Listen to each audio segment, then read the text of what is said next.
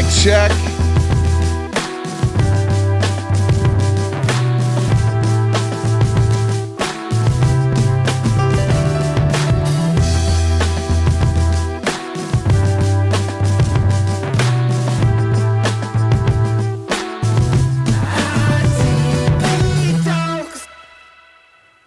Happy Thursday, everybody. I lost the golf nerd hat. I got to find that shit. Good guess. Welcome, everybody. It's Thursday, and a special welcome to our friends over on TikTok.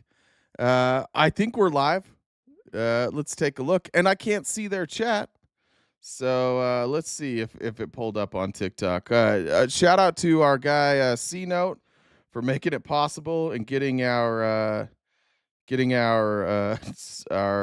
account unsuspended, maybe. Let me see. Maybe we're not even live on TikTok. I don't see it. Let me look real quick. Are we? Oh, we are live. Oh, son of a bitch. There we are. We're live. You're live. Hot damn. All right. Well, your face is in the comments, though. That's the only thing. I knew this would happen. That's why I asked earlier. So sorry about. I can't change that. We can't change anything once it's live. So maybe in the future we go oh, that's all right. Nobody needs to see my face. It's not that bad. Yeah, everyone. All right.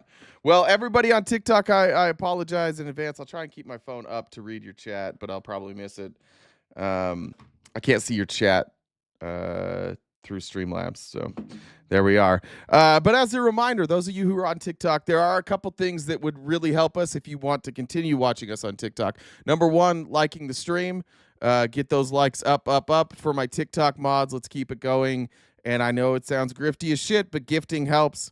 So even little hearts, the little hearts, that helps a great deal. So if you want to keep us on TikTok, that's a very useful way to keep us there. They're less likely to ban us if we do it that way. That being said, everybody else, thanks for being here. Thanks for always being here, wherever you are, however you may be listening. Thanks for making us part of your day. How do you like that? I stole that from Colin Cowherd, if anybody was wondering. It's what I used to listen to the Colin Cowherd show every single day when I worked at Play It Against Sports. And we would have that shit blaring, and that I remember how hyped I was when the music came on. Remember when like radio shows before there were podcasts, and like you get hyped for a TV show, y'all got around. The streaming thing kind of killed that a little bit, didn't it? I just don't want them to have to use stupid TikTok. Listen, I'm not going to use TikTok language. If they ban me, they ban me. It is what it is. I'm not capable. I feel like a fucking idiot when I do it. So apologize in advance to the TikTokers here. TikTok appropriate language probably is not going to be followed. Let me pull up the apps. Just as a reminder, we are totally crowd funded. We don't have sponsors, and we don't get paid a great deal by the streaming platform. So if you would like to support our show, there's above me. You've got the Venmo, the Cash App, and the PayPal, and I will read damn near anything that you guys send. Sorry, my backup phone. Actually, I'm going to switch.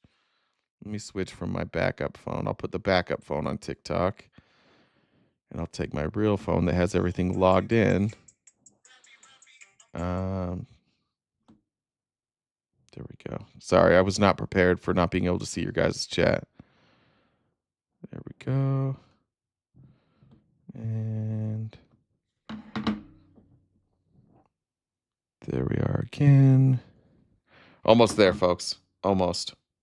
Damn. You're zooming all in and out. It's funny. Am I really? Oh, sorry. Son of a bitch. But I can't. I don't know how I'm going to do this. None of my other backup accounts are logged in on this. I don't know what to do. Sorry. I may just. Oh, I know what we can do. I can pull up. Fuck it. I'm not going to see your TikTok chat. Sorry. That's just the way it is, probably. I'll try my best to do both. Let me pull it up here. I'll just have to go back and forth. Boom.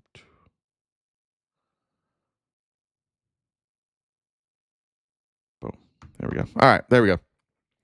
Yeah, if you guys aren't used to the camera, it does this. It moves with me. I don't know why it does that. I'm getting text messages to get it together. My bad. We got it together. All right, here's where we're starting things off.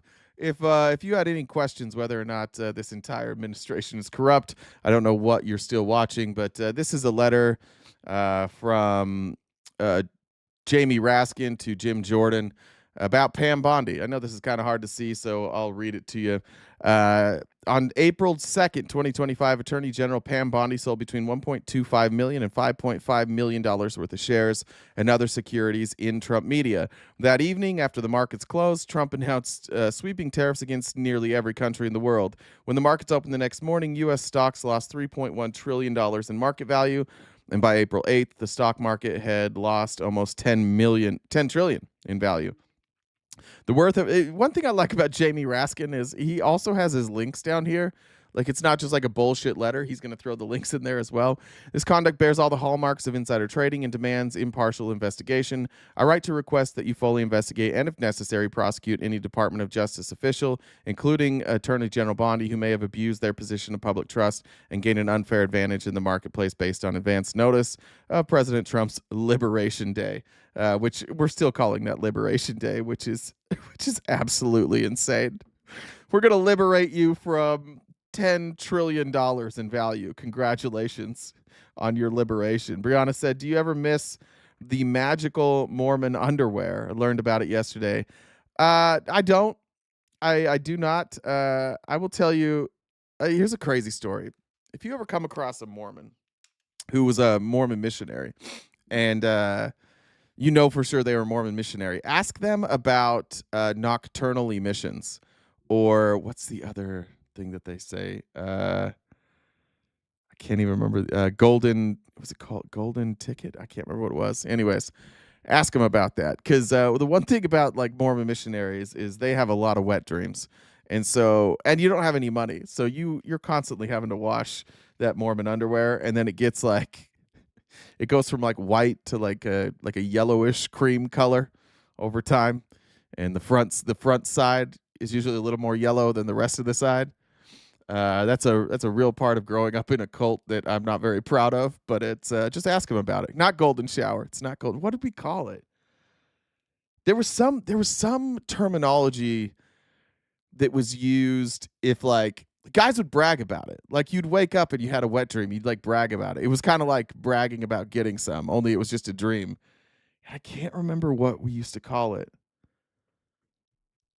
I wish I could remember. I gotta go back one of these days. Maybe we'll do that. Maybe one of these days I'll just go like pull out my journal. It was the only time I wrote in a journal, and I wasn't good at it. But from my mission, it would be interesting to see what I was writing. A lot of lies, I think. So, anyways, I don't think we should be surprised about Pam Bondi. The real question is like, what does it take for any Republican to give a shit? Like, we've got a Qatari lobbyist serving as the attorney general, saying that she's not going to investigate whether or not Qatar is allowed to bribe the president, and then also trading between $1.25 million and $5.5 million worth of shares the day before Trump announces his tariffs. And again, like this was all Project 2025. This is a lot of the stuff that we were worried about. We were worried that people would take advantage of the fact that this administration has no regard for the law, and that they are not going to investigate each other. They're just going to let each other do whatever they want. This is one of the biggest heists I've ever seen, and it's so transparent. And this can only happen when you have the type of loyalty that Trump has garnered, where no matter what he does, you're going to support it. Nobody should be surprised by that. Nobody should be shocked. Especially on a day where, and we'll get to it in a minute, but especially on a day when Republicans met in the middle of the night, added a bunch of shit so that they could write a bill that steals money from poor people and gives it to rich people, and then have all of MAGA show up today and celebrate it like this is a great thing. We voted for this. Also in that bill, which I won't cover this part, but we're also propping up crypto, because what's more American than Ponzi schemes? And why should we prosecute Ponzi schemes? Should we stop Ponzi schemes? No, says the Republicans. No, says Tim Scott. We should promote more Ponzi schemes. President Trump simply said on the campaign trail, America will be the crypto capital of the world. This may be a major part of his legacy when we make it easier for the struggling Americans working paycheck to paycheck to have more access at a lower price point. Stablecoins in the Genius Act is the first step. What does that mean? People don't have money, dude. Most of Americans don't have money. They don't have more money to invest in cryptocurrency, which is unregulated, and most of it's a scam. Now, you can see Bitcoin, Ethereum, Litecoin, all of those skyrocketing now.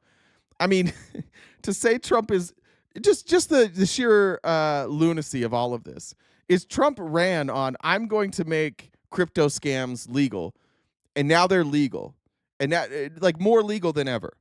They're just not prosecuting it. Right now, the best way in America to make money is to run a crypto scam. Trump has a dinner tonight from his own crypto scam. And just think about exactly what cryptocurrency is. The problem with every single person I've ever talked to about cryptocurrency is when I ask them what the utility of that is, they do not know. Liberal crying in his room alone. Nope, you're here. There we go. There's our Republican morons here in the chat. What's the utility of cryptocurrency? What is it? What does it do? Why is it better than U.S. currency? The truth is, the only reason people like it more is it's completely unregulated. So it's easy to scam. 90% of people who hold cryptocurrency lose. And the 10% are always like, yeah, shouldn't have been here. Yeah, if you're dumb, you lose your money. Yeah, that's not a good way to run an economy. Economies should make sense. Investments should make sense. Crypto is a casino, except for it's unregulated. So even the casinos they regulate, they're like, you have to pay out a certain percentage of your slots. You can't take the odds from a game and make it so that it's impossible to win. They have gaming commissions. It's heavily regulated. Normally, gambling is heavily regulated, but they have figured out a way to make gambling unregulated. So thanks, Tim Scott. Historic step towards making America more affordable for everyday. Yeah, if you cash out, you pay taxes. Capital gains, probably. Americans, it's another great reason this is a good day in America. And it also feels like the banks are finally, caving on this. They didn't really want the competition, did they? Absolutely. Yeah. Okay. Banks didn't cave. This has been the craziest part about watching crypto. It was crypto versus the banks, and it was like the libertarians are like, we love crypto because it's not controlled by the banks. Look at 2008. Look what the banks do. The banks aren't on board because they didn't reluctantly get on board. They saw how much money you can make. And so the banks are like, oh shit. Oh, you're going to let us run scams? So now the banks are in on it. Now you have the big investment firms. The reason Bitcoin is worth $111,000 has nothing to do with you, has nothing to do with the private investor, has everything to do with the fact that billionaires across the world realize this is a way they can extract wealth, and so they do it. And they just keep telling you oh, it's a game, just like the casino. The casino, when I don't know how often you guys go to Vegas, but if you go to Vegas, you'll see, if you're driving in, you'll see billboards, and they'll be like, these are the winners from the last month, and it'll be flashing like this person won $4,000, this person won $8,000, this person won $24,000, and it's never like this guy blew his life savings and now can't afford his house and he's homeless now. They never showed that one. Ace said the dollar is a fail. I can't even launder my money. Ace Ventura, thank you. Get a job. Kiss my ass. How about that? Kiss that. I'll never listen to some 22-year-old dork who's sitting behind a microphone crying because he himself. Are you talking about me? Oh, Daniel said I was 20. Thanks, Daniel. Thank you very much. I have some crypto. I don't know how to, mostly because I don't know how to sell it. I don't know how to get rid of it. I have whatever you needed for. What is that cryptocurrency? What's that poly market? Whatever you had to use for poly market, I have some of that. And I don't know. It's currently lost. I can't find it. The get a job folks are here. All right. Everybody hates competition when you have a monopoly. And the one thing we'll say about the banks is they came to the table. We worked constructively. There are some parts of the bill that eliminates the possibility of yield and interest. That was a key component of getting the banks to be neutral on the bill. But this bill must go forward because it's good news for the American people, especially ones living in poverty. President Trump simply so that's what we're celebrating today. If I was a Republican, I would go on TV and I would talk about crypto today too. I would talk about anything other than the horrific bill that was just passed and Trump's nightmare of a meeting with the South African government. Some good news though: a federal judge has blocked the Trump administration's attempt to shut down the Department of Education. They had announced a reduction in force on March 11th that would have gutted the agency by half. 2 days later, 21 states, including Michigan, Nevada, and New York, filed a lawsuit against the Trump administration for its cuts at the DOE. Then there was the executive order on March 20th that was dismantling the Department of Education, which completely unconstitutional, right? Like the president can't go and shut down a congressionally approved department, but you don't care, right? None of you care. You just, whatever Trump does is cool. However, there's an injunction that was placed on Thursday. The judge pointed out that the staff cuts led to the closure of 7 out of 12 offices tasked with the enforcement of civil rights, including protecting students from discrimination on the basis of race and disability. The entire team that supervises the free FAFSA, free application for federal student aid, was also eliminated. Around 17 million families apply for college aid each year using the form, according to higher education expert Mark Kantrowitz. So basically what the judge said is the judge is essentially ruled what should have been ruled the whole time, and what we all know is that the president can't unilaterally shut this down. If they would like to shut this down, it needs to go through Congress. And so I would expect the Supreme Court, based on some of their rulings lately, to probably... they'll probably just not take that up. They'll probably just let the lower court's decision stand. Admir is here. Admir says, fuck MAGA. Thanks, Admir. Sorry, guys. He used to be one of you. For anybody who doesn't know Admir used to be one of you not very long ago. He was, and now he's on the fuck MAGA train. Not because Admir is mad about something. I think it's mostly because he can read. And reading is problematic when you are a MAGA supporter. You guys remember that Trump kid that they made an honorary agent? It's still that thing that like MAGA loves to tell us that we didn't celebrate this kid enough. Like, you guys didn't even give this kid a standing ovation, and whatever, who cares? But remember after Trump's address to Congress, this kid went outside and he's like, Democrats, I'm gonna be on your ass. And now here he is, just being like openly misogynistic. I forget who this guy is. This is a Polk County, Florida sheriff. I forget his name. He's always doing press conferences. He's a media whore. I don't know if he's a good sheriff or not. If anybody in Polk County is here, let me know if he's a good sheriff or not. But they brought old boy in here, and he's just like, let me take a minute to shit on women. Listen, we got to get these people back to work because right now they're sitting here not solving any crime while they're watching you, okay? You want to know something that I always used to do? What'd you all And the dudes will always be looking at me like, why did you do that? Because they will always make me an honorary chief. I said, just because y'all looking at me like that, all the women get a day off for the whole week. And they would be like looking at me like that. I said, some women just like to be lazy. I'm just going to say it like that. You're going to get us all in trouble here. I'm just saying, though. I'm just saying based off my opinion. There you go, his opinion. Based on that, I'm glad the election was last year instead of this year. It's like, bro, the fuck are you saying? It's a kid. But he got that somewhere. I'm gonna guess it's from his dad, who maybe isn't a big fan of women. I don't know if that sheriff's any good, but he didn't want to have any part of that. Is this some weird Laurel and Hardy routine? That's a little dated. A little dated on that one. I read that one already. All right. Let's get to the bill. I don't know why we're calling it a big, beautiful bill. It's nothing but a handout. Jen said, is the sheriff that kid who was at the Trump address of the congressional speech? Is the sheriff? Yeah. That's the kid that was at Trump's congressional speech. Yeah, Jen. I don't know why we're calling this a big, beautiful bill. There's nothing beautiful about it. It's big, I guess. I guess if you're wealthy and you think that these poor people have too much money and you should get more of it, then I guess it's like a big beautiful bill. I would bet I'm begging anybody, any Republican, to come up here and talk to me about the big beautiful bill. I'm begging you. I just want to know what you guys like about this. It's absolutely baffling. Now I know that what a lot of you are going to say is you like some of the cuts. But if you just like the cuts because it takes money away from poor people, I mean, I guess that's what you have to stand on. But what was in that bill for you?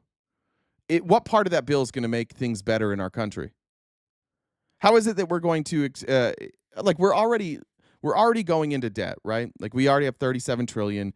I think we add about $1 trillion a year. Like that's our current pace, is about $1 trillion a year if things stay the same. And this is going to add between $3 and $7 trillion on top of that. How's this beneficial? Just out of curiosity. I haven't seen a Republican yet be able to explain why this bill is helpful to anybody except for rich people. And even then, like even for them, what are they going to do with an extra $380,000? That's on average what the 1% is going to get in savings, an extra $380,000. How is that $380,000 in savings going to make your life better? How's it going to make the 1%'s life better? And is it worth raising taxes on people that make less than $17,000 a year? Is it beneficial? Is it more beneficial for them to have the money than the people who are making up to $50,000 a year, who are also going to see a tax increase? I'm just shocked by all of this. I have no clue why anybody is celebrating this bill. It's not a right-leaning bill. It's not a conservative bill. It's not a fiscally responsible bill. It's not addressing any severe concerns. It's literally just giving money to rich people. So I just want to know. I understand you guys are gonna. You think that like I'm salty. I'm mad about this. I am mad about this. But more than anything, I'm mad that you guys went along with it. I'm mad that you guys are celebrating it, because you've been telling us for years that you care about fiscal responsibility, that you want to cut the deficit, that the government spending is out of control. This will increase spending. This will increase debt. This will increase the deficit. So I just want to know, what the fuck are you guys excited about? There we go, you wish. No tax on tips. Not in there. There's a small provision that came out of the Senate of no tax on tips, that it's only cash tips. That's it. It's only cash tips. No tax on overtime is not in the bill. There is no tax. There is no tax cut for overtime. This is what I get. Like, do you guys know? Do you have any clue what's in the bill? Any fucking clue at all? And by the way, that no tax on tips is up to $25,000, and it's only cash tips. How many of you are leaving cash tips? Almost never. I'm almost never. Am I leaving a cash tip? I don't have cash very often. The only time I ever have cash, I keep $5 all the time, or a couple of $5 bills for when I go golfing to tip the people who like clean the clubs at the end. That's the only time I ever give anybody a cash tip. Otherwise, it's always on a card.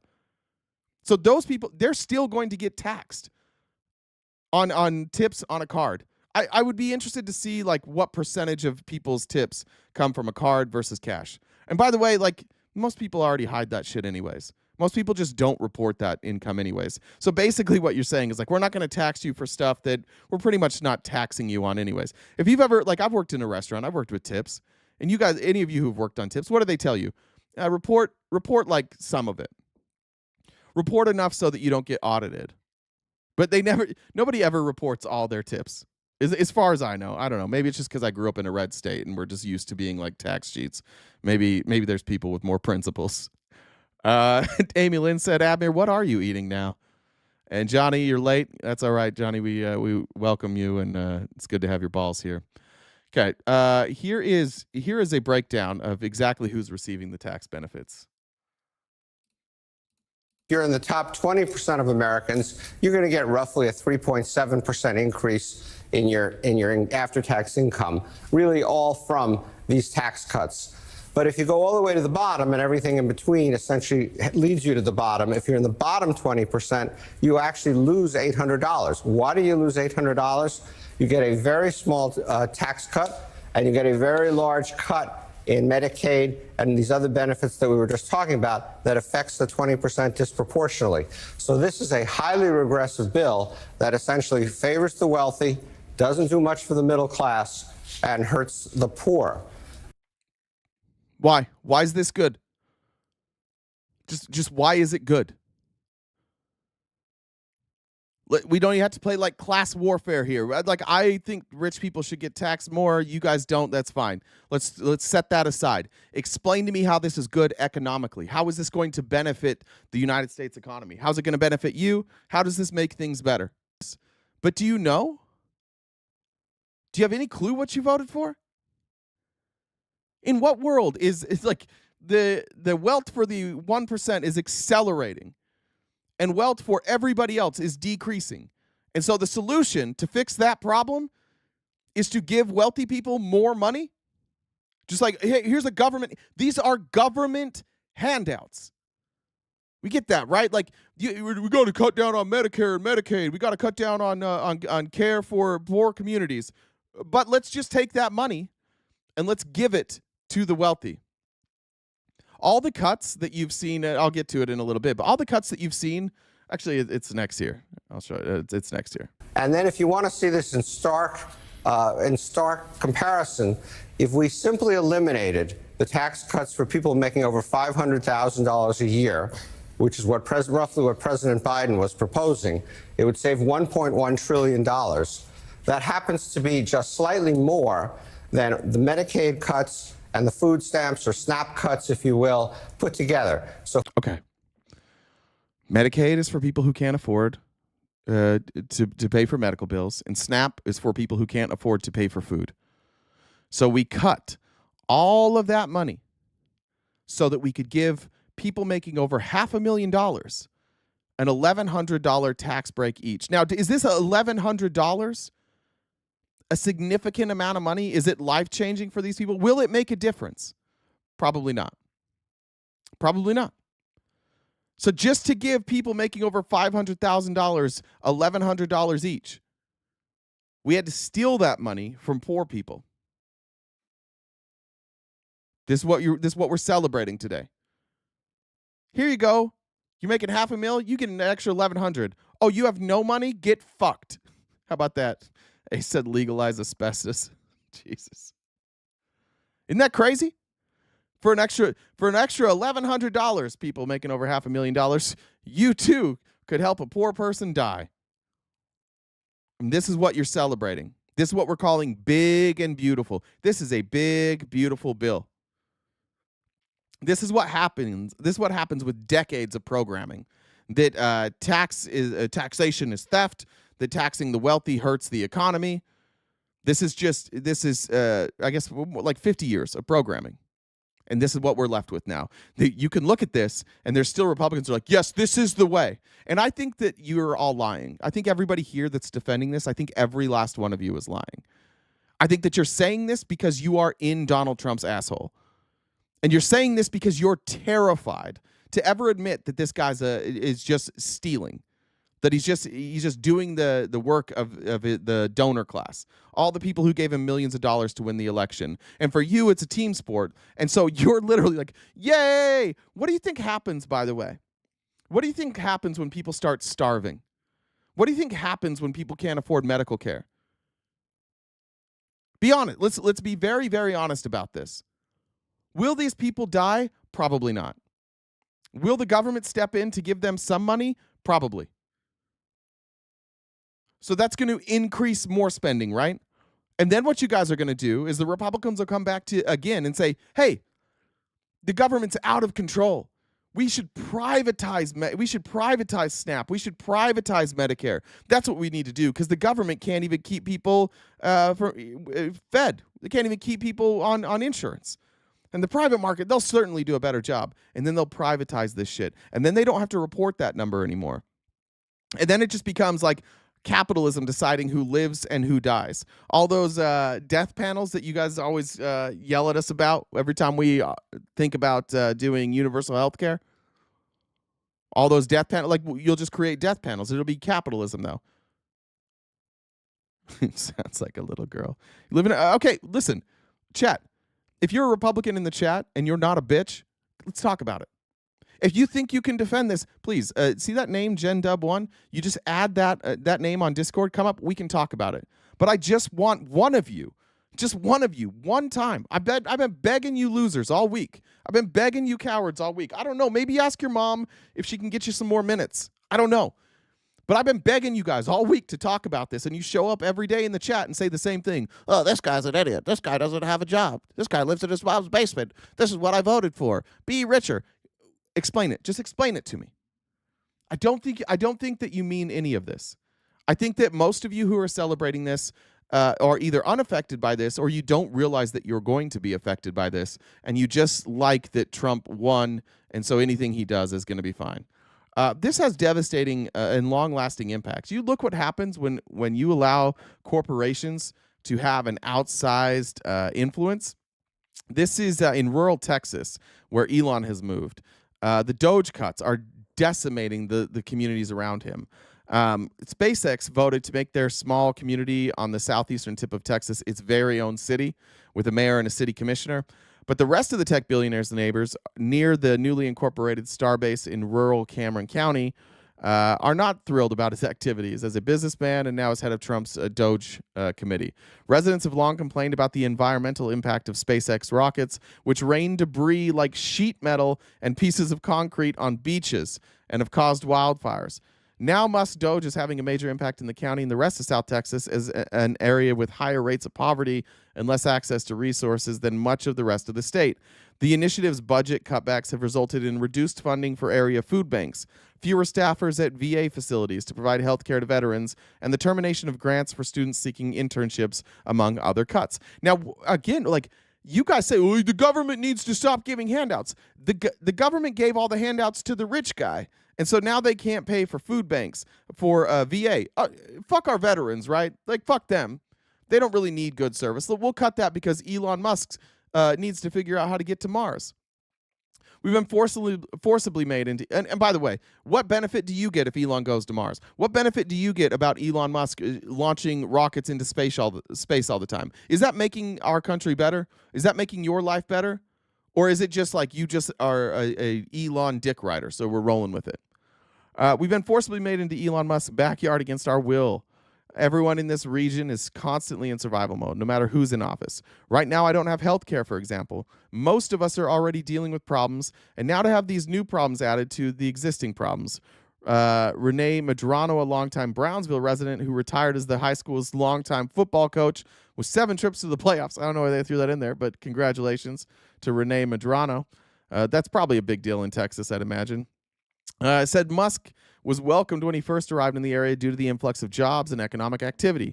But as SpaceX grew and rocket launches started damaging the environment, often cutting off access to local beaches, he grew more critical. People are up in arms because of the access to the beach. Yeah, fuck your beach, okay? Elon needs more handouts and Elon needs to launch more rockets. So just fuck you. I know you used to enjoy the beach, but you don't get the beach anymore because capitalism. He hears from neighbors about the local impact of DOGE. I know it's hurting people, and I know it's affecting people. And I know it's going to continue if they keep cutting the way they're cutting. It's very obvious. How can it not affect you? The food bank in Rio Grande Valley serves 88,000 meals to people every week in Cameron, Willacy, and Hidalgo counties, with half of its funding coming from federal programs. But recently, 23 truckloads of food on their way to the food bank were canceled due to DOGE cuts at the U.S. Department of Agriculture. This cancellation could not have come at a worse time. With the recent flooding event that we experienced and the summer vacation at our doorstep, the food bank helps a lot of people in the valley. There are always long lines outside, especially now after the flooding. A lot of people are hungry. There are people this is America. There are people in America, in Texas, who cannot afford food and have to wait in line at a food bank. And the Republicans' response to that is, what if we just cut that funding and instead used that money and gave it to billionaires? What if we just did that? Will that make things better? And the Republicans went wild. Yeah, dude, let's go. You know what ruined the environment? Windmills for energy that bleed oil everywhere. Let's talk about that. Facts over feelings. Come on up. Let's talk about that. It's the fucking windmills that are ruining everything. Max said, team sport, it's like rooting for the Dodgers and then they win and kick you in the kick you in the balls.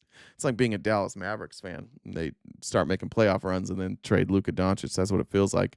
Elsewhere in the region, just a week after 20 students at the University of Texas Rio Grande Valley learned they'd be part of a museum internship program that included funds for housing, transportation, and their work, they found out the federally funded grant had been terminated due to DOGE cuts to the Institute of Museum and Library Services, an independent federal agency. But at least these people can rest comfortably knowing that money that was going to be used for their college education and their internship is now in the pockets of some billionaires. So that's good. That'll make them feel better.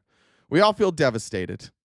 Stephanie Alvarez, a professor of Mexican-American studies at the school, because students don't have this opportunity. We were just stunned because we put a lot of effort into it, but also because all these students expecting to go have these internships, and that possibly doesn't exist anymore unless we find at least $60,000. But again, that $60,000 went to a bunch of billionaires. So that should make you feel better.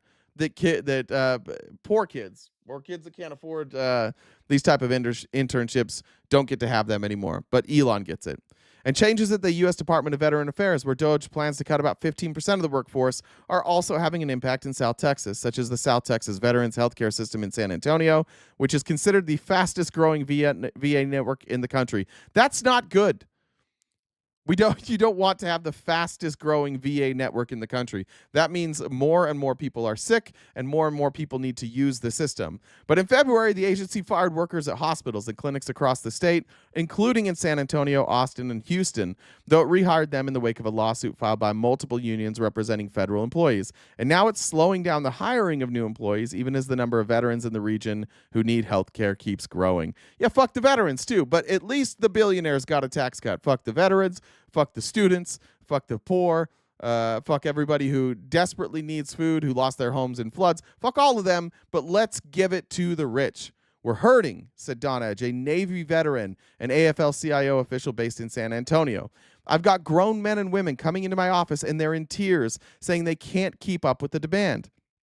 The cuts of probationary employees and reduced hiring of new employees have resulted in extended wait times and relocation of veterans to facilities far from their homes.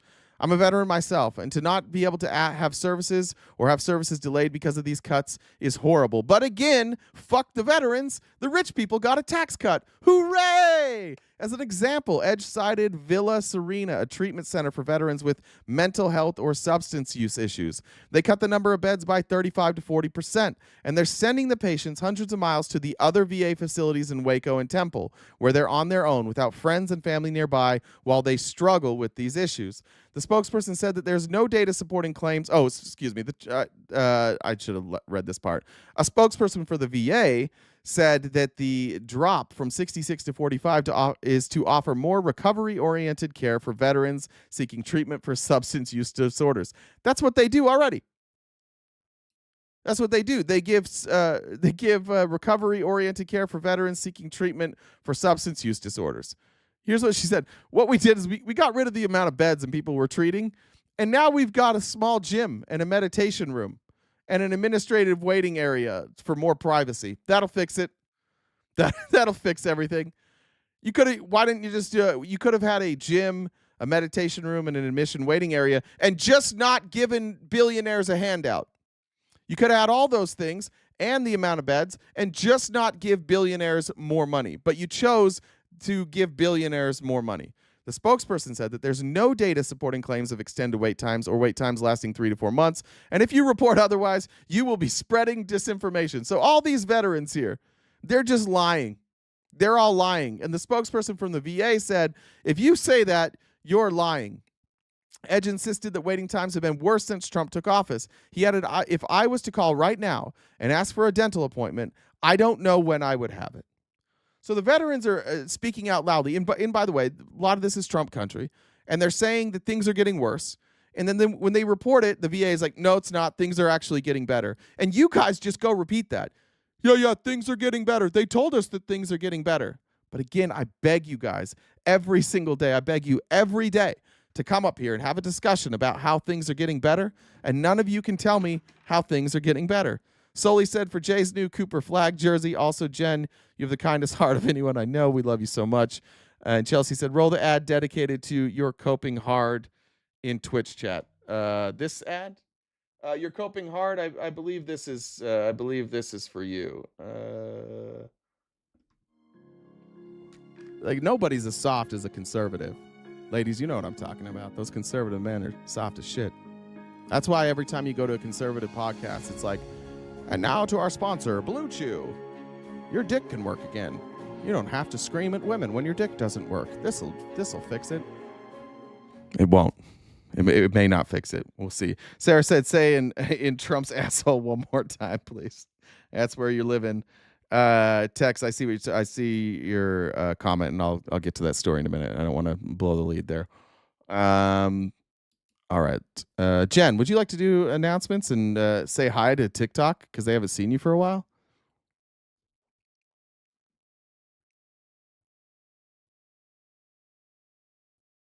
Maybe. Maybe not.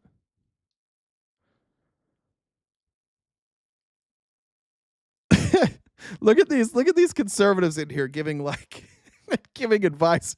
Conservatives, you cut fruits and vegetables out of your diet, you fast, you buy the meat on sale, you don't have cable, you have the same card for 15 years, you live with your parents. I don't know. Are we joking about that?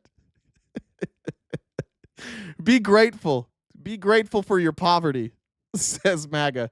This is going to be a real learning experience for you. It's very important that the government teach you some lessons. All right, Jen, you can come back later. Wait, hold on. Oh, there you are. I'm here. Sorry, I was talking. I don't know. Sorry. Anyways, did you hear me that you're gonna have a debate here in a second? A what? A debate. I was vetting someone. Oh, okay. I thought I was. So someone will join there in just a second. Yeah. So we're back. Hi, TikTok. Missed you all. Like Jen, a rash. Jen telling so much she misses it. It sounds so real. Right? Like a rash that keeps popping up every so often. All the really, really angry people. Anyways, so we're back TikTok, and so we're all also on YouTube and Twitch. So if you guys haven't already subscribed to us on those other platforms, please do so. You can use an Amazon Prime sub. For Twitch, you can regular subscribe on YouTube. We also have 4 different memberships. Please like the stream on YouTube, and also like us on TikTok. I've got to manage 3 different things I'm looking at, so I have to You're welcome. rechange all my change everything that I say. I had a system, and now I'm to figure out a new system. Anyways, this is our job, as much as people disagree and they don't like it. So those pay links, Venmo, Cash App, PayPal, Super Chats, the TikTok gifts all go towards knocking out that gift goal, which is in our top left-hand corner. We do this each day from 9:30 to 1. So if you guys could please help us knock out that number sooner rather than later, I would greatly, greatly appreciate it. Also, check out our Linktree. We're on most social media platforms. We've got merch. And Jay also signed up to do Cameo. So you guys can also make this lib dance for you. So, yeah, I think that's about it. I'll just keep watching for that other person to join the chat. Okay. And then what do you cross an angry sheep and an angry cow? What do you get when you crossbreed them? Is that what you're saying? What do you get when you cross an angry sheep and an angry cow? I don't know. 2 animals that are in a bad mood. Stupid. Stupid. Get out of here. Am I supposed to be watching for them now, Jen? Or do I have them? I'm giving them the role so they can join. So they'll be there in just 1 second. All right, I'll get through. Let's see. I'll just play this one clip. This is from Tennessee Holler, and then once we're done with the debate, we'll come back up. But this is Representative Harshbarger. This is a town hall that she held in Bluntville. They're there. Okay, let me finish this real quick, and then we'll go. Well, actually, I'll show this after. That's fine. It's 2.5 minutes. Pop over here.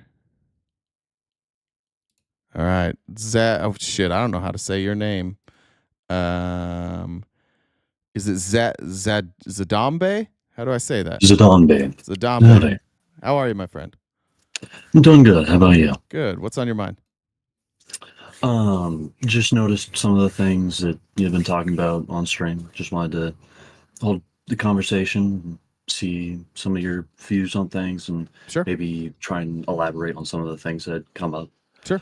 One of the major things, like what I had seen, because you were watching a video that was going over different economy things and some of the cuts and things that were going in, what were happening.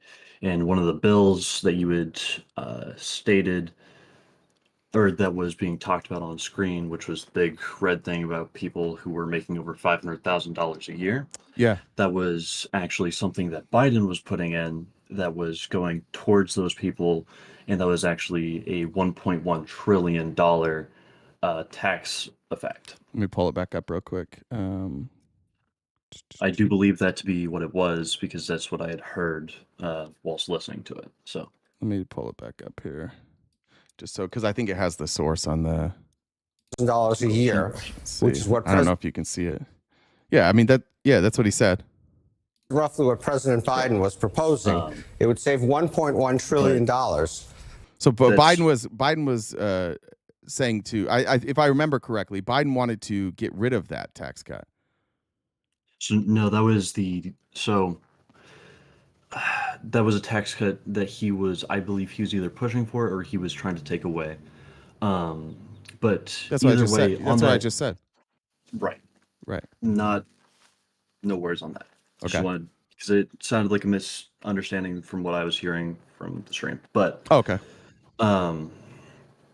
With that same note, the main intent for why it's going towards those people is so that it's a trickle down effect, which it sounds like super buzzword, whatever, but what it will cause an effect is if you have these things where they are able to then invest it into more of their companies that are now becoming more USA based, which will then increase our USA based jobs. Wait, how does cutting $1,100 from people making over half a million, that $1,100 per person, you're telling me that $1,100, they're going to take that $1,100 and they're going to reinvest that into their companies, and that's going to trickle down? Do you have any evidence that ever happens? The fact that all companies do that, that's how that it trickles down. Excuse me, sorry, I'll ask a better question. That it trickles down. So if they're reinvesting into their own companies, the people that work the jobs will end up getting paid, and if it's a high value job, so I understand what I understand what you're saying. I understand the the idea behind trickle down economics. I understand that the idea behind trickle down economics is if you let the business owners keep more of their money, they will pass that money down to their workers, either through wages or through benefits. Or stock options, however it might be. The question is, since we introduced trickle-down economics, is there any evidence that the money trickles down, or does the evidence show that the rich keep more of the money? I mean, I believe that you I mean this is no disrespect to you, but you as a YouTuber and streamer, you are being and benefiting from those trickle down economics. No, I'm benefiting from people choosing to give me money. This isn't trickle down economics. Unless you're saying that anybody who gives me money, they only got that money because of trickle down economics. Well, in effect, yeah. We all do. That's how we all get paid. So you're just saying that that's not trickle down economics, though. Trickle down economics is allowing the richest among us to keep more of their money, so it will trickle down. Before trickle down economics was put in place in the 80s, the business owners were also paying. So are you just saying that all economy is trickle down economics?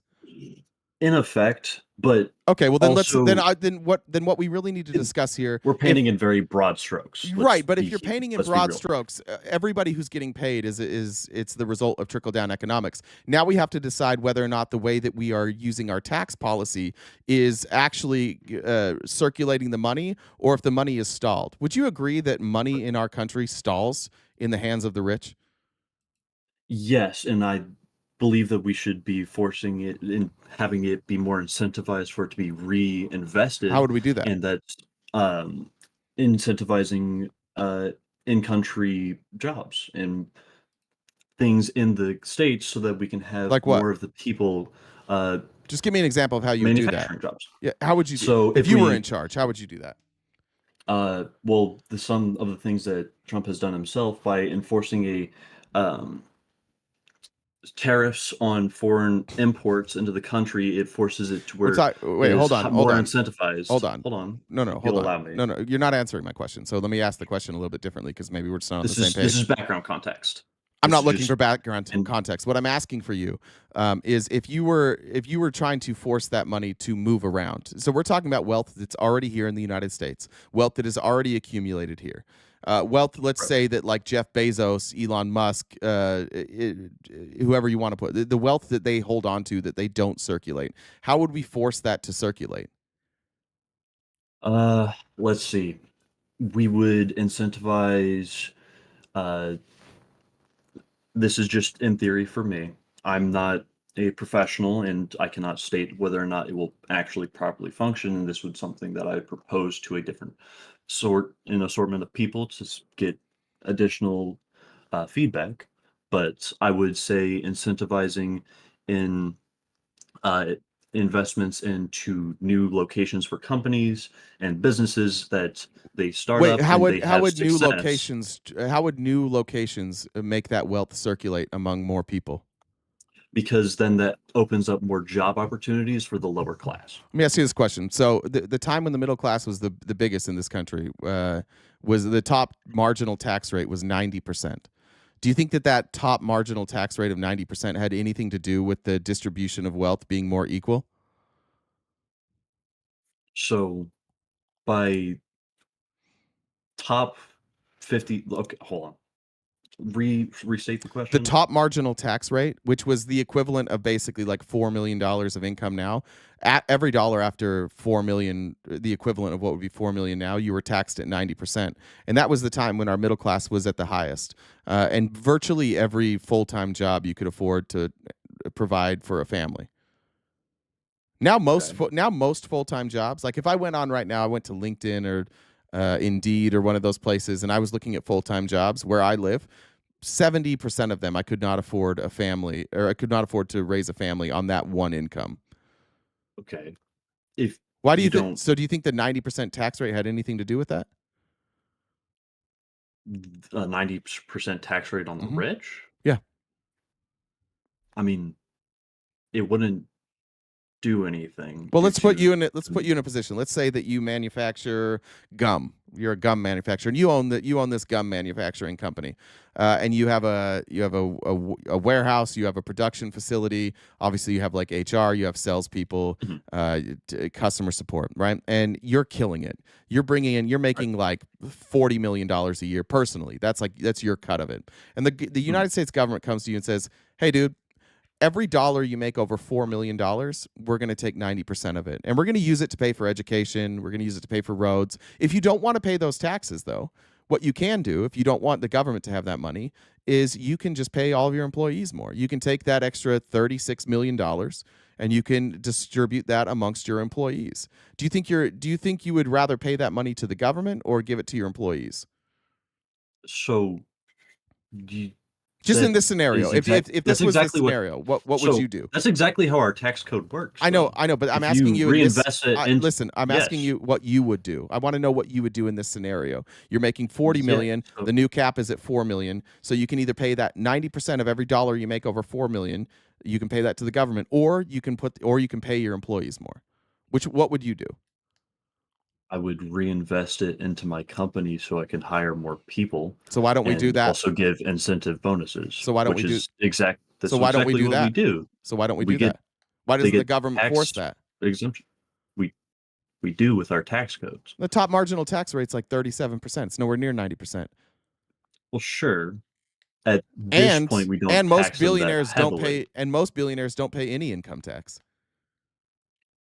likely due to the location of where they are, probably in states that don't require that level of taxation. Well, what about federal income tax? The state doesn't determine federal income tax. Okay, well then, So how is it that they're able to sure. not pay income tax?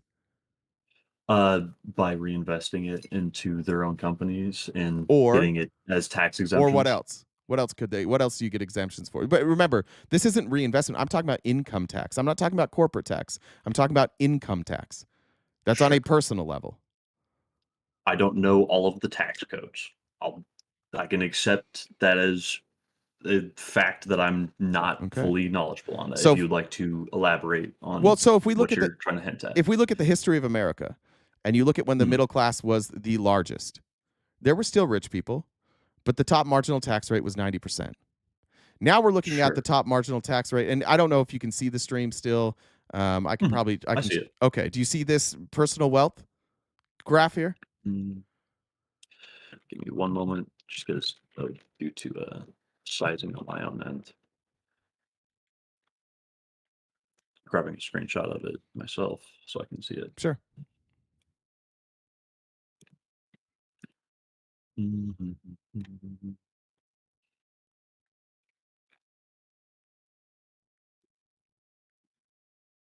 All right. All right. So I you see it. see here the top 1% is the purple line, the top 10% is the green line, the red line is the Mhm. 50 to 90th, and the blue is the bottom half. When would you say, like if you had to pick a year, when would you say that you really started seeing an acceleration in wealth inequality where the 1% really took off? If you just looking at that chart, what year would you say that really started happening? When it started When happening, you really started to see like a big gap between the green and the purple? I'd say it would have begun early 1980s to Okay. Is like that exactly when we started trickle down economics? if I had to take 82, a guess, 82 is when we started, when it really went into effect. I would like to make note I'm 20 years old and a veteran. So That's all right. just giving mild context, I'm not the oldest person around. That's all I right. don't know. Most people haven't I'm seen not charts like this before. But would you say, completely fair. if that's what started trickle down economics, is it probably safe to say that our tax policy doesn't make sense given the massive acceleration of wealth in the top 1% and the relative stagnation of the bottom half and the 50 to 90th, and even the top 10%, their growth hasn't even come close to keeping up with the growth of the 1%. Sure. But It doesn't work, can dude. you Trickle down economics okay. doesn't work. It just gives rich people more money. Okay. But can you also acknowledge that whilst there are definitely downsides to it, don't get me wrong, I'm not saying that there aren't. Can you also acknowledge the good of them being able to invest and create more in more companies and more jobs? No, I don't care about that. Why do I care if there's more jobs? Because it means that there's more places for lower income people to be able to work. Not if the jobs don't the jobs don't even allow you to have a living wage. Why would I care? They're creating shitty jobs. Walmart creates shitty jobs. Tesla Sure. creates shitty jobs. And SpaceX creates shitty jobs, like shittier versions of the job. Every don't one get of me these one wrong, percenters, they're making all their money off the backs of the labor of the people working for them, and they gobble up all of their competitors, and then they pay the lowest wage that they possibly can. right, which is why there's being more incentivized into a more competitive market What? so that we can have other places. And so I would appreciate and I would like to see that there are bills that are passed that make it to where it's less of a monopoly. But as it Do you stands, think cutting taxes for rich people is going to make it less of a monopoly or more of a monopoly? it will likely push it more into that, Mm. but it will also make it to where people who are getting into that bracket to be able to get to that point, Do you be know able to do so as well. the 20 youngest billionaires in this country? Do you know how they got their wealth? 100% of them got their wealth the Inherited. same. Yeah. Right. And don't Yeah. get me wrong, I'd appreciate if it wasn't that way, but that's just how generational. So why wealth don't we works. just? Yeah, it's not. This is one of the key lies of the Republican Party. And I'm a former Republican. I don't know if you watched before. I used to be a Republican. I worked for the party. I believed in all of this stuff fully. Like I was a big fan of trickle down economics. The lie is them always telling you that these are the job creators. These aren't the job creators. These are the job destroyers. They come in and they gobble up privately owned businesses, and they people sell out their business, and then they they either undersell to cut them out, or they buy your business and then they pay the lowest amount of wages possible, and they don't do revenue sharing, and so this just keeps getting more and more. There's literally only one solution to this. I don't know how we're still here. There's only one solution: tax the fuck out of rich people. Look how much money we've given them. This line going straight up, those are government handouts. This is a lie to say that they earned this. They didn't earn this. They were given handouts. They were given a rigged deck. They were allowed to cheat, lie, and steal their way to having this amount of wealth, while the rest of us got absolutely fucked. And they just keep telling us, don't worry, someday it will trickle down. This chart does not look like it's going to trickle down anytime soon. So, sure. Right. I say sure That's all right. in an atypical mean. I don't want to have that get confused. I don't. No, I do the same thing. You're good. Right. Something that I'd like to bring up that I'm not sure if you've heard of, or it probably got swept away and you didn't hear about it. The president has also introduced tax exemptions for tips. Only cash tips, only up to $25,000. And also, he didn't introduce that. This is an idea that they took from Cory Booker. They're saying it's their own, but it's only cash tips up to $25,000. Sure, but that does help, does it not? Not really. I mean, who's that helping? Lower How income places. No, most people don't report those tips anyway. Like, it's so marginal. It is so marginal. It's going to make almost no difference. There's a handful of people that are going to benefit from that, but mostly it doesn't. But again, why are we talking about why don't we just not give handouts to rich people? What if we just stop cutting their taxes? Why are we cutting their taxes? They're doing great. If I can continue. We are also pushing in with the instatement of DOGE to be able to make it to where we don't just give out government handouts and government payments and taxpayer dollars to what kind of handouts businesses. Are you talking about? Like cutting. I believe there was a cut that was done for different companies. I don't remember directly off the top of my head the exact companies, but I know that a lot of subsidies and subsidizations for specific companies were being removed because of them going against the interests of the American people. Did the big corporations, the people who gave Trump the most money, did they have their handouts cut? I believe so, and also who did? Who had that? Did Elon get? Because Elon just got a bunch of more government handouts. Any position that the president and Elon have both stated that anything that has any conflicting interest with Elon, he does not directly deal with himself. And yeah, I know they say that, but it's a fucking lie. It's an absolute fucking lie. Elon went in and he shut down the Consumer Financial Protection Bureau, who had 280 open investigations or complaints into him. He went into the FAA and he was able to view the proposals from Verizon and other competitors so that he could get the FAA contract. He's going in. He forced himself into this contract where he and Boeing both now are working together on government contracts. I know that they say that. Okay. I know that Trump says that, and I know that Elon says that. But be honest, have you ever seen any evidence that Elon Musk has created a barrier of separation between him and the government contracts in which he's receiving, or is it just that he said that? I mean, the people that work directly with him, himself, the president, and yeah, they're lying. Anybody that we could have that could possibly be able to view that, they're lying. We can view it. We can view it. You can look it up yourself. Okay. So you don't think it's silly that you're listening to the people at the top of this chart telling you that everything's okay and everything's working out for you? You don't think that's silly that these people with all the money are telling you that they're the ones that are going to fix wealth inequality? You think they give a flying fuck about you? I mean, I would hope that they intend to do so, and then if they don't show that they are pushing for those actions, that we remove them in a democratic means. Well, I would make the argument that they have shown you time and time again, both last time Trump was in office and this time, that they are going to cut benefits for you, that they are doing nothing for you. What benefit have you received? How has your life been made easier at all from this administration and from this bill? So, from this current administration, or from the when This current one, the yeah, president the current one. previously been in office? In this current administration, we've already been pushing. So, okay, I don't want to bring up random topics. No, I asked a general question. That's fine. It can be off subject. I asked a general question. That's fine. Okay.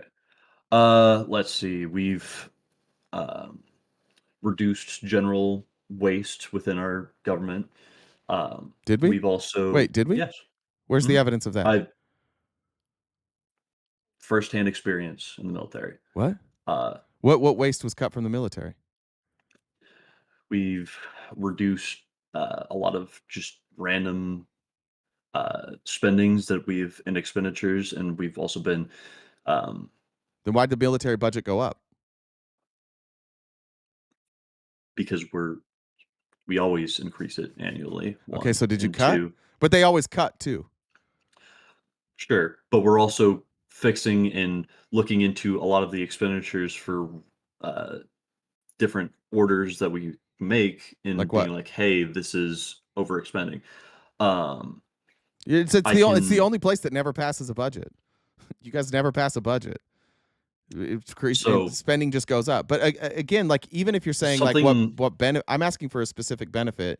The military budget has gone up. They have not cut anywhere near the amount that they're increasing the budget. Sure, but you can also acknowledge the fact that us having a large military budget also is what's reducing the probability of war across the world. No, I think it makes the probability of war far more likely because we're very interventionalist. Right, which is what Biden made worse. And Biden never intervened anywhere. Biden pulled us out of the only war we were in. What are you talking about? Please do not tell me that you believe that the Afghanistan pullout was in any regards a success. Are we in Afghanistan? Would you count? Wait, answer my question, please. 13 people dying. Excuse me. Hold on. and Excuse me. Are we in Afghanistan? Civilian casualties? Why aren't you answering my question? Are we in Afghanistan? Yeah. We are. We're still at war in Afghanistan? We still have boots on the ground in Afghanistan. Yeah, but are we still at war in Afghanistan? I mean, maybe not directly at war. Okay, with do you remember my claim was was not that he did it perfect. My claim was that he pulled us out of the only war that we were in. My claim was not that he did it perfect. So could you respond? And then he started more wars. Yes, what war did he start? Due to his ineptitude and his own inability to properly and his own inability to properly maintain the Russia situation. Was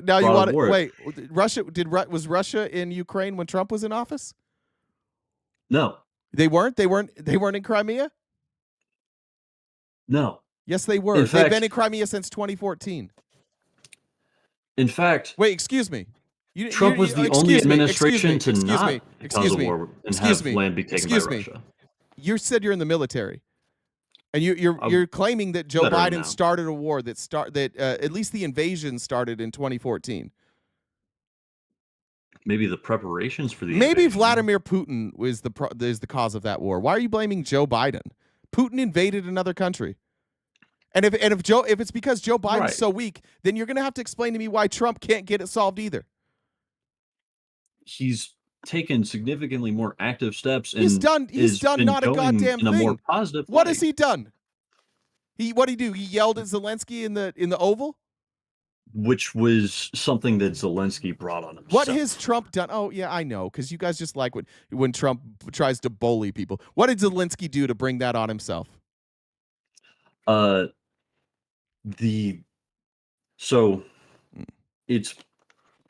going to explain a bit into this. It's very obvious that whenever you bring, and it has been confirmed by other politicians in the Oval Office, that there are talks that happen behind the scenes that don't directly go out to the reporters. Yeah. And it had been stated that there was an agreement and a deal that had happened behind the scenes with the president and Zelensky, and then Zelensky went and directly stated something against said deal. Is there a deal? No. Oh. And it's so how do you know there was a deal? Because here's what you're mad at. Here's the truth of what you're mad at. And let's just be real fucking honest about this. What you're actually mad at is that Donald Trump doesn't know the history. And Donald Trump was making claims about the Ukrainian war that were untrue. And so what Zelensky did was correct the record in front of Trump, because Trump lies all the time and he's dumb. And so Zelensky corrected it, and Trump got really mad at that. And then J.D. Vance, the baby back bitch he is, went, "You don't even say thank you to us. Why aren't you saying thank you?" I don't know why you guys think that you get to be like, why Trump and his team get to be such thin-skinned little bitches that they cannot handle even like the smallest amount of criticism. And then you guys defend them like, oh, they were right to react like crying toddlers. How about Trump and J.D. Vance act like adults? How about that? How about they don't scream at people because they have a different opinion?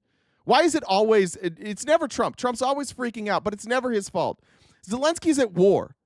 His country is invaded by Russia, and he's sitting there in front of another president who doesn't know what the fuck is going on, and that other president is saying things that aren't true, so Zelensky corrects it, and you guys get mad at Zelensky.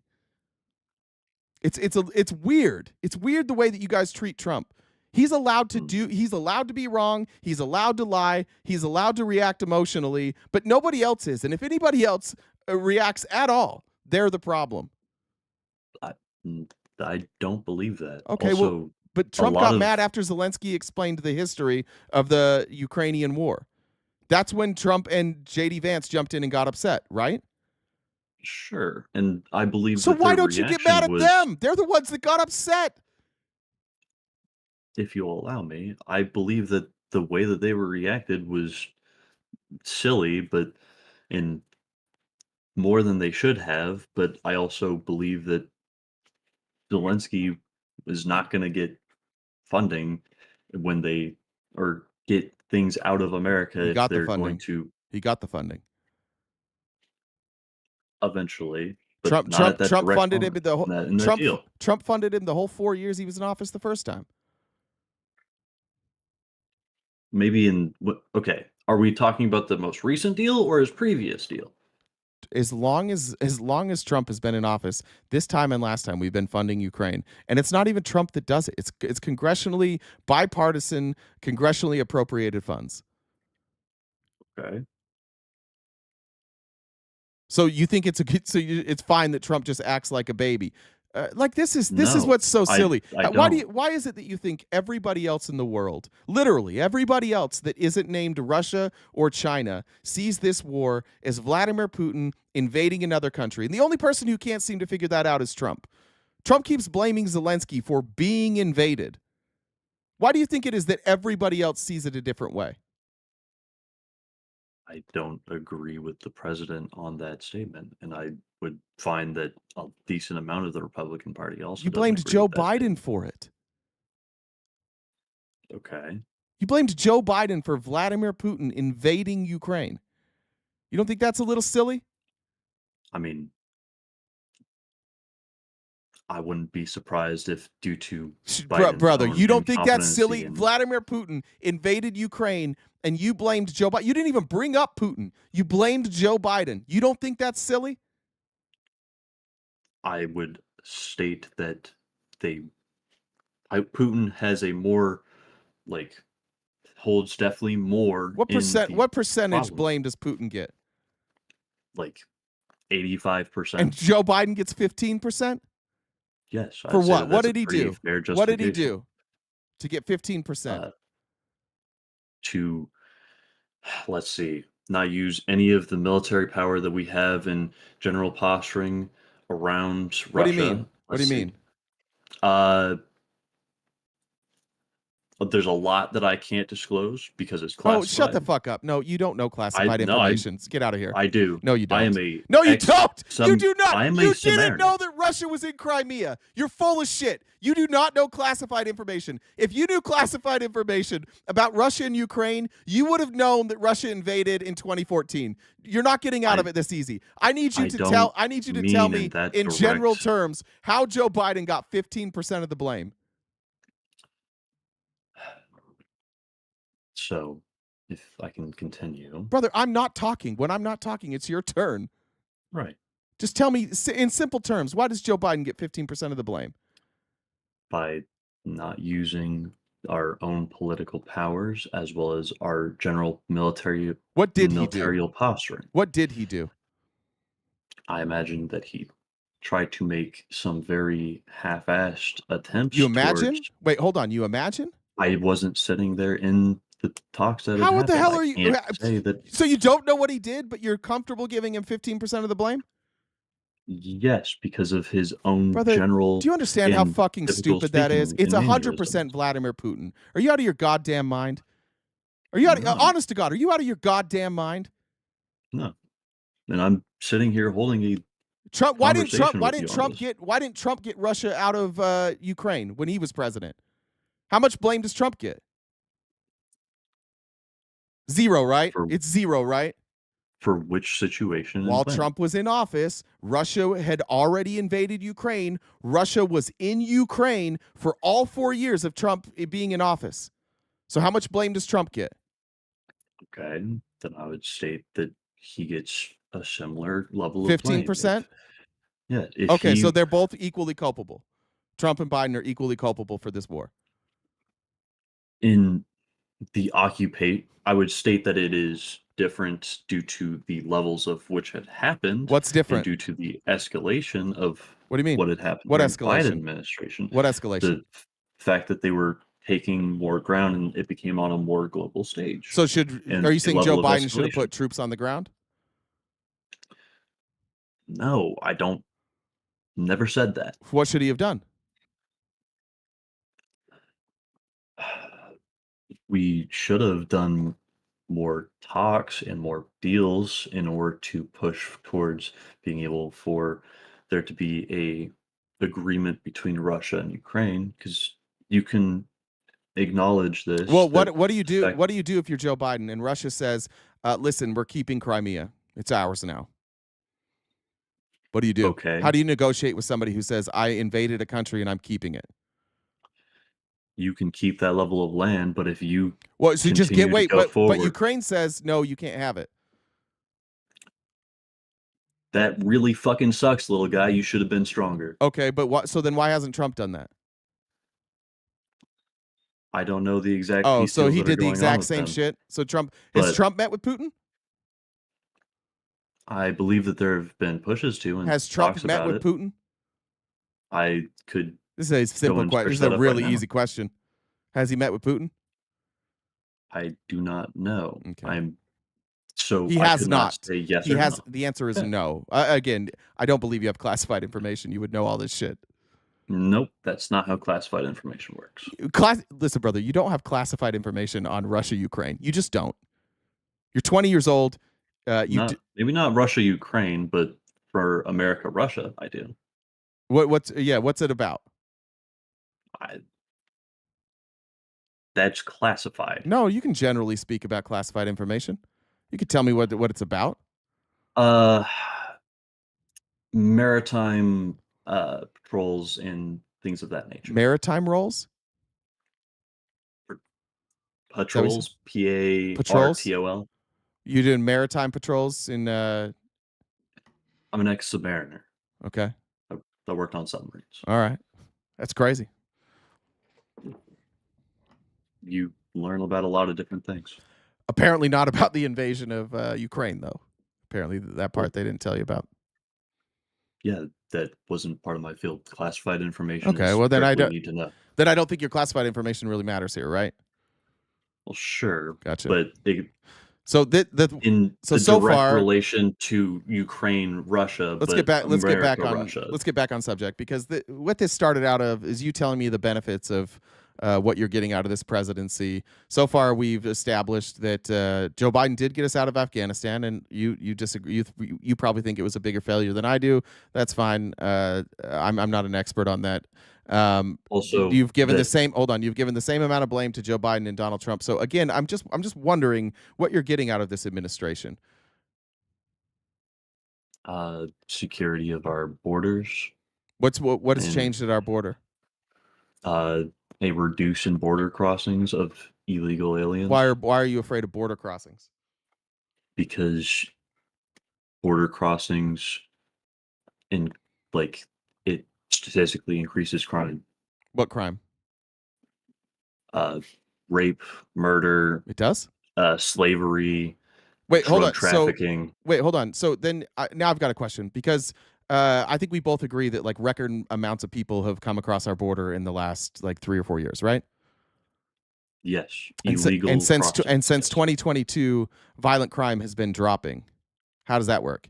How do we get more violent criminals and violent crime drops? That is just not true. You don't think violent crime dropped in 2023 and 2024? I mean, I could probably pull up. You could pull it up. If I were you, I would have. Per capita? If I were you, yes, per capita. What do you mean per capita? That's what violent crime statistics are. It's per capita. Then it would go down just due to the sheer number of people coming in. No, it wouldn't. If they commit crimes at a higher rate, then the rate would go up, because per capita adjusts, right? Sure. So it looks like maybe immigrants aren't committing crime. In fact, every statistic that would shows that Americans commit more violent crime than immigrants. In fact, if we replaced Americans with immigrants, our crime rate would go down. I'm not talking about immigrants. I'm talking about illegal immigrants. I'm just including all immigrants. No, you shouldn't do that, because that's bad. You're putting people who aren't here for the intent of doing crime. Well, now we've got a problem, because all the people that you guys claim came into this country, they're here legally. They're here as asylum seekers. That's a legal process. So now, if you're saying our border is shut down for illegal immigration, now I've got a problem, because most of the people that came here legally. No, that's just so is asylum true. And a lot of them is it an asylum process? Is that a legal process?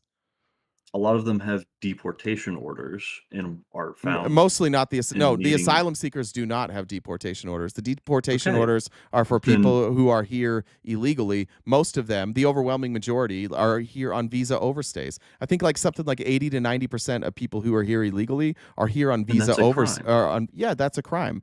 But that's why I asked specifically what crime goes up. Because if you're saying crime goes up and then you're just including being here illegally as a crime, then yeah, sure, crime goes up. But does that affect me? No, it doesn't. In fact, the fact that they're here makes violent crime go down. It actually affects me in a positive way. So it doesn't affect you personally. It doesn't affect us as a whole. Like, just statistically as a whole, we are safer.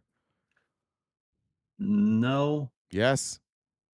If violent crime goes down, are we safer or less safe?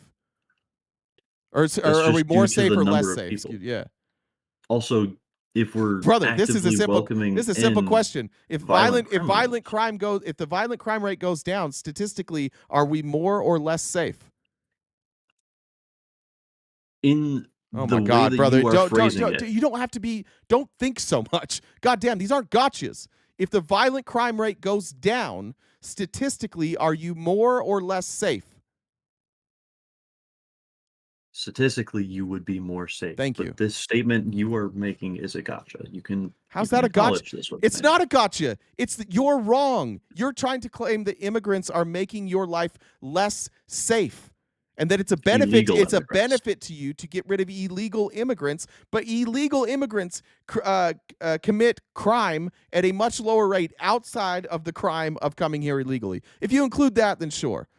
But if you're talking about crime that actually affects you, then no, it's safer for you. I live in Arizona. We have tons of illegal immigration here. It props up most of our industries in the state.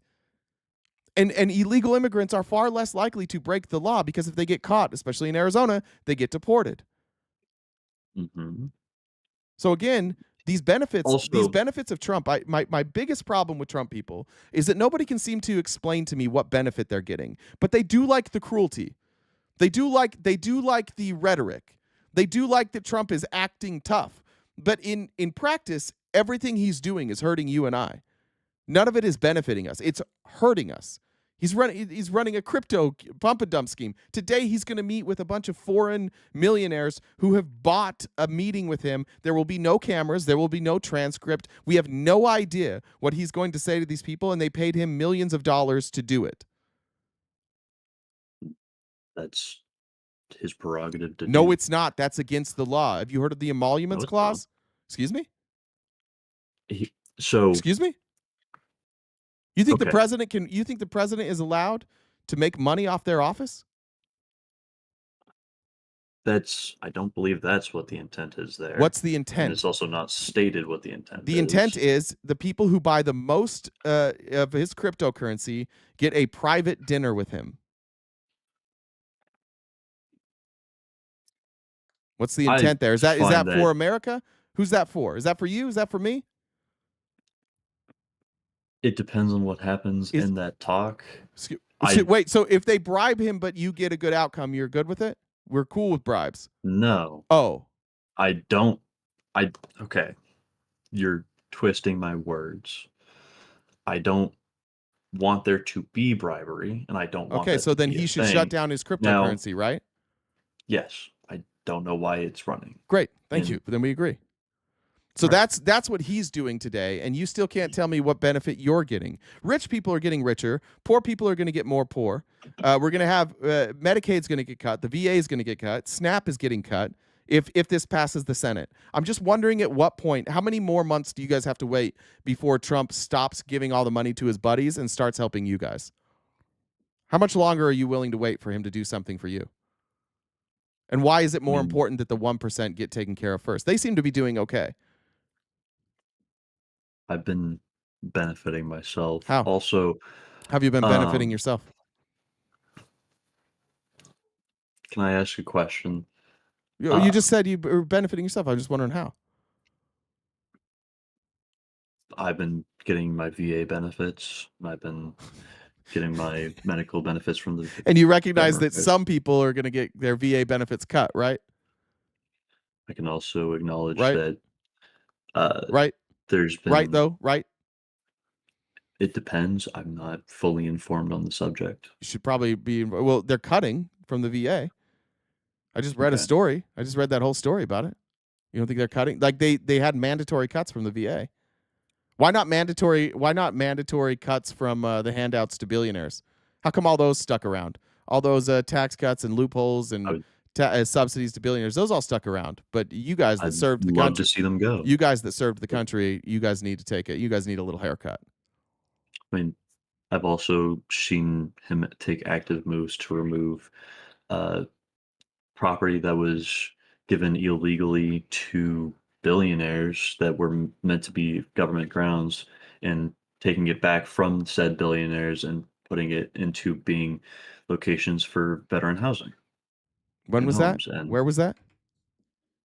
I believe it was a college that had, or it was a campus that had been illegally contracted to specific billionaires, and then recently it had been taken back from them and has been now repurposed to be veteran campuses in homes. A veteran campus? What? So I believe it might have been in Georgia. I'm not entirely sure off the top of my head. Do you live in Georgia? No, but it's You just also said been this was better. stated You just said this was a benefit to you. What are you talking about, man? that it's a benefit to veterans, and I know. it's I said been you. I asked a very stated that specific question, and you said that I've been seeing benefits. if I were to put in an application, they would fly me out and allow me to live there. You're talking about Fordham University? I believe so. That sounds about right. So, announcing a plan called the Fordham Veterans Initiative. That sounds about right. It didn't have anything to do with Trump. Doesn't look like. I mean, it was pushed during his presidency. No, It looks like it. No, what? No, he had nothing to do with it. What I'm reading, they don't even mention his name. This looks like a decision by the university. Again, I'm just going to ask again. Are you, at some point, are you going to get a benefit here? At some point, are they going to stop just giving the rich people a tax break and get something for you? Why don't you? Yeah, why not pay for veterans health care? Why not take all this wealth that these people have accumulated and pay for veterans health care? I mean, we do with taxes. Yeah, why not tax these people so that we can pay for more of it instead of cut? We're cutting from veterans health care. We're cutting from Medicaid. We're cutting from SNAP. The only place we're not cutting is for billionaires. Why are we not cutting the handouts that we're giving to billionaires? Why is it so important to you? It happen. Well, then why do you keep voting for Republicans? Can you think of a time? Season, can you look at a time when Republicans controlled the House and the Senate and pushed through a bill where they didn't cut benefits to poor people?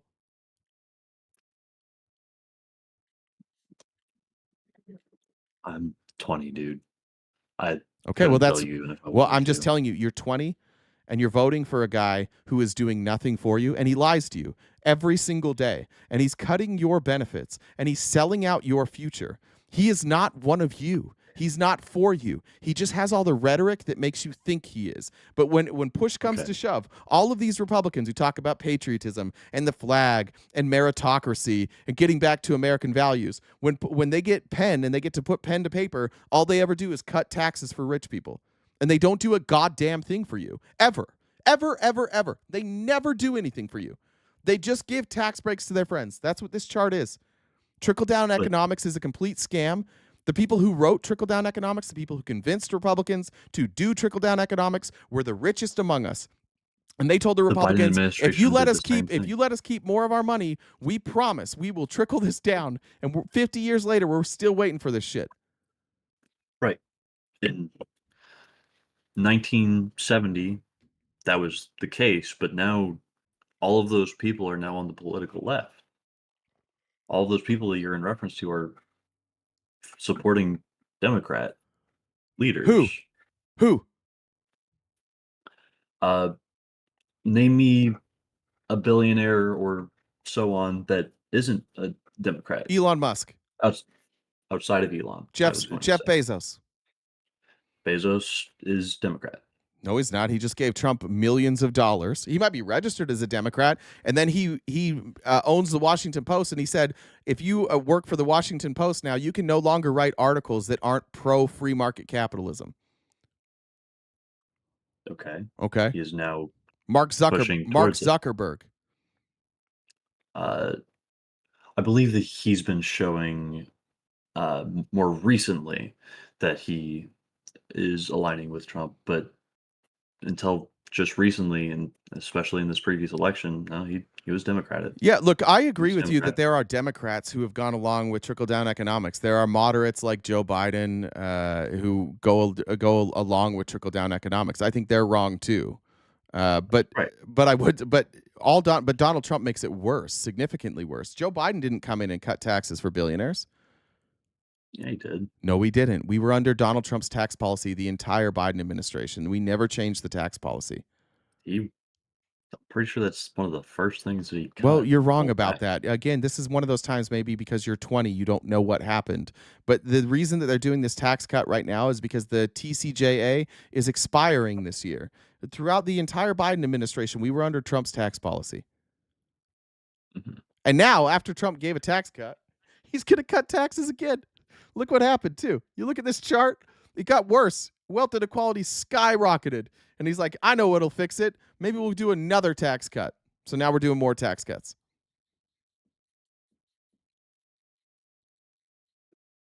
Okay. I'm just telling you, as a 20-year-old, you need to be very mindful of rhetoric versus reality. The rhetoric of your party tells you that they're about free speech. They're not. They're silencing people all over the country. The rhetoric of your party says they care about the middle class. Every time they have an opportunity to do something for the middle class, they just give a tax break to the rich instead and say, don't worry, we're giving the tax break to them so they can give you more money. And then they just don't give you any more money. And they tell you that they care about you, the veterans. We got to take care of our veterans. And then they do nothing. They spent 4 years while Joe Biden was president saying, we have all these veterans we need to take care of, and we're spending all this money on immigrants. And then they came in and they stopped spending money on immigrants. And did they give you the money? Did they take that money and spend it on veterans? No, they sure as shit didn't. They gave a tax cut to billionaires. Everything they tell you, they don't follow up on. You guys need to have a little bit more pride. You need to look at the situation in front of you and realize that everything they tell you is bullshit. And Democrats have the same problem. But we should be able to call it out. This is silly. This is a billionaire president with a billionaire cabinet doing deals for billionaires while they're making, like, Trump's doing real estate deals all over the world, and he has this crypto scam, and he's telling you that you're for him, and you still believe it. And I think it's a cultural thing. I think that as a conservative, it's hard to imagine yourself aligning with leftists, but that's only because you've been indoctrinated your whole life to think that we're crazy. And I know that because I was indoctrinated my whole life to think people on the left were crazy and that socialism was bad and that communism was evil and that capitalism was great. And if you look at the world, like, most of our problems are caused by capitalism, almost all of them. And yet they tell you that it's communism that is the problem. It's socialism. It's taking care of poor people. Ironically, the Christian right, your party, the ones that wear those giant crosses all the time, all you guys ever do when you get in office is fuck over poor people and give money to rich people. Just like Jesus would do, right? So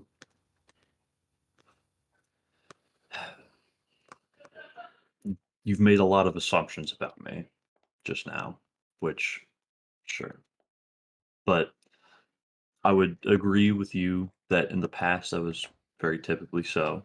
But recently we've been seeing changes in it. I'd also like to state that Changes in what? recently,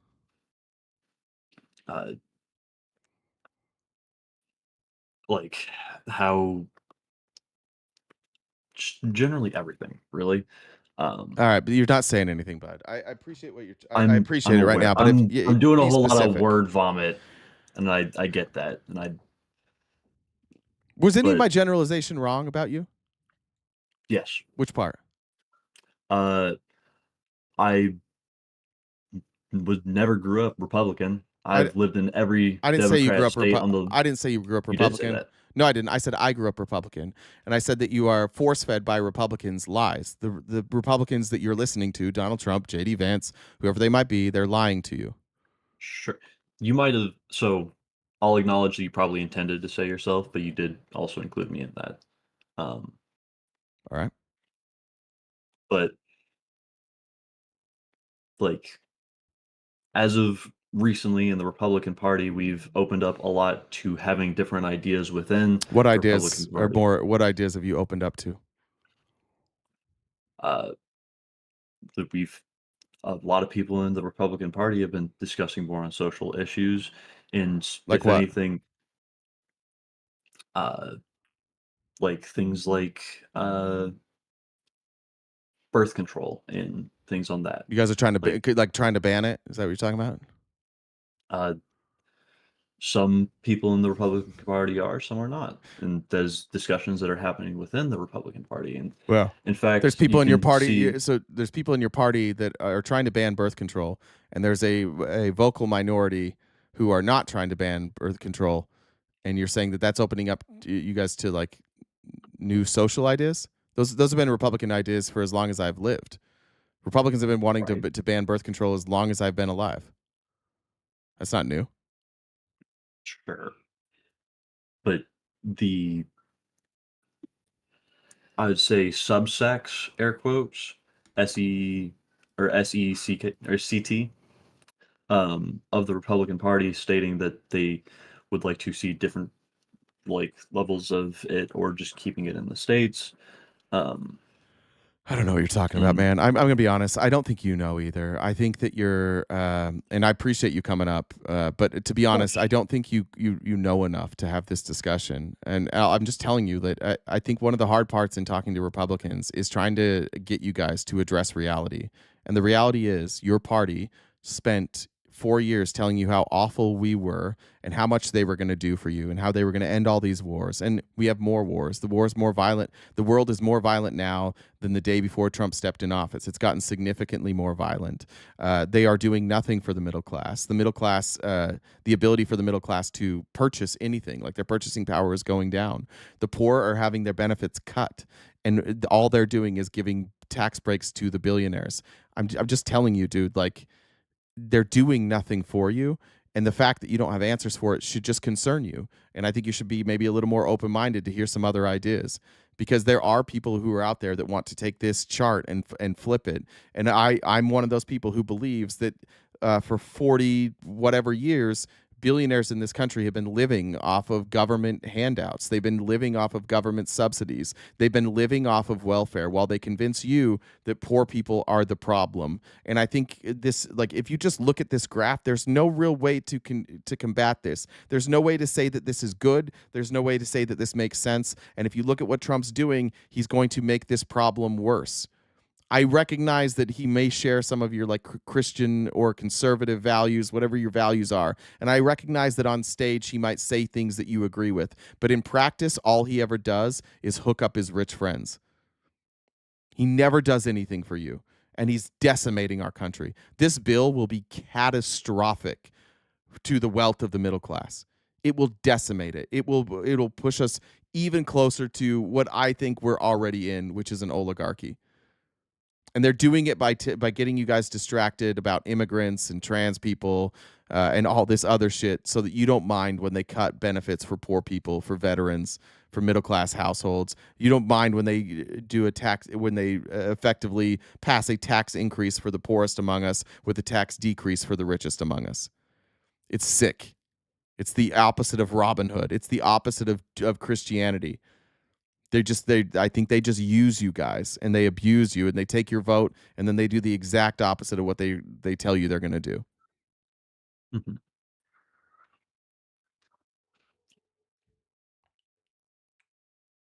Sure.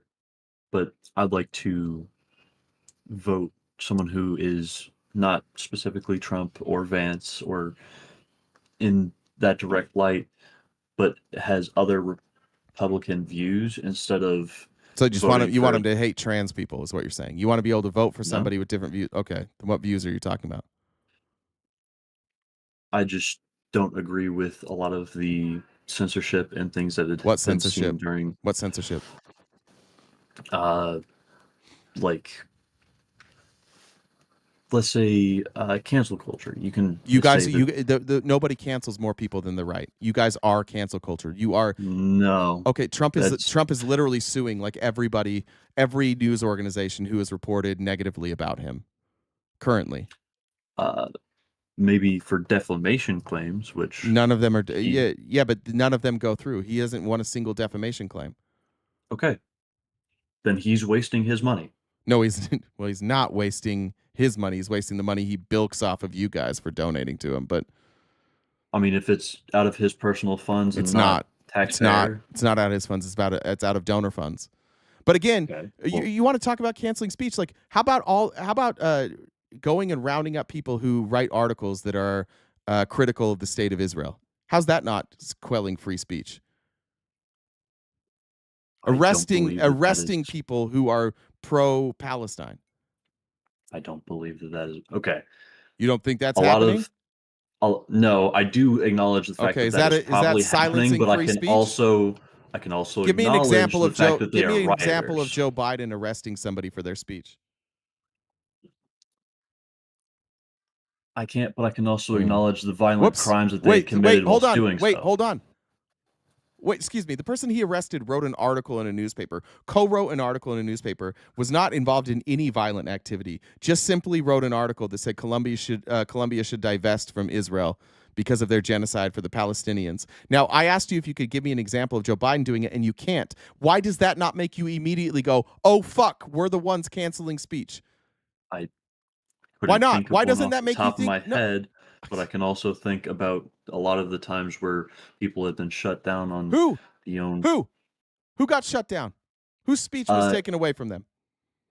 let's see, Republicans. I'm whilst they going to need were trying specific to, examples, because what you're going to do right now is you're going to name things like COVID. I want specific examples of people who lost their ability to speak freely. I cannot speak that on a direct thing. None of because you I've can. not Maybe because it's searched not it. real. Maybe because it never happened. Maybe it's because they've been lying to you. What happened to the people who lost their speech are people like Nick Fuentes, are people like Laura Loomer, who were literally like promoting Nazi propaganda on Twitter. And Twitter at the time was like, you know what, we don't really like Nazis. And so they got rid of them. And then when Elon came back, they were like, Elon's like, you know what, I'm kind of partial to Nazis, so come on back. But none of you lost your speech. You guys were all able to. I was on Twitter and Facebook that whole time. You guys were allowed to post whatever COVID conspiracies you wanted. And sometimes there would be like a thing at the bottom that's like, actually, if you fact check this, it's not true. That's not anti-free speech, and it's not the government doing it. In fact, the only person in the government who ever demanded that somebody's tweet be taken down was Trump. Trump did that when he was called a pussy-ass bitch, which he is, by the way, by Chrissy Teigen, and he demanded that it be taken down. But nobody lost their speech. That's silly. That's just what they tell you so that you don't mind when they take other people's speech. You look the other way when that student from Tufts University gets surrounded on the street by a bunch of men in masks and thrown in jail because she had the audacity to write an article in a student newspaper. There is nobody on the right that has been canceled worse than that. She literally lost her speech and was thrown in jail. I just sat here and acknowledged the fact that that was wrong and that I don't think that that was an okay thing. And I'm said that was. I understand that, not but what they I'm should have telling done. you is this free speech cancellation that you think happened to the right never fucking happened. In fact, the people who love saying they got canceled for their speech, most of them made a shit ton of money, like Jordan Peterson. Jordan Peterson was a nobody. And then they're like, hey, you can't just like disrespect trans people. And he's like, you're canceling me. And then you guys all gave him millions of dollars. He never got canceled. He just had to follow the rules of the university. He didn't get canceled. He was on every podcast ever. I don't recall that being why And was that had Canadian. happened. But okay. Jordan Peterson became famous because he was a professor at a university in Canada, and he refused to use somebody's preferred pronouns. That's it. Okay. And then the university's like, these are the rules of our university. Be a decent human being. And he's like, my beliefs are more important than your beliefs. I'm being canceled. And then he went and became a millionaire using his free speech, which, by the way, he was Canadian. He didn't even it wasn't even a U.S. thing. This was all in Canada. And then he came to the United States and claimed he got canceled, and you guys all gave him millions of dollars about him being canceled, which never even happened. Nobody got canceled. Sure. I'm telling you, nobody got canceled. This free speech shit that you guys think, it never fucking happened. There were businesses that made decisions that they didn't want Nazi propaganda, and they took those posts off of their social media, their Facebook, YouTube, which is run by Google, and Twitter. And they decided, we don't want this speech on our platform, which they're entitled to do. And then you guys made up this conspiracy theory. Cancel culture and then you guys never made up this happened? conspiracy. Well, give me an example of somebody who was canceled that didn't deserve it. Hold on. And explain to me what their cancellation is. Because people just speaking out and saying, I don't like them, I'm not going to pay to hear them anymore. That's just free market capitalism, baby. Sure, but that's not what happened. Well, what happened? Who got canceled? People would call for the silencing Who got of canceled? anybody who spoke Who got out. canceled? Who? Let's see. Hold on. Whew. Should be a lot easier to come up with a Jordan name, Peterson. right? The exact person that you would Jordan just Peterson didn't use as get an canceled. Jordan Peterson, it was on social media all day long. He was on podcasts. He used, again, as a Canadian, he was in America using his freedom of speech all the time. He made like 48 fucking appearances on Joe Rogan. But he was attempted to be silenced. No. for his People didn't want to views. hear from him anymore. I have the absolute right to tell you I don't want to hear from you. That's part of free speech. Right. So that's not cancel culture, bud. That's people saying, I don't like what he's saying. I don't want to hear from him anymore. So I'm not going to listen to him anymore. But when they call for him to be deposed and to not be Who able called to for him speak to be anymore, that it deposed? becomes a problem. Excuse me. Who A called for him? lot of people. Do you know what deposed means? Yes. What does deposed mean? Would you like for me to grab? No, the I Google think definition? you don't know what deposed means. I think you used a word incorrectly. I think maybe you meant opposed. Deposed is like when you come in for like a deposition and they bring you in and they ask you a bunch of questions. Nobody asked for him to be deposed. They said he's an idiot. Shut the fuck up, Jordan Peterson. That's what we said. And we're allowed to do that. That's our free speech. If we say that guy's a dumb piece of shit, he should shut the fuck up, that's our freedom of speech. And you telling us that we're not allowed to. So what you're saying is like cancel culture is when anybody uses their freedom of speech to oppose your freedom of speech, right? But again, it's not government cancel culture. The government cancel culture always happens with the right. You guys cancel everybody. You canceled trans people. You can't use your pronouns. Oh, excuse me? Trans people don't have the freedom of speech? These students who are on campus on campus, they're not allowed to use their freedom of speech to support Palestine? They're not allowed to do that? If they're doing it peacefully. No, because the peaceful ones were shut down too. That's a shame for them. It's a shame for the them? People who were American citizens that were deciding to do that. What's wrong with American citizens standing up for the Palestinians? I mean, I'm free Palestine. I'll stand up for the Palestinians. I'm an American citizen. Should I be silenced? No, you're an American citizen. Oh, you have the right to. Gotcha. Well, Jordan Peterson, I don't believe is an American citizen. I think he is now. Yeah. So why did he have the right then? Because you agreed with his views. Say what he said. Because you agreed with his views. No. That's why. No, that's 100% why. You guys pretend. No. Again, the original question is, who got canceled? Who lost their freedom of speech on your side? Fucking nobody. This is a made-up story. Nobody lost their ability to speak. You just don't like criticism. Conservatives are such baby back bitches. They do not like criticism. So anytime somebody criticizes them or says, you know what, I don't really want to see your shit anymore, they lose it. And they're like, this is unfair. No, that's free market capitalism. If I don't want to listen to Steven Crowder, I don't have to. And if YouTube starts losing ad revenue and they start losing advertisers because of Steven Crowder and they say, we're not going to host Steven Crowder on our platform anymore because we're losing money, that's just free market capitalism, baby. Mm-hmm. So who got canceled? Fair choice. So who got canceled? I'm in reference to the social act of canceling somebody.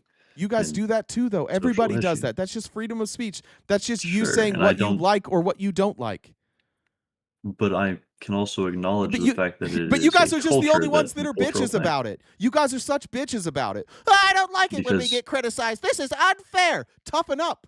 How about that? Have thicker skin. I sit here every day and like hundreds of comments come through telling me what a piece of shit I am. But I'm not a little bitch. I can handle it. Sure. I think that you guys are just thin-skinned bitches. But are those people reporting you and calling for your removal of every day, your job? Every day. Okay. I just got my TikTok access. Everybody here will tell you, I just got my TikTok access back after like 2.5 months that I couldn't go live on TikTok. And you know why I couldn't go live on TikTok? Because you know what got me banned on TikTok, ironically, is showing the connection between Trump and the oligarchs who want to undo democracy, who want to cancel the Constitution and have their own little private cities. And Trump's enabling that right now. And that's what got me banned on TikTok. Now, did I go and cry every single day that I was being canceled? No. That's TikTok's platform. They could do whatever they want. I came over here. Right. The difference between me and Republicans is I don't cry about everything. I don't try and be a professional victim about everything. All the things that you guys accuse the left of, it's just what you do. And Donald Trump accuses people of what he does all the time, so you don't realize what a thin-skinned, frail bitch boy he is. He is the biggest baby I've ever seen in my life. The biggest baby. This smallest thing in the world will set him off. Yesterday, he freaked out for an entire press conference because someone had the audacity to ask him a question about a plane that he got for free. And even after other people asked questions, he kept coming back to it, and he was throwing a fit. They tell you who they are so that you don't see who they are and that you just look somewhere else. They're like, everybody is this person, and it's exactly who they are.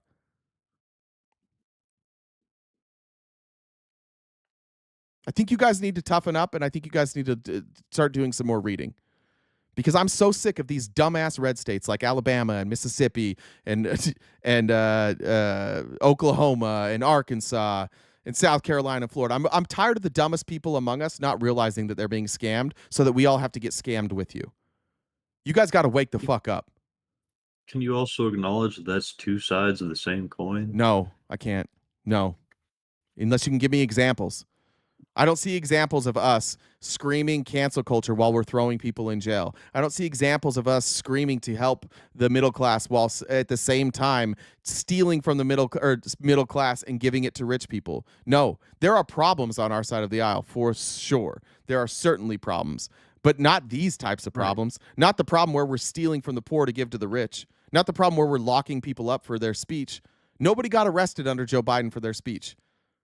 There are a lot of people being arrested right now for their speech under Donald Trump. And Marco Rubio's in front of the Senate yesterday being like, that's right, we're allowed to do that. We'll do whatever the fuck we want. And guess what? There's more coming. You guys are bragging about it. While also saying, like, cancel culture is hurting us.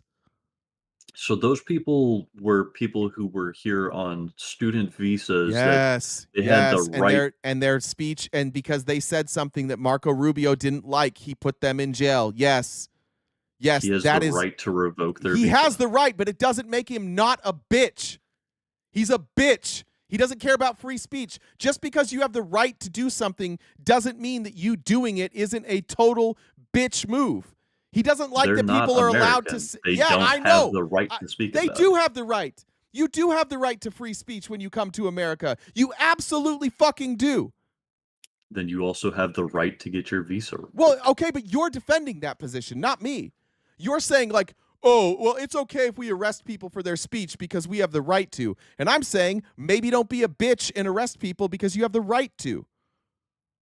Maybe just let people speak freely. You're not the free speech party. Do you see the problem here? You went from like, we're free speech to, oh, we can cancel whatever speech we want because we have the right to. Foreign do you think that person should have been? Do you think somebody writing an article for the school newspaper about the genocide happening in Palestine? Do you think that person should be thrown in jail? The genocide that's happening in Palestine. Do you think the person who wrote the article should be thrown in jail? Even if you don't agree there's a genocide in Palestine. Let's just say that you don't think anything's wrong in Palestine, that everything is justified. Let's just say that everything she said was wrong. Should she be thrown in jail for having that opinion? It depends on what was in the article. And the article was about terrorist activism. It was not. It was about Colombia. They were requesting that Colombia divest from their Israel connections, their like AIPAC. You think in America, you think that's freedom of speech? I don't believe in the context that you have given me for this story towards this person. In what context would it be okay to throw somebody in jail? What would be the context? And I'll tell you whether or not that she fits that. Being a foreign agitator that is promoting terrorism. Who are the terrorists? Wait, who are the terrorists? Hamas. Why is Israel not terrorists? They have not been placed as a terrorist organization, and they are not. Here they haven't, because the rest of the world has labeled them as a terrorist organization. We in America have not placed them as terrorists. Well, why have we placed Hamas as terrorists then? Because they commit terrorist acts. So does Israel. Thus so does Israel, though, right? If you are in reference to the strategic bombings that they have done, the carpet bombings on strategic, they have bombed. They just bombed like a school. I think it was a school or a hospital that killed everybody within a 100-foot radius. Tons of innocent people just died. And they're going crazy. Hamas was using it as Hamas is bad. See how easy this is? Hamas is bad. So is Israel. See how easy this is? And I also believe that Israel should be held responsible for the war crimes that they commit. Do you think in America, when Hamas, by the way, Hamas hasn't attacked us. They haven't come after us. They haven't hurt us in America. They've done nothing to Yes, us. they have. What were the Hamas attacks in America? Not on American soil. Oh, okay. God So bless that's them. what We I have was not just been talking attacked about. on American soil, That's what I but was we have talking had about. American That's merchant what I was. ships That's and what I was just talking about. trade ships attacked. Those by were the Hamas. Houthis, not Hamas. Hamas does as Are well. you sure? As well as Are you sure you're in the military? That wasn't a. That was the Houthis. I'm a veteran now. Okay, and but how do you not know the difference between those two groups? I do. I'm Well, then just why did you stating say two Hamas? separate instances. When was the instance of Hamas attacking our ships?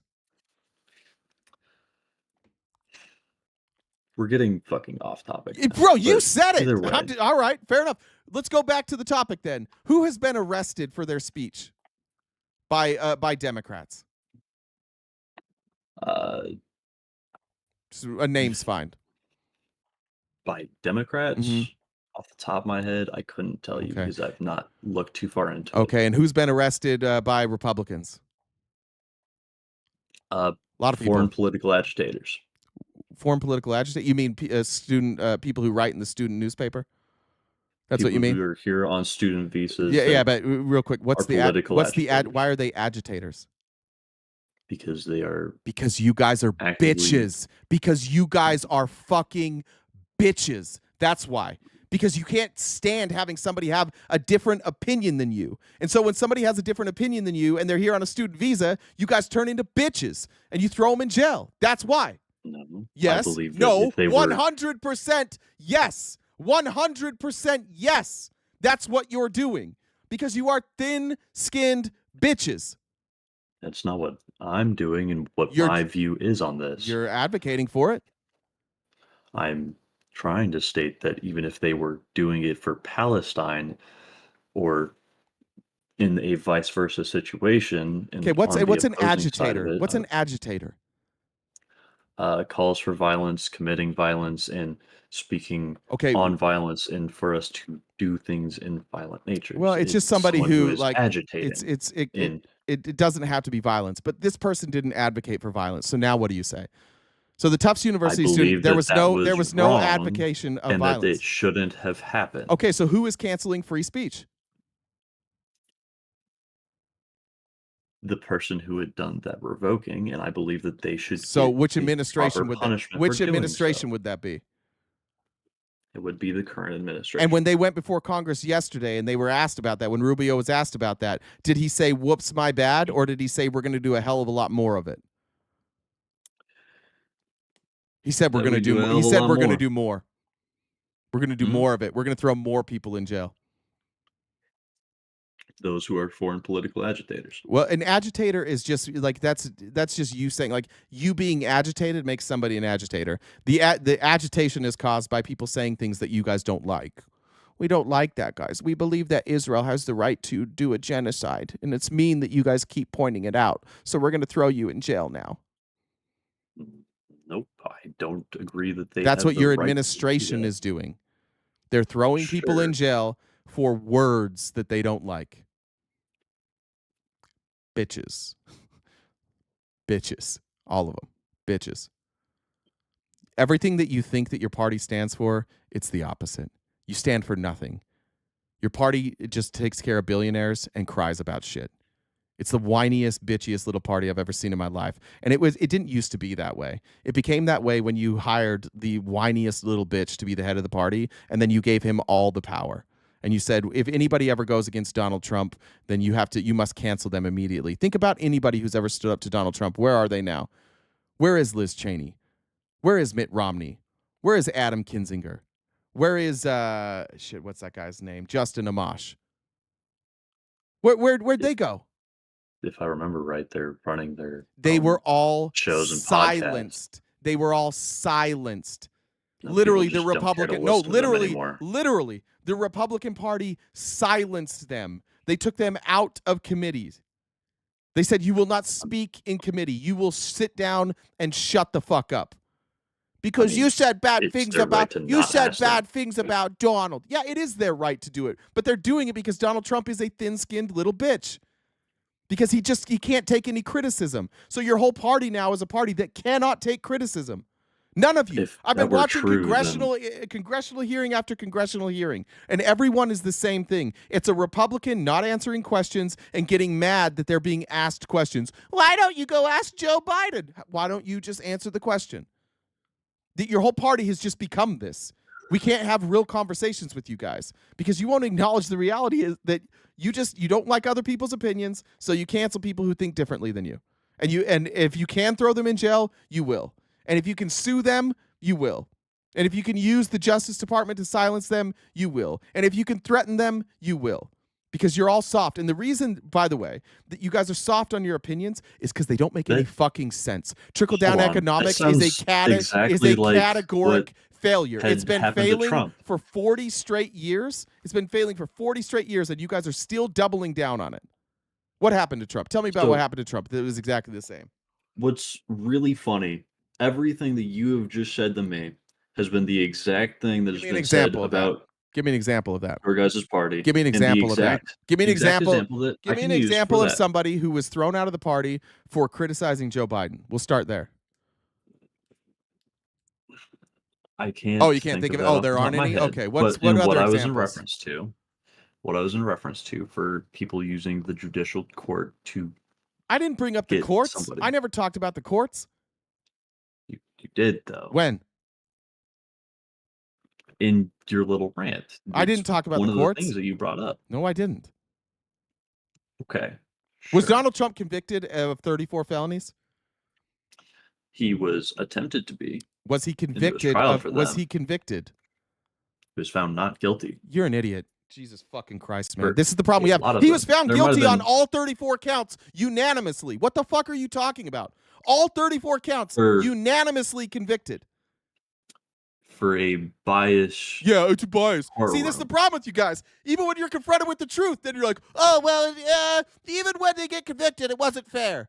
You guys have all turned into the whiniest little bitches. Acknowledge the what? Location that he was in New York, where it is one of the most democratic ran state. Okay, then why wasn't it done in a Republican state? Because the crimes were committed in New York. If Trump doesn't like being in New York, don't run your business out of New York. Okay. Okay. Would you like to run through some of the crimes that he was convicted of? Yeah, I would. He had 34 felonies. Okay. What he did is Michael Cohen paid a bribe to Stormy Daniels to be quiet. And then Trump paid back Michael Cohen. And he paid back Michael Cohen and said it was lawyer fees. And they hid them. They lied about what the payments were for. Okay. That's a crime. And what was Stormy Daniels paid off for? To be quiet. For? Because she had an affair with Trump. When and where? It was. What time? It was. First of all, I don't know why you don't know this. It was at a golf tournament in Reno. There used to be this celebrity golf tournament, and it takes place in Lake Tahoe. Excuse me. So it was there. So was it just her? Is that? No, he had lots of affairs that he paid people off for. But the thing is it's not about paying her off. It's not even about if it happens. The problem is this is a campaign finance violation. You cannot give a candidate more than, I think it's like $5,000. And they paid her, I think it was $125,000. So they were only over the campaign finance violation of by $120,000. And then they hid it. Then they covered up the crime. Michael Cohen went to jail for this exact crime. The guy that Trump did the crime with went to jail for it. And you guys still think he's innocent. But that's the problem with everything. This is the problem with talking to you. Just imagine this. Like, imagine Joe Biden, that you guys were able to convict him of the Biden crime family. And then when he was charged and he lost, we just said, no, doesn't count because everybody's biased. Everybody's just biased. He pardoned his son. He pardoned Hunter Biden for the crime that he committed. Yeah, but after stating that he wasn't going to. Yeah. Yeah, he did. What's your fucking point? That he's a thin-skinned little bitch that didn't follow through on his own point. Okay. To follow your own stalking points. Okay. That's fine. Right. Now what? Now what? Me and you can both acknowledge that neither of these things should have happened. No, because you can only acknowledge it when it's Biden. I've called Trump a bitch like 20 times, and you won't say Donald Trump is a thin-skinned little bitch. Circumstantially, say yes, it. I agree No, with that. say it. Circumstantially, Say yes, it. I No, agree say with it. that. Say the words. That circumstantially, Trump is a bitch on Thin-skinned specific little subjects. bitch. See how it was really easy for you to say it about Joe Biden, but it was really hard for you to say it about Trump? You're in a goddamn cult, man. This is what it means when you no. No. This is how cults operate. You are terrified to say something bad about Donald Trump. See how easy it is for me to say something bad about Joe Biden? Because I'm not in a fucking cult, brother. Yep. I never brought up the cult. I did. I was grew you. up in a cult. This is a cult. It's absolutely a cult. You guys, Sorry that happened to one you. guy makes all the decisions. You guys lie for him. If he commits a crime, you don't care. You just blame the system. Oh, it's the system's fault. No, he's a criminal. He's a criminal. He's been a criminal his whole life. A lot of people in the Republican Party don't do that and don't agree do with them what? now. Who? Who Uh, doesn't? Who doesn't worship Donald Trump in the Republican Party? Thomas Massey. That's about it now. Let's see. Charlie Kirk. Charlie Kirk gets paid by Donald Trump. He literally goes to rallies. Charlie Kirk is going all over the country right now at college campuses, and he shows up with boxes of Trump gear and hands it out. Get the fuck out of here with that. What are you talking about? He has sat and had a conversation. You can look this up on Charlie Kirk's own YouTube and find a time where he was accused of the Republican Party being a cult, in which he had specifically broken it Charlie down Kirk into why it doesn't know. wasn't. Charlie Kirk is the last person on earth you should talk to about a cult. Charlie Kirk is in multiple cults. Listen, you know who doesn't know they're in cults? People in cults. Charlie Kirk doesn't know what a cult is. He doesn't know how to identify a cult. I strongly recommend watching that video. I've It's seen. informative. It doesn't change anything about what I just said. Charlie Kirk is in multiple cults. Sure. So Which I believe you're in reference to Christianity. his form of Christianity, certainly. Not all forms of Christianity operate like a cult, but his does. Right. And I can also acknowledge that. I know of And some MAGA. that are. MAGA is a cult. I would not believe so. I don't care. I Now, it I do is. believe what's that the there are difference? people Let me explain. within Let me tell you my the cult. Let me tell you about Republican my Party cult. and MAGA movement Let me tell you that about. Pick a cult. You can pick any cult from history. Would you like to pick one? And we'll see if they're the same. There was that one death cult. Jim Jones? I believe so. Okay. Who was Jim Jones? Like, how did Jim Jones get his following? He influenced other people by What was it? communicating Do you know what with his them and getting teachings them were? It was Everything's corrupt. The government's corrupt. right. We're being silenced. People don't want to hear what we have to say because they're afraid of the truth. We got to get back to our old ways. And eventually people were like, dude, we're not trying to silence you. We don't want you taking over our city. So eventually he just moved and he took over like an island. And he moved everybody into that island, and then he closed the guard. And anybody who criticized Jim Jones, they got thrown out. They weren't allowed to stay there with the community anymore. Who's allowed in the Republican Party who's criticizing Trump?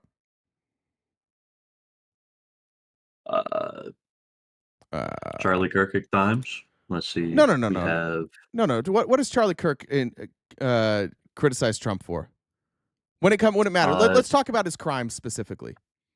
Let's talk about him being a convicted felon specifically. You don't even know the details of that case, and yet you are convinced.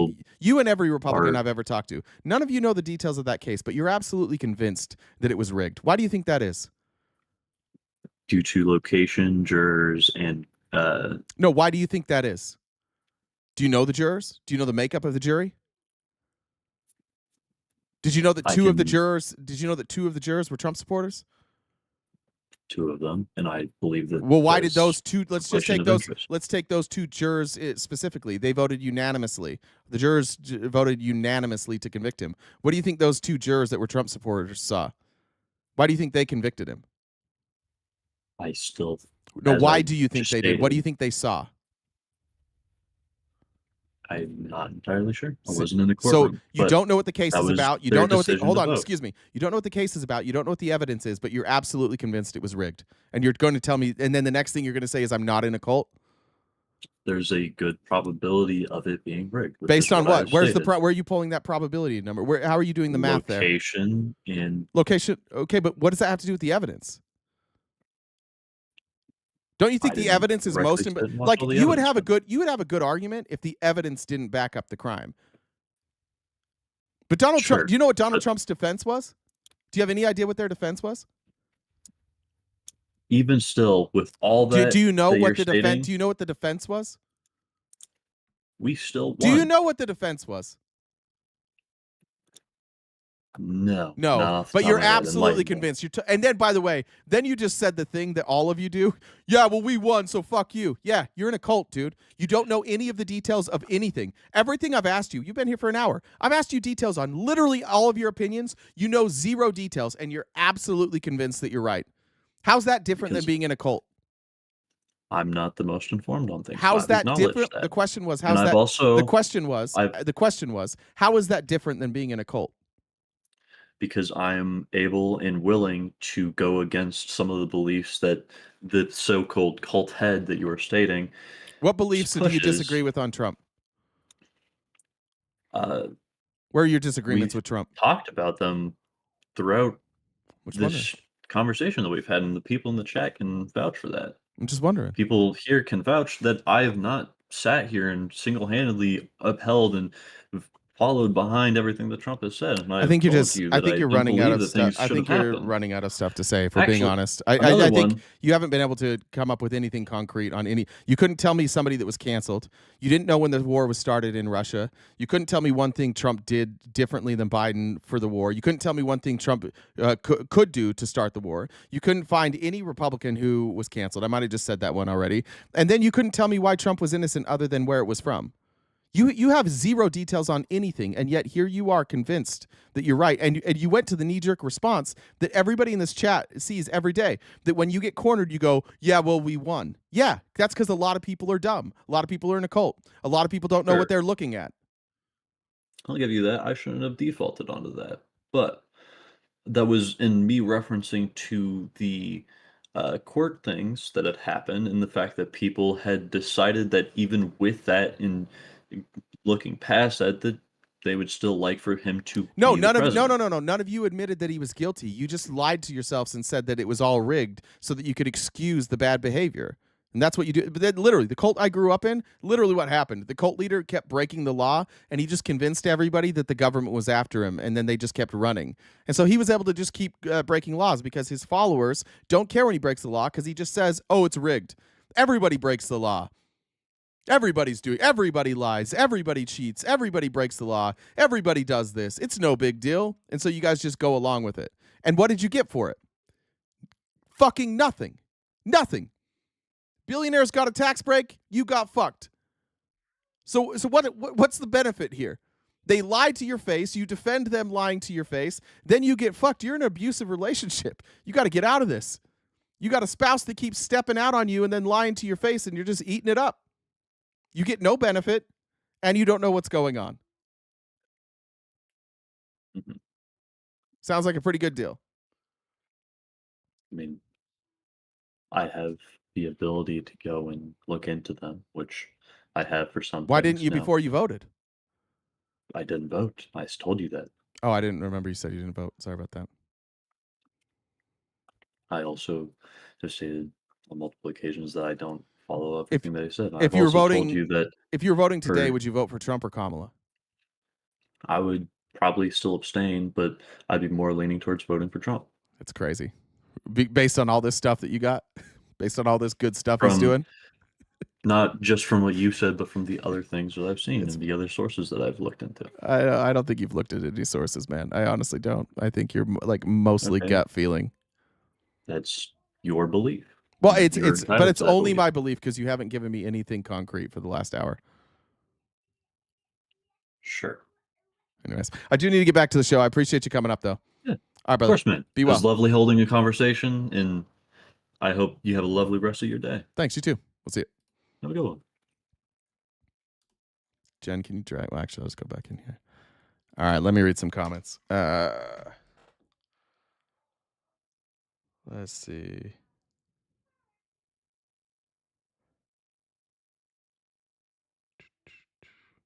Brianna said, the more you know.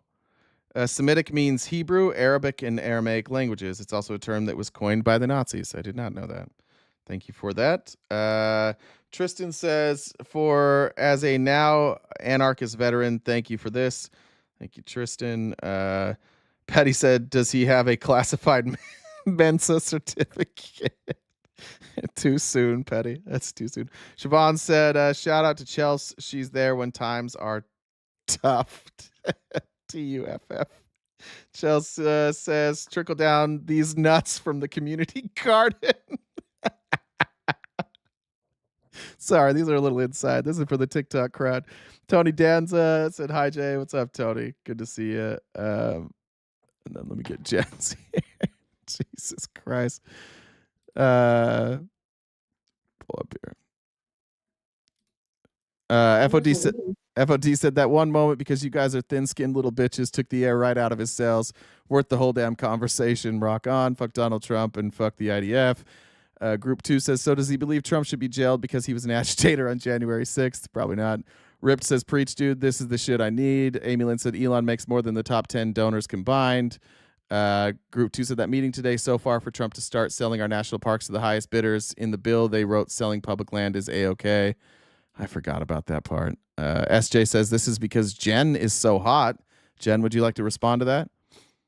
You don't need to say weird shit. They said, maybe you missed it. SJ said, this is because Jen... I posted it. I read it already. You don't have to say it again. Oh, I know what it said. You cut me off a little there. SJ said, this is because Jen is so hot. So I was just wondering if you wanted to respond to that. People don't need to say weird shit. Oh. Izzy joining the dollar. I'm still going. Brad says, don't ever think you're completely useless. You can always be used as a bad example. That's good advice. Really good advice. And then Ace said, this is all George Washington's fault. Tony said, blah, blah, blah. Trump is king, blah, blah. Gargle, gargle. Jesus Christ. Thanks, guys. Johnny said, stop getting catfished. He's not a rug. Tony says, painful. Mariette, thanks for joining the dollar train. Beth said, only the weak-minded idolize billionaires. Sam said that money will never trickle down. Johnny said, Jen was muted. Oh, Jen. Brian says corporations aren't going to start producing more product just because they get a tax break. They'll only up production if the demand is there. Excellent point. All right, Jen, now it's you. Jumar also said, after hearing all this evidence and providing zero evidence, he will still vote for Trump. That's the hell of it. That's the hell of the whole thing. Yeah. One thing I found interesting is he's 20 and he says he's a vet already. Correct me if I'm wrong, but isn't typically military 4 years? I think, if you have, I think there's other ways. I think you can be a vet if it's honorable discharge. I don't know either. Ask a vet. Anyway. Yeah. Anyways, so we've got about an hour or so, a little over an hour left of the show. We appreciate everyone being here. We're back on YouTube, so it's good to see everyone from the YouTube crowd. I know you're updating that gift poll number. While I'm not. I thought you were gonna do the math. Is your math? Oh, I guess is your math up to date? Everything besides Jumar's? I didn't see that. Yeah. Okay. Yeah. My bad.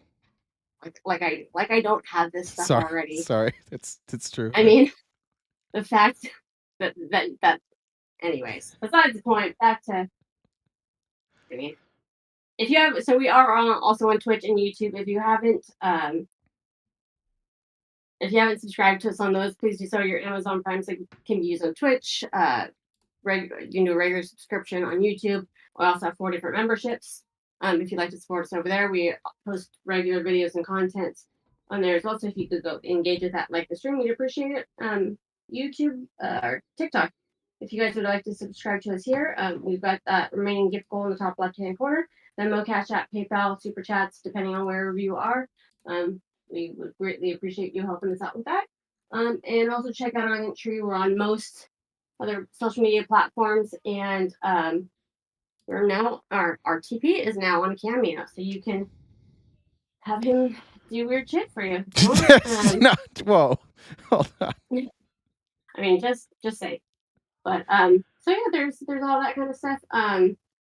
What do you call it when there are too many knights at the round table? I don't know. A surplus. No. I did like that one. Popular Monster says, Jay, you ignorant, beautiful slut. Thank you. I appreciate that. All right, let's get back to it. So we were talking about the big, beautiful handout. We're not going to call that a bill because it's just a handout for Elon Musk and his friends. Why is this doing this shit again? This is Maria Bartiromo, and she's got, I don't remember who this is, Greg Murphy from North Carolina, talking about the big, beautiful bailout. And she says something that's about as smart as you'd expect from Fox. I understand nuclear, but what about wind and solar? I mean, should we really have wind and solar subsidies in this bill? What if it's not windy? What if it's not sunny? Yeah, no, they're phasing them out. They're being phased out. But just for the sake of, decency with the American companies, we need to give them a glide path out. If you stop it today, look, hundreds of thousands of jobs are lost before anything happens. I see. We are the dumbest fucking country. Every country in the world is like, we need to go to renewable energy. The Saudis are giving us money right now because everybody's trying to get off oil, except for Republicans. Republicans are like, we got to do more oil. So now they're cutting, and they're doing this weird thing where they keep talking about, like, we're going to cut these subsidies for wind and solar billionaires, but we're going to keep the subsidies for the oil billionaires. That's fine. They deserve their energy is dirtier, so they need a tax break there. Let's go here. The hearing went on. I think I don't know when they finally voted. The last I saw it was like 2 a.m. But it went on virtually all night, which is great. The people who got the bill, they got it about an hour before, and then they had to vote on it. They didn't have time to vote on it. This is something that is sick about the American system. This happens all the time, and this is not a partisan issue. It's insane that we allow people to introduce a bill and not have time to read it or mark it up, and then we vote on it. But again, this isn't like a Republican or a Democrat thing. This you can go find clips of Mike Johnson complaining about this very thing when Democrats did it. It's a real sick thing that we do in this country. But here we have this is, I forget his name, Representative Boyle, just telling Chris Matthews as a reminder, and that's what we're mostly going to do, is just remind you guys that all this bill did was take money from poor people and give it to rich people. That's all this bill is doing. Boyle, this bill, as it comes down to the wire, I think, as we always knew, I think you and I, being a member of the Tax Writing Committee, the Ways and Means Committee, everything I was hearing about things they wanted to throw in this bill made it an impossible bill to begin with. It's the big impossible bill. That's what it should be called. And it is just a political disaster zone for these Republican House members, some in your state of Pennsylvania. The ones in New York alone, when they lose their seats, that alone gives the control of the House to the Democrats. Are the Republicans in the House tonight aware that this is the vote that could hand over control? What did I say? That's Lawrence O'Donnell. What did I say? Chris Hayes? Sorry about that. Of the House to you and the Democrats? Well, it's great to be with you, Lawrence. I will definitely be staying up tonight because I am testifying at that 1 a.m. hearing. A great sign, as you pointed out, that you're attempting to pull the wool over the eyes of the American people is when you schedule a hearing to begin at 1 o'clock in the morning. If they were proud of what they were doing, if they thought that this was something that would help them, obviously they would be doing this, during the day, perhaps in prime time, and not at 1 a.m. I do say that this reminds me very much of 2017. I believed at the time, and was proven correct, that we won the 2018 midterm elections during the summer of 2017 when Republicans passed in the House their bill to repeal and not replace Obamacare. And the fact that it went down in flames in the Senate didn't change the fact that they had come so close from getting rid of Obamacare. And sure enough, the following November, we won 40 seats to win back the House. The thing that sucks about hearing that is, like, then what? Like, then what did you do, Democrats? Yeah, you won. And look, I think that this will probably cause Trump to lose the midterms. I think it's likely that it's going to cause him to lose the midterms. But then what are the Democrats going to do? What did they do? Did they make any changes to his Tax Cut and Jobs Act? No. Did they use leverage? No. Did it make a difference when Biden came in? No. Did they hold the House? No. They just went in and they celebrated that they had won, and then they did nothing. And then it made it really easy for Republicans to win the next time because Democrats didn't give you anything different to look at. They were just like, hey, the TCJA is still here, but at least we have a majority now. Who cares? You didn't do anything about it. This is my issue with Democrats like this. Like, what's your plan now? If you can win the midterms, what's your plan here? Are you going to do something different? Or are you just going to sit there and brag about winning the midterms so that we can lose again? I think, as you do, apparently as well, think the same thing is going to happen. The one thing I would point out, though, is this bill is actually significantly worse. Oh, yes. Because this piece of legislation will throw 13.5 million, almost 14 million Americans off their health care. First, you're cutting people off Medicaid. But second, this does include very deep cuts to Obamacare as well. Mm-hmm. And finally, I have breaking news for you tonight that literally just came out in the last few minutes as I've been sitting here. The Nonpartisan Congressional Budget Office, the official authority on these figures, has now confirmed this bill, in addition to Medicaid cuts, in addition to Obamacare cuts, includes $500 billion worth of cuts to Medicare. That is now in this bill as well. Yay! We did it, Republicans. More poor people losing their benefits. Yay! Yay! More government handouts to rich people at the expense of poor people. Yay! We did it. It is breaking news. $500 billion in cuts to Medicare. That's the biggest cut to Medicare ever contemplated by the Congress. There have been, over the years, trims to Medicare for budget reasons, but nothing on this order. I'm going to stop it right there because I want to explain what these cuts do. Republicans are going to come out and they're going to tell you that they're not cutting, that they're just cutting waste, fraud, and abuse. And I'll give the Republicans credit for this. They're really good at lying. They're excellent at I need to make this. Hold on one second. I got to get the archive version. They are real good at being able to cut things without admitting that they're cutting things.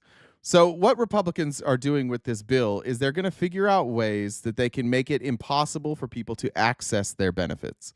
Rather than just like cutting it off entirely, you can do this through a financial analysis. You can say, like, what would the impact be if we were to say we have 4 offices and we're going to close 3 and we're going to make everybody come here in person? What would the financial impact be? And that's where they're getting these numbers from the CBO.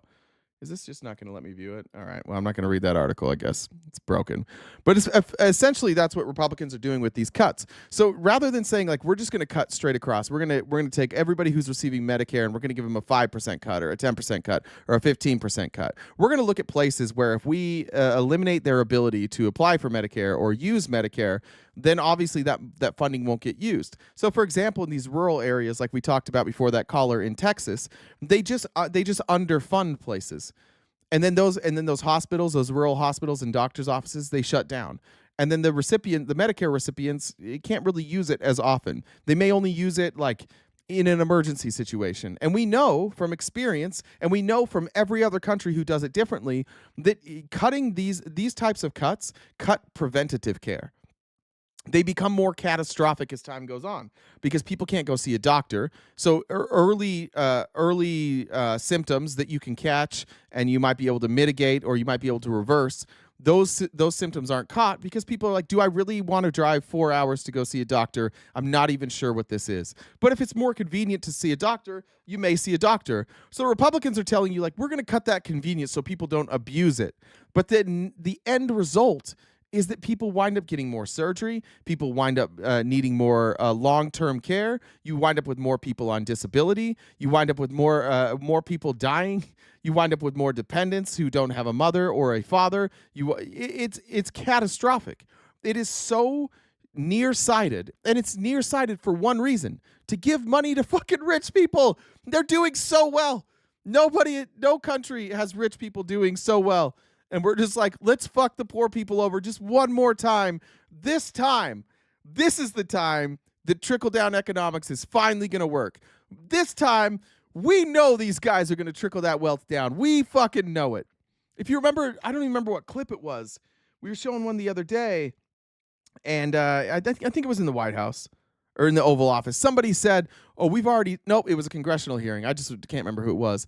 They said, like, we've already started talking to churches, and churches are going to actually start paying for poor people to get care more. That's what they're relying on. They're cutting government spending, giving it to rich people, and then asking the churches to step in with no obligation for the churches to step in and do it. And they're not going to. They're not going to alleviate the problems that the government cuts here. What are they going to do? They're going to go buy hospitals. They're going to give people free care at hospitals. What are they going to do about these rural areas where there's nobody? Rural churches don't have money. Mega churches have money, but are they going to really go build something out in the rural areas where there's no return on investment? No, because they all act like businesses. This is how they slowly gut things, and this is how they trick Republicans into supporting this type of shit. Here's Rich McCormick, went on CNN. Is this him? All right. To complain about the reconciliation bill blowing up the budget. Remember, this is before they signed this. These are the Republicans, how they were sounding before Donald Trump came to him and was like, you better do what I say. Is this going to work? There we go. Moody's, that's the second time in 2 years. We're in trouble. So it really sounds like you don't like deficits, that is a foundational issue for you, and you would consider yourself a deficit hawk. The nonpartisan. I love that. I love these Republicans who are like, I'm a deficit hawk. That is what I care about most. Are you voting to expand the deficit? Yep. Yeah.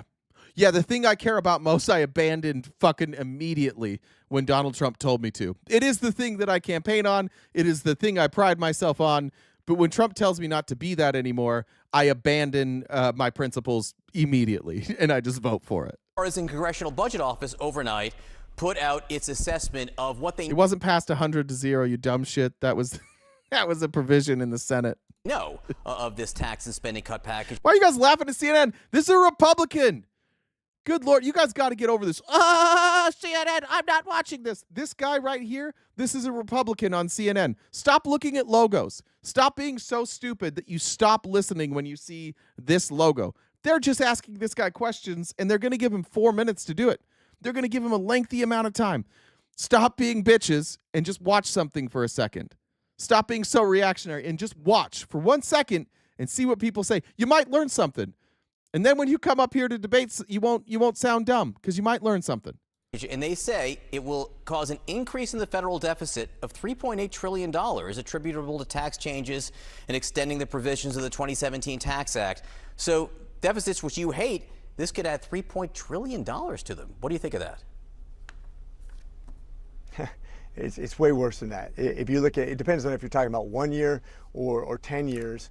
We were talking about originally saving $1.5 trillion over 10 years. First of all, the way we do this is very dishonest. I know it's required by law to do a 10-year budget and to talk about how much we're going to save over 10 years. But anything past this year is really tripe. And when I say that, I say it eyes wide open. And once again, we're going to have just 4 years from now, when you talk about things that expire in 4 years.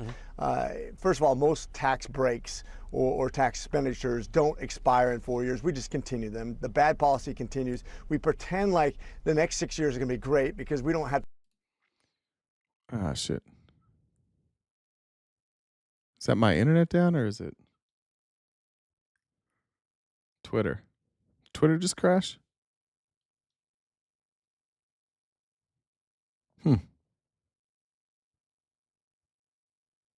Uh-oh.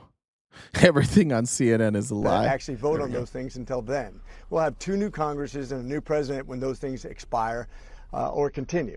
And that's why I want to talk about just this year. When we talk about 10-year plans, that stuff doesn't matter, and that's what we keep on getting distracted by. Let's talk about this year. Yeah, we got to get guys. Don't look at the Congressional Budget Office. Don't look at that because those are always wrong. They're not always right, and he's right about that. They're not. Almost every time, it's worse. Almost every time the CBO has a projection. In fact, I don't remember the last time that it was lower. The CBO projects what the budget deficit will be, and it's almost always more. So I mean, he is right to say that like this is an imperfect number that they're looking at, but he's also kind of telling you that we're going to spend more. This isn't where we're limited on spending. We're going to add some more spending here. The CBO's I have to take woke. a drink, Yeah, that's Congressman, right. because it sounds like you hate deficits so much, and if the CBO is saying it will increase it by $3.8 trillion, if the Joint Committee on Taxation says $3.8 trillion, Penn Wharton Buzzage says $3.3 trillion, Moody's is concerned it will. Quick, Michelle, thanks. Said missed you. Don't need to fly to Arizona to stalk you. That's great. I hope it's a good decision.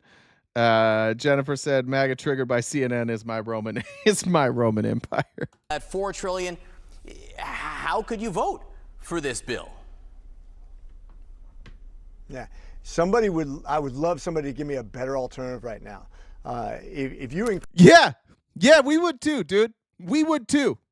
If that's what your job is. See, you work in Congress, and if your party puts up a shitty bill, you can just vote against it. That's what you could do. Like this is such cowardice right here.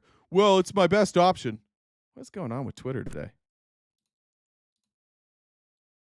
we've been downgraded. All right.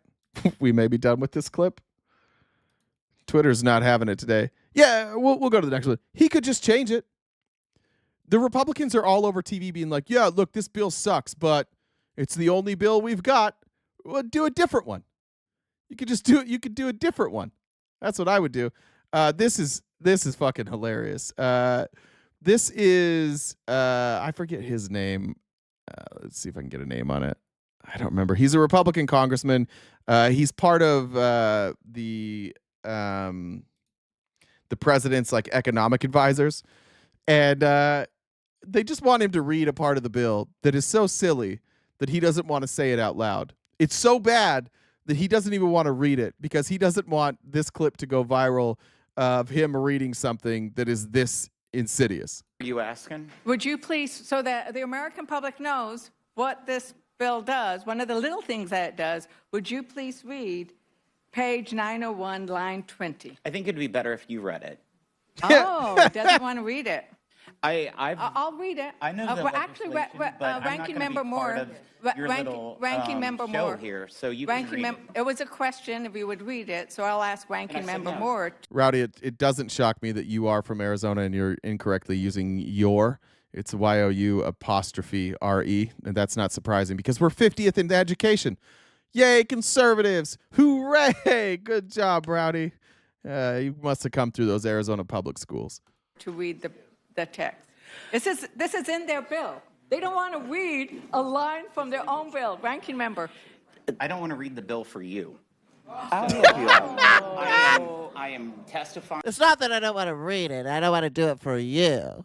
I don't like you very much. About this legislation, I'm not going to read the bill to you. Okay, I am. This is amazing. Ms. Lager-Fernandez, shall I pass this back or shall I read it for you? Why don't you just read it? I am a member of this committee. I am the ranking vice chair of the committee. It says Section 111106, repeal of excise tax on indoor tanning services. Oh! So they're going to... Oh! Hey, sorry about your VA. Sorry about your Medicare. But billionaires, we're going to go ahead and leave that tax break if you put a tanning bed in your fucking house. Yay! Yay, GOP. They put it in there. It's not like it's an oversight. They put it in there. Is this a Trump thing? Does Trump need a tax break for his tanning bed? I thought he was using bronzer. Repeal. They're repealing an excise tax on tanning beds. They're repealing a tax on silencers.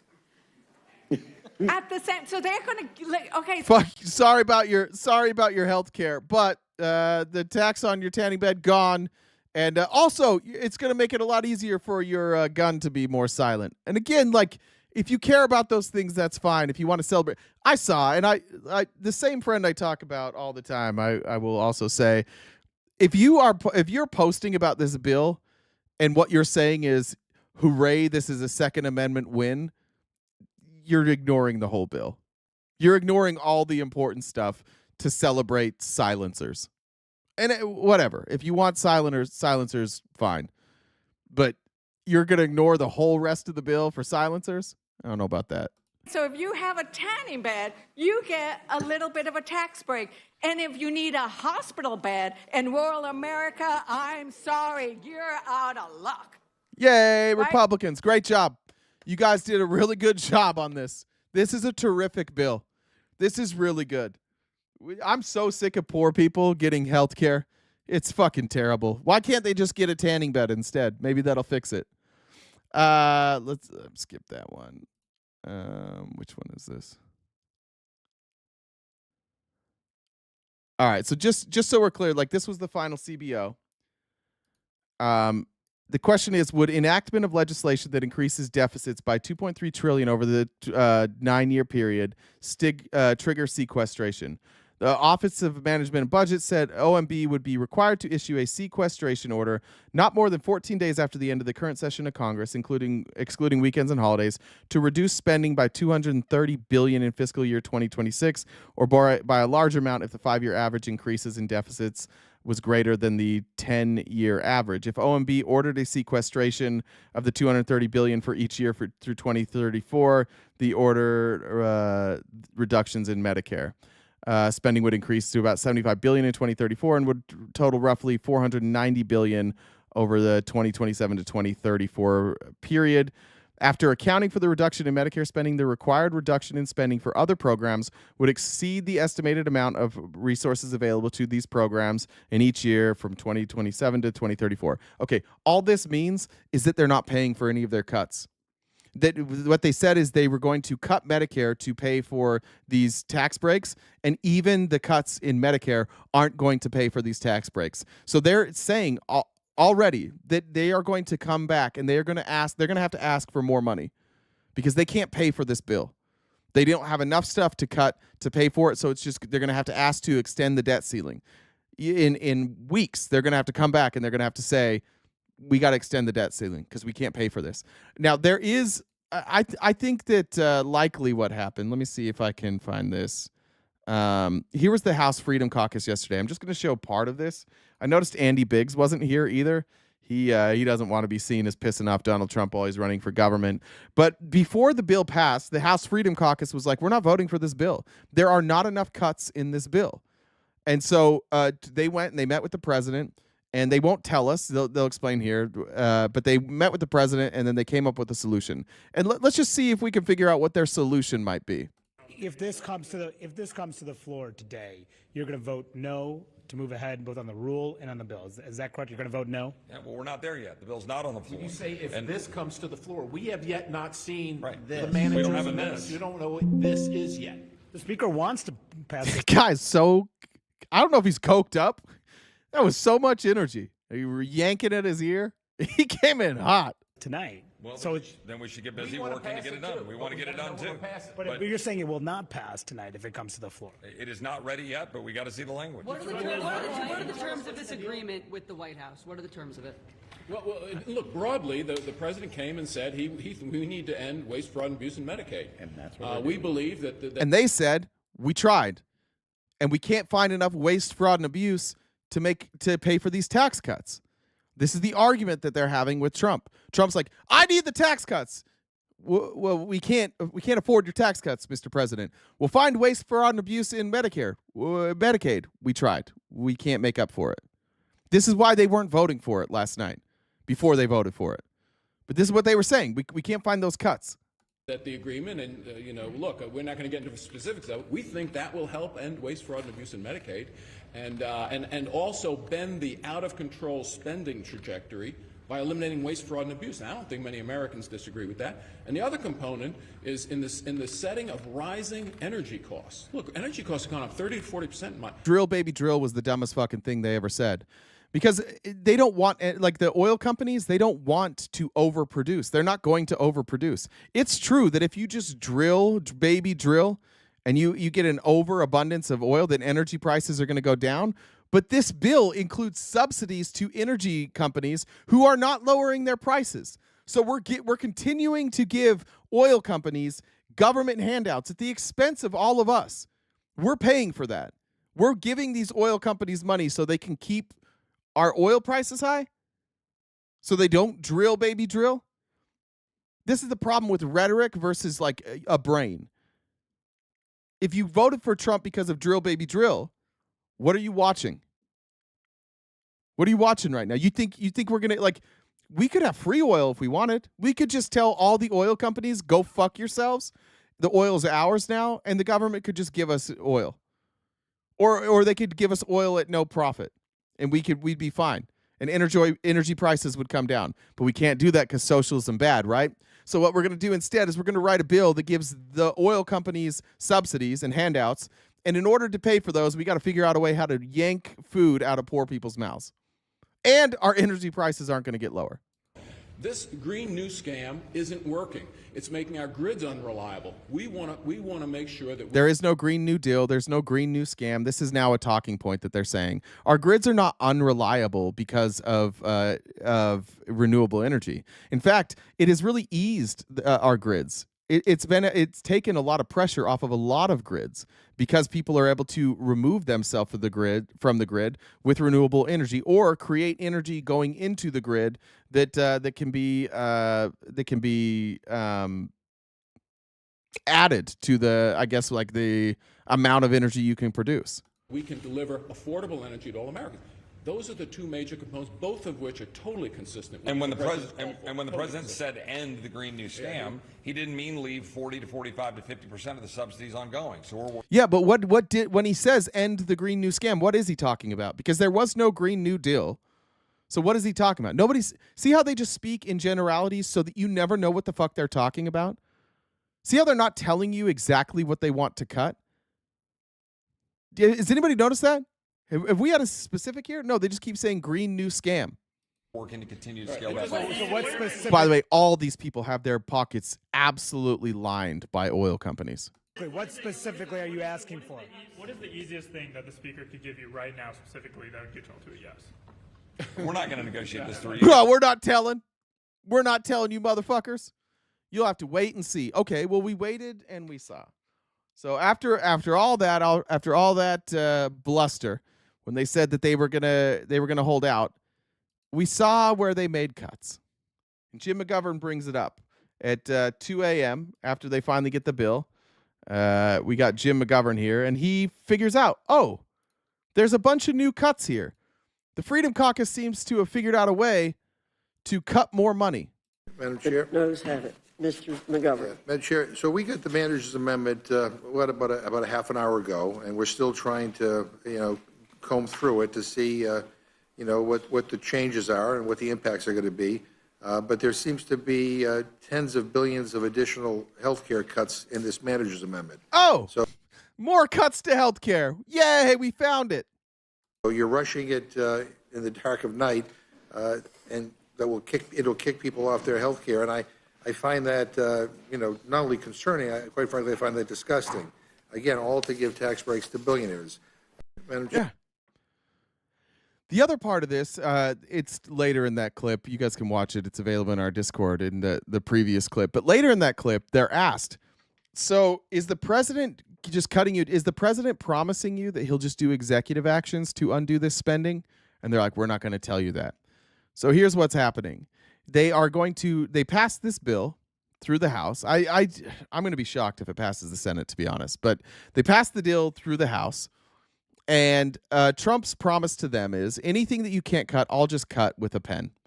I'll just bypass Congress and the ability that you guys have to control the budget and the purse, and I'll just use my pen, and then I'll fight it through the courts. And so what they did, once again, Republicans have decided, fuck the Constitution, we'll just do it this way, and they just want to please Trump. So when he tells him he's going to do this, and by the way, he's not going to do it. He can't do it through the pen.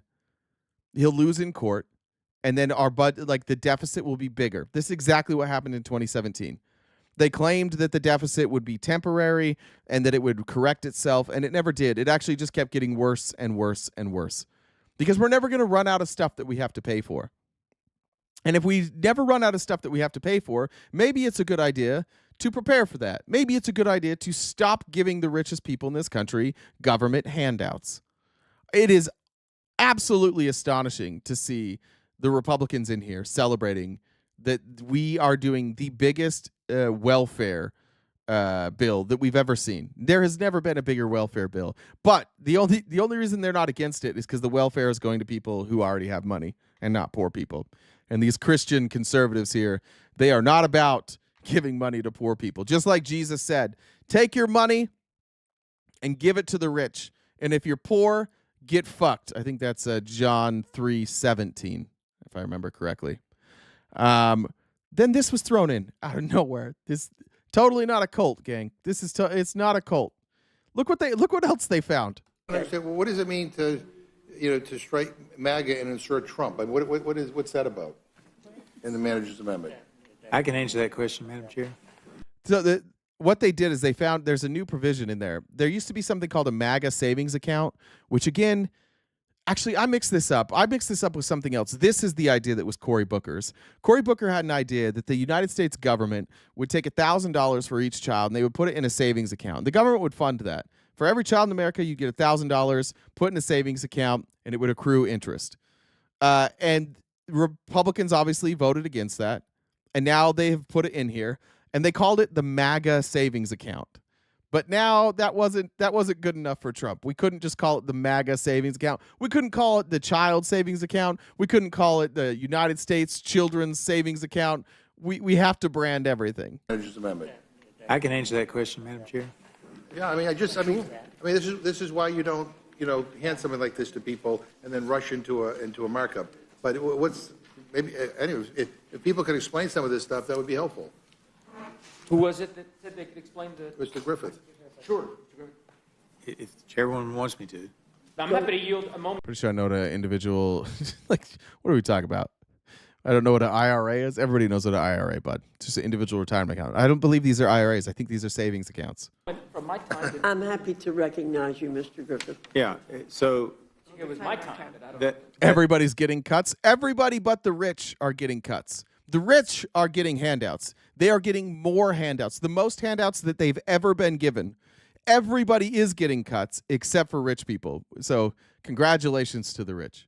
All of that language. When the rich get richer, the poor get rich also, except for they don't. Data shows that is incorrect. I showed the chart earlier, but you saying that shows that you haven't done the research. Go look at the wealth inequality since 1982 and tell me if the poor get they might make more money. Like the amount of money they make goes up, but the amount they can afford with that money goes down. So. Language was in the original bill, and they were creating this new trust that you would, for a child born in, I think, 4 or 5 year period. I don't remember now if it was a 4-year period or a 5-year period. You could set up a trust. There was all kinds of rules about the qualifications of the trustee. It had to be a bank, et cetera, et cetera. And the name of the trust originally was going to be the MAGA trust that you set up for the child, and the government was going to put in, I believe, if I remember correctly, it was $1,000 for each child where the family set this up, and they were going to call them MAGA trusts. And why the name change? The wisdom was to change that to the Trump trusts. Oh, hell no. You're going to name these accounts? Why? So the Cory Booker idea, Yeah, why? this was Cory Booker's idea. It's his baby bonds. Now, he was willing to call it baby, but Trump didn't call it Can we Trump. do this one person at a time, please? Take somebody else's idea and you just brand it with Trump. The ass kissing is unbelievable. Let's see. I'm reading something from Jen real quick.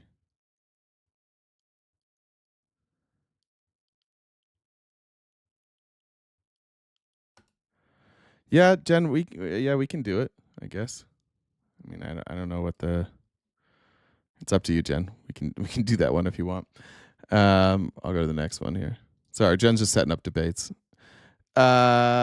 Here's Scott Perry. Here's Scott Perry now with Caitlin Collins. Sorry, you guys are going to see CNN again, but it is a Republican. Here's Scott Perry admitting what I just said, is that Trump is just promising, because this bill doesn't make any fiscal sense, Trump's just promising them behind closed doors, don't worry, I'll make it up to you. Concern for many of us as We don't want to see these continued debts and deficits, and we need to make sure that we're turning the trajectory of spending in Washington, D.C. on the right course of correction, and that's part of this discussion as well. Did the president offer to sign executive orders on cuts or Medicaid or anything like that to get you to vote yes on this? Well, like I said, I don't want to particularly characterize the confidence of the conversation, but what I can tell you is the president did agree to work as the executive branch with the legislative branch to address our concerns across the board, from the things like the Inflation Reduction Act, which is so-called, which is essentially handouts to wind and solar billionaires and things like that. I looked this up. There is one wind billionaire, only one, that I could find. They're in Germany, and they became a billionaire by like building out the components. There are a few solar billionaires, but most of the people are just like in the energy sector. However, there are across the world, every country has oil billionaires. It's so funny that they're like, we're gonna cut tax subsidies. Like now they're doing the billionaire messaging. We're gonna cut free money going to billionaires. Well, except for the billionaires that we love. The billionaires that are like destroying the economy, the billionaires that are destroying the environment, we're going to give them cuts. But those who are trying to do renewable energy, those are the bad billionaires. They don't get subsidies anymore. And to also bend the cost and the spending curve down. So we're working on a collaborative effort where we can, and I think I would characterize the tenor of the conversation that way. I love it. People saying wind and solar is great for me. Having solar energy makes it actually really affordable for people that live in states like I live in. The electricity bills in Arizona are off the charts, and solar is the only option I really had to try and keep my bill below like $600 or $700 a month for like 5 straight months in Phoenix. And yeah, you have to pay money to get the solar set up.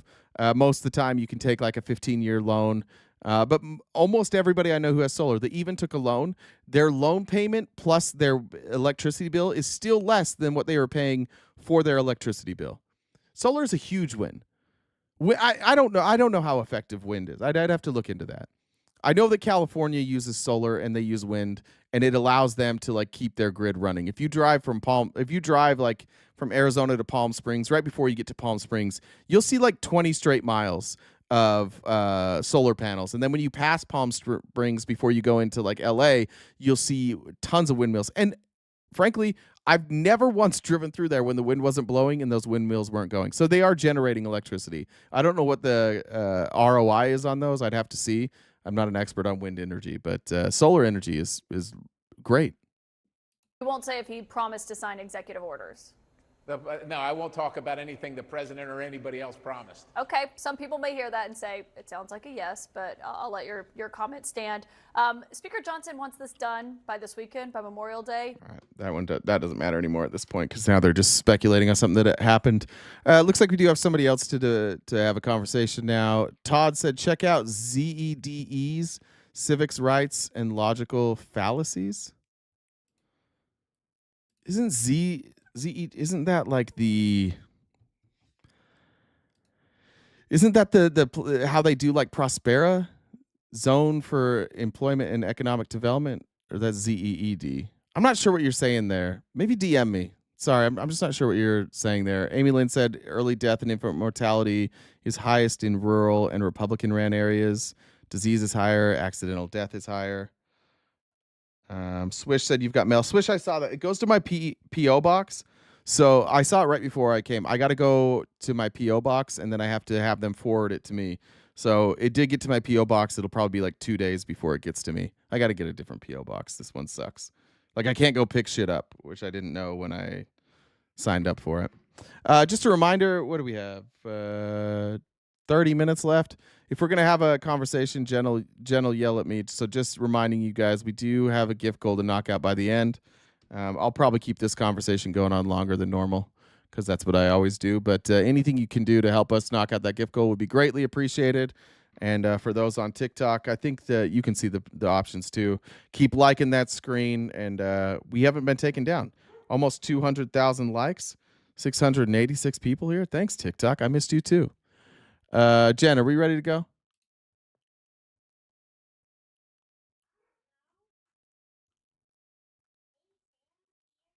I don't know. Jen?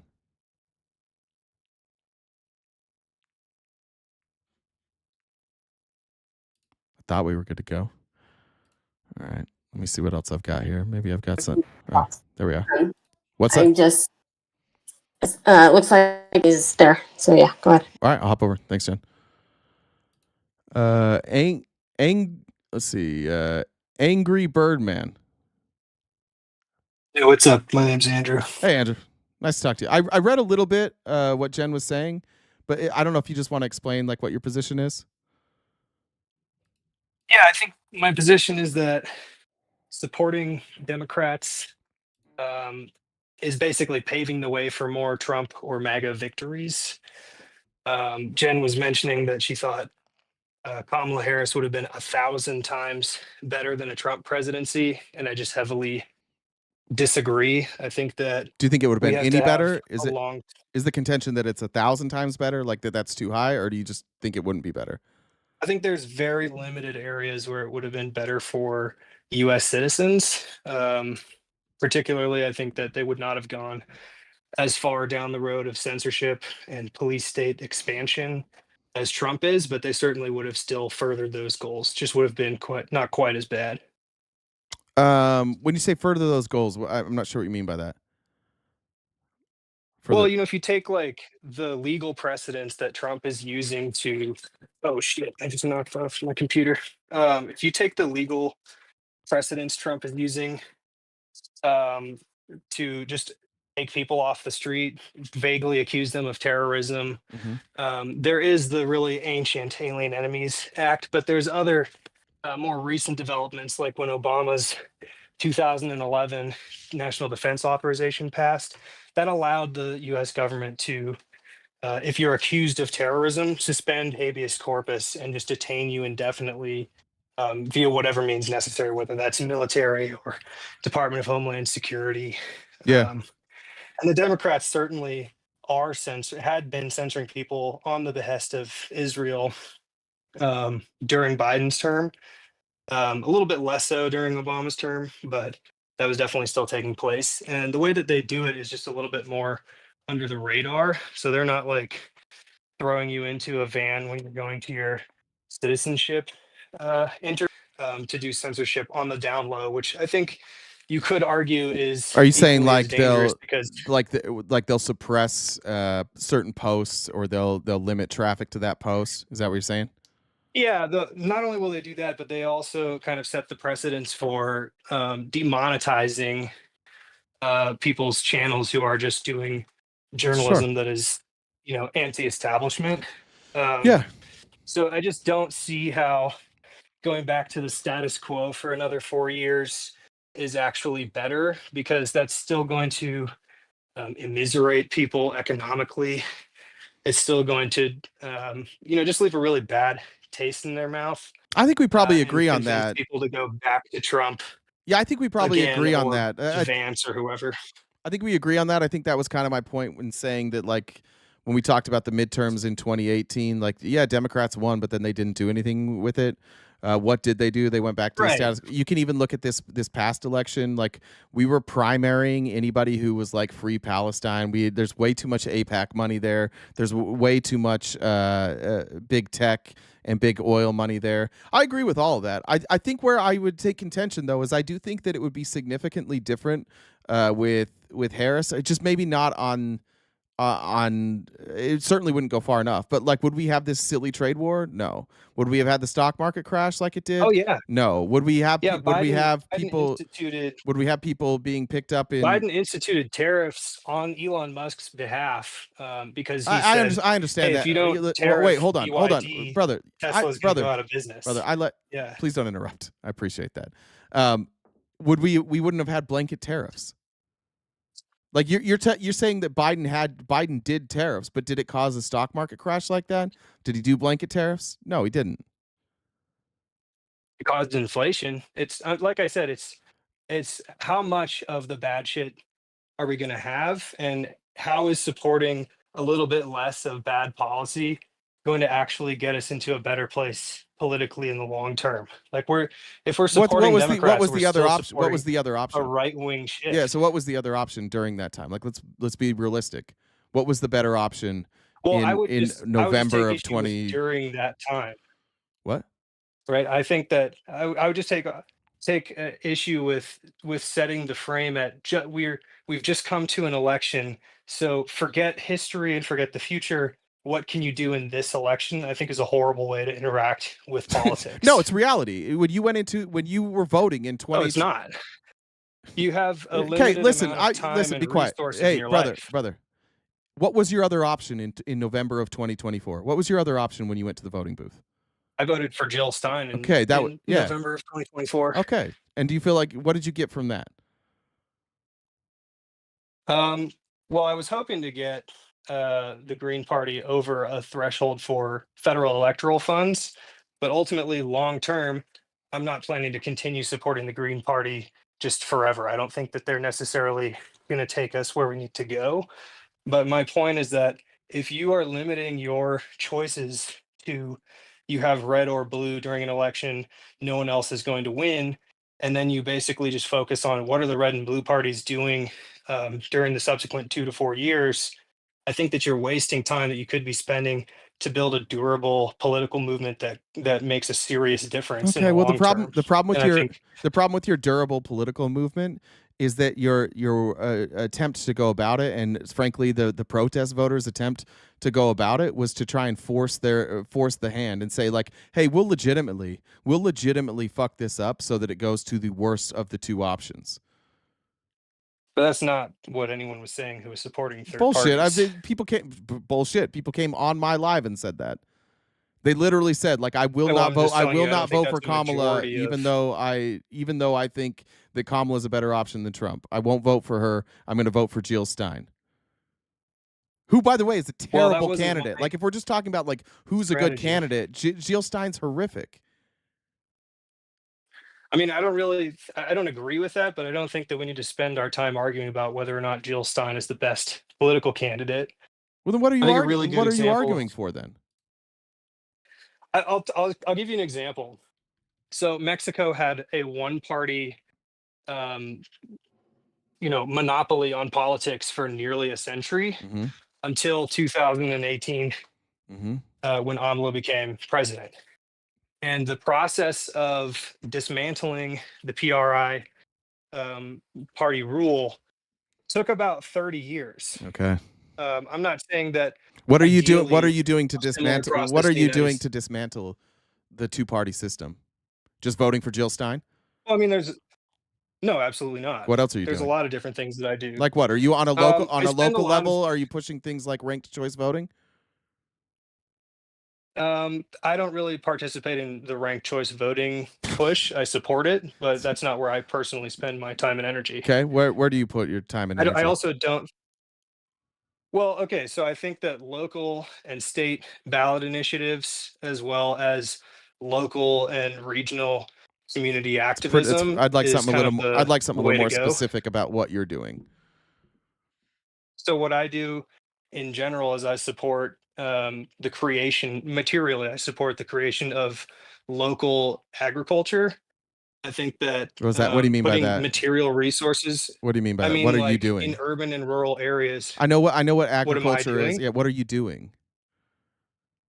I'm raising money to build more community gardens, install biodigesters to produce organic fertilizer and fuel. Wait, but we're talking about and I do all politics. sorts of What does other that have to things do on with top of that. politics? Politics includes material reality. If you can't support, let's say you What are want you to doing in stage a no? large I'm asking protest you. I'm movement. asking you what you're doing in politics. The things you're talking What am about. I doing in politics? Yeah. Well, you're trying to say that what I just described is not involving politics at all. I just disagree. No, I'm not. I'm not. Well, how's that political? Say that you want to support an Amazon union drive. Yeah. What do you need to do that? That's a clear political action. If I were going to support an Amazon union drive, I certainly there's probably what would you need to do that? probably some sort of fund that I could donate to. There's probably some sort of protest that I could go to. I have a platform, so I could host people who were striking. A lot of things I could do. Sure, but how are you going to mobilize enough people to? I didn't say. I'm First of not all, asking how many you. people have enough I'm money just asking to? you what you're doing. That's all. If you asked me Well, if I'm I trying was to supporting explain. an Amazon Trying to strike explain and to I you. had done all those things, I would say I supported. I supported them financially. I marched with them, and I brought people on to explain it. That's how I would. That's how I would Okay, well, support them. So I'm just asking what you're doing. suppose that you don't have money to support them. What could you do to get involved? Why are you not answering what you're doing? I'm trying to explain to you. First of all, you didn't even let me explain more than one thing that I'm doing. I don't only just push for like Because I urban want to know, like, gardens. politically, because you're talking about undoing this two-party system and undoing this control. Like, what Yeah. are you doing to undo that? So I did a whole bunch of phone banking for Jill Stein, but I was mostly trying to talk Trump supporters out of supporting Trump in swing states while I was doing that.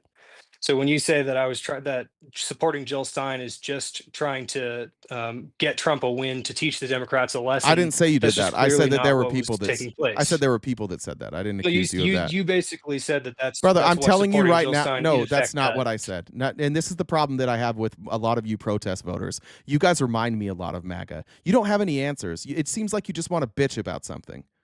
I do. Go I do if have a you lot if of you want answers. I fun was if just you trying want to fundamental change, it's really pretty simple. We need to get politicians who are on support the board, establishment who parties. are yeah. Why don't you shut up and let me answer, and then you decide? Because this is the thing. You're the same as them. You really are. Like you just want to whine about shit. And I'm real tired of like these same exact people. You're no different than MAGA. No, you have nothing concrete to say. If you want to fix the party establishment I do. problem, You well just then interrupt me and say if that you what want I'm to fix saying the isn't party, politics. if you want to fix the party establishment problem, then support things like ranked choice voting. Support things like taking money Well, I do out support of. But things you like but you ranked choice said voting. but instead what There's I a lot asked of you different about things you can I do. asked you about that and you said I support community gardens. You're like I don't do anything with No, I that. said I I do community support ranked gardens.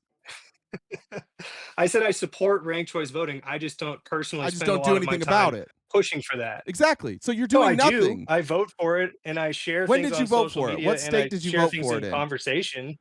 What state did I you said I vote for it? support it. Oh, you just support it. Oh, that's It's come up in goddamn, dude. Seattle. Well, It's come up fuck. in Seattle How's and the King County. I voted how's the for it there. duopoly still in? How's the duopoly staying in power with you supporting it? I just come said on if you'd here. listen No, for one my second. problem with you is you I come just on said I here voted and you for want it all in this Seattle fundamental and King change, County. and you go through Jen and you're like, oh, everybody's wrong, and then we come on here and we ask you what you're doing about it, and you're not doing shit. You're just another complainer. Well, I'm not complaining, except for the fact that you won't let me finish a sentence. You've talked I a just lot more told than you me, in bud. answer to your direct question.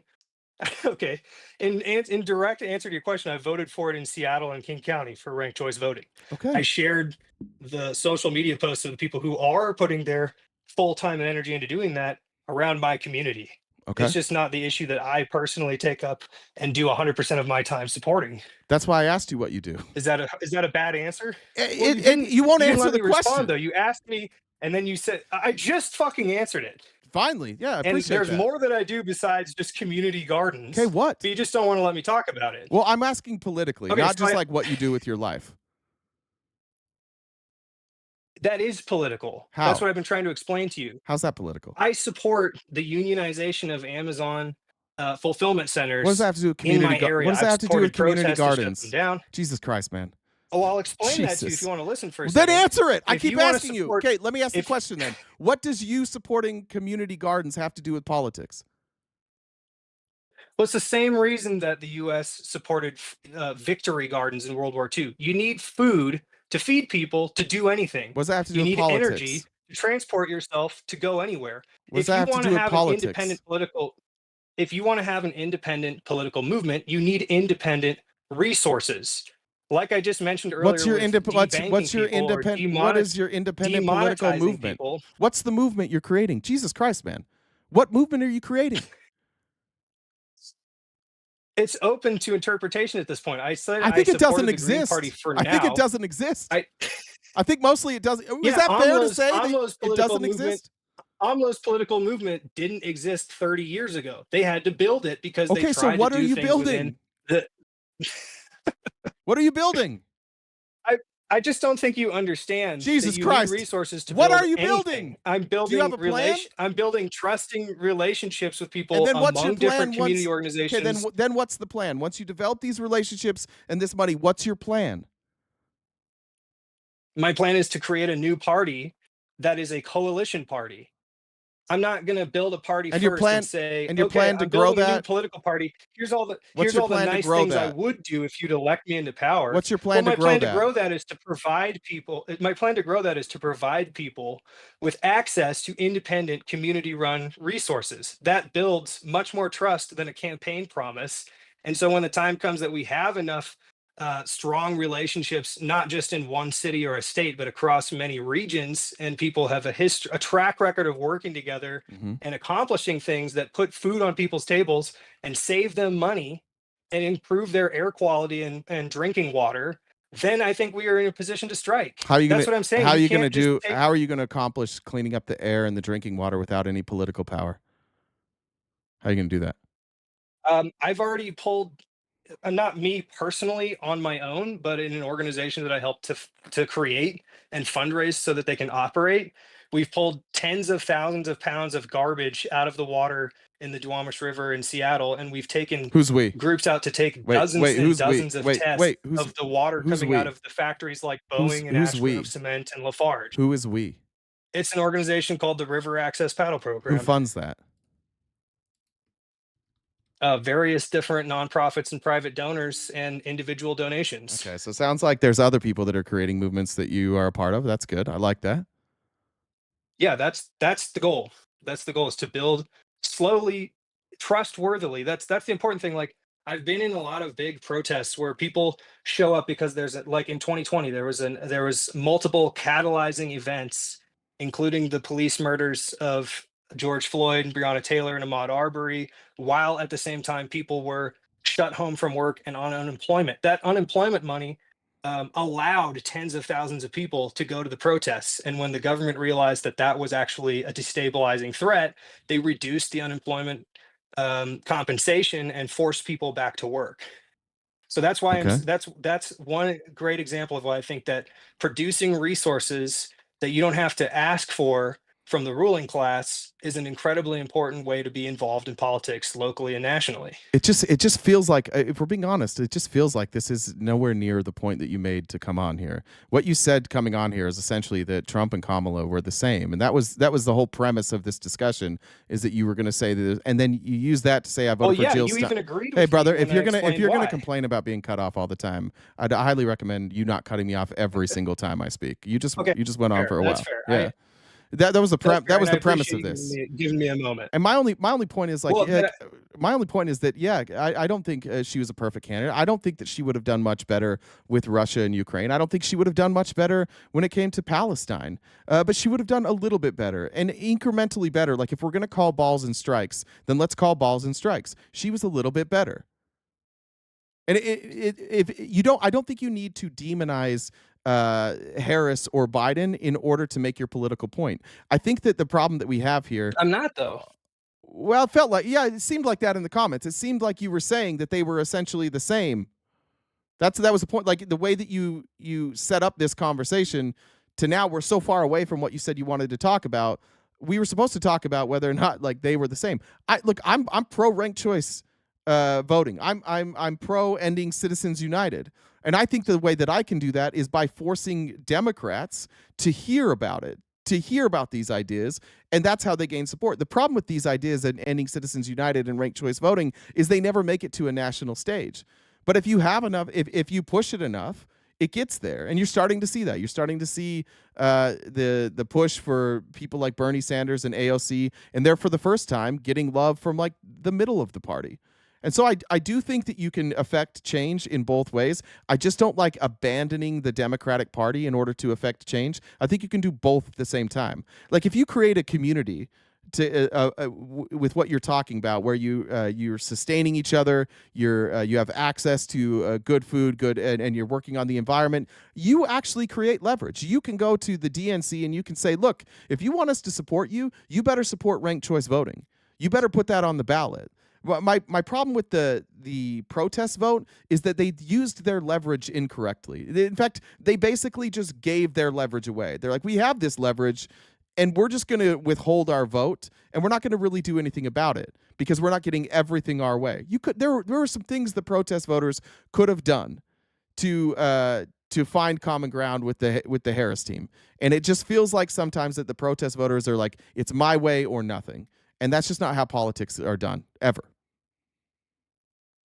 So I got a couple of, I can make them quick responses, and then it seems like you're not necessarily thrilled with the direction we've gone in the debate, so I won't take up too much more of your time. Sure. But I would say two things. One is that when I described how Trump or MAGA, whatever, MAGA writ large, and the Democratic establishment are equivalent, you actually agreed with me in the beginning of the conversation, because I said that their failures and their outright betrayals of the working class not only immiserate people domestically and internationally, but it paves the way for MAGA victories. I think that's incredibly important point that we actually agreed upon earlier. And the other thing that I would say is when you described how to Could I effectuate amend? change in the Could I Democratic amend Party, that? Wait, could I amend that a little bit? See if we agree. Go ahead. What I think it does is Yeah. it doesn't create enough separation to stop like the constant like shift, right? It because Democrats do nothing, it allows Republicans to look better because there's no real substantive change when Democrats are in office. They don't do anything that makes you be like, I'm really excited to vote for them again. So when Republicans come in like Trump and they offer radical change, even if you disagree with it, there's a lot of people who just want to see some sort of radical change. I think they're mostly I think they're mostly cowards. Democrats.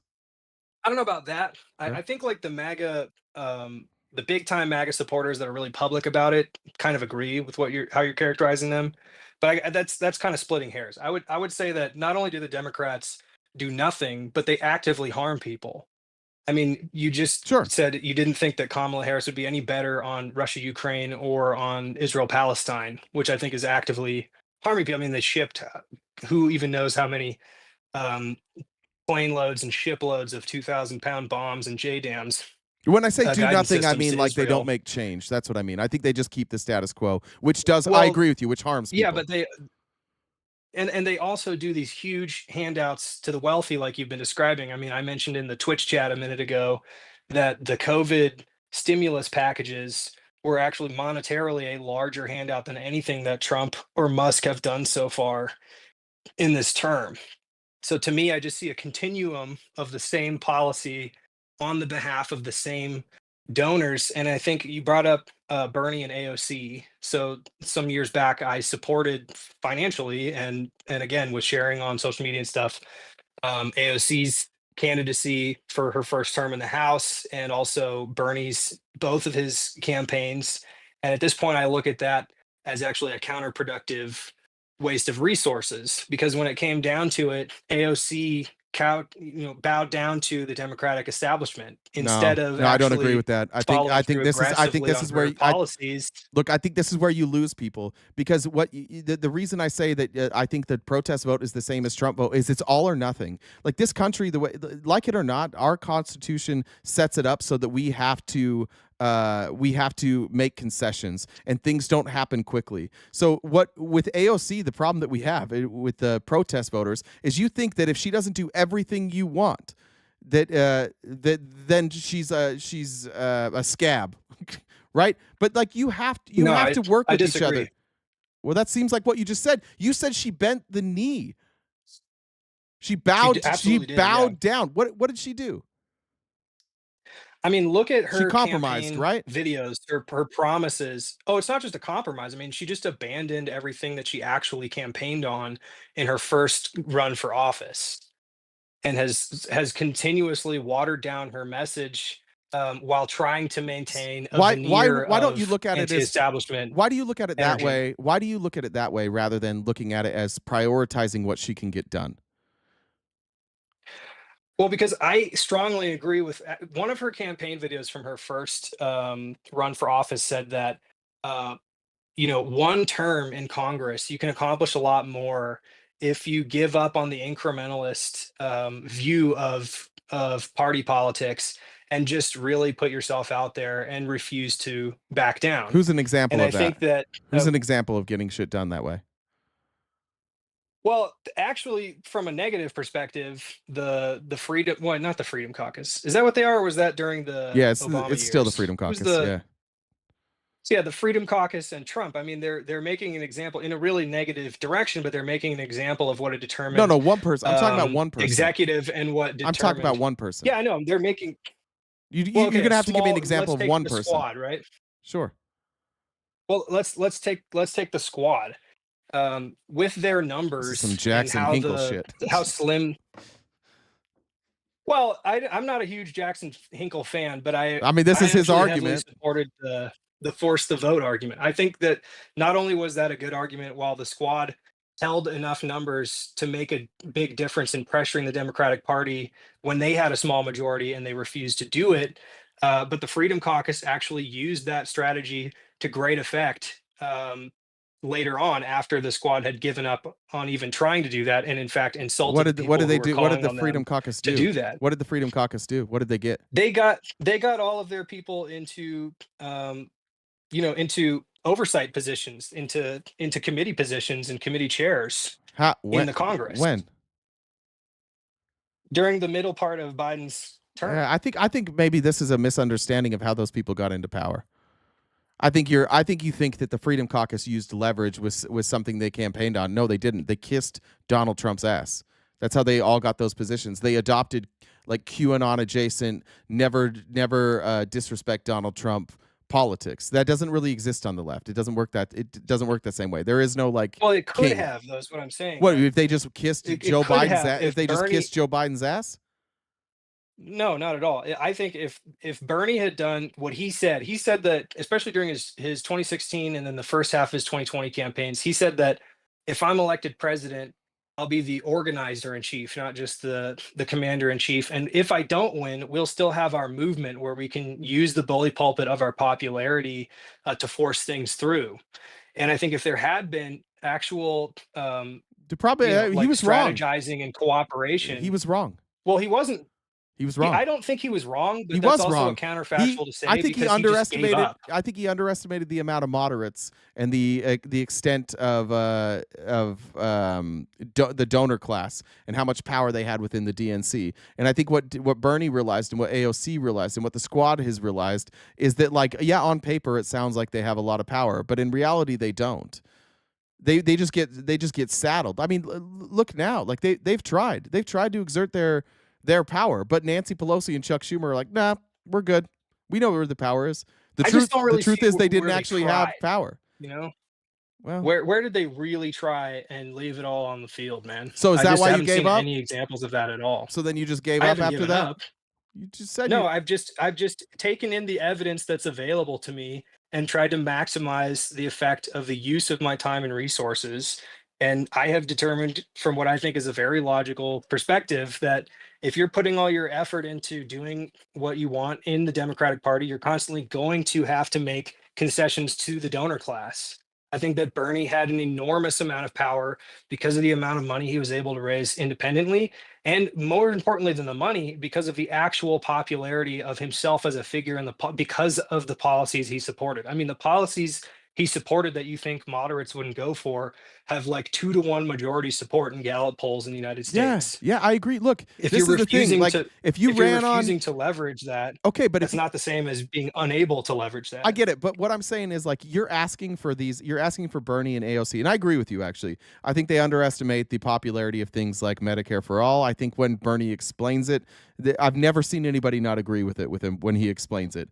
I think if you talk about things like ranked choice voting and ending Citizens United, I do agree that they are not that they're not like taking that message and creating a populist movement. But you're also quitting. Like, you also quit. You're not putting any pressure on them. You're out here just doing God knows what. And the point is, like, I feel like on the left, one of the main differences between the left and the right, and why the right is having this revival right now, and why they're able to like do radical change, is because they didn't quit.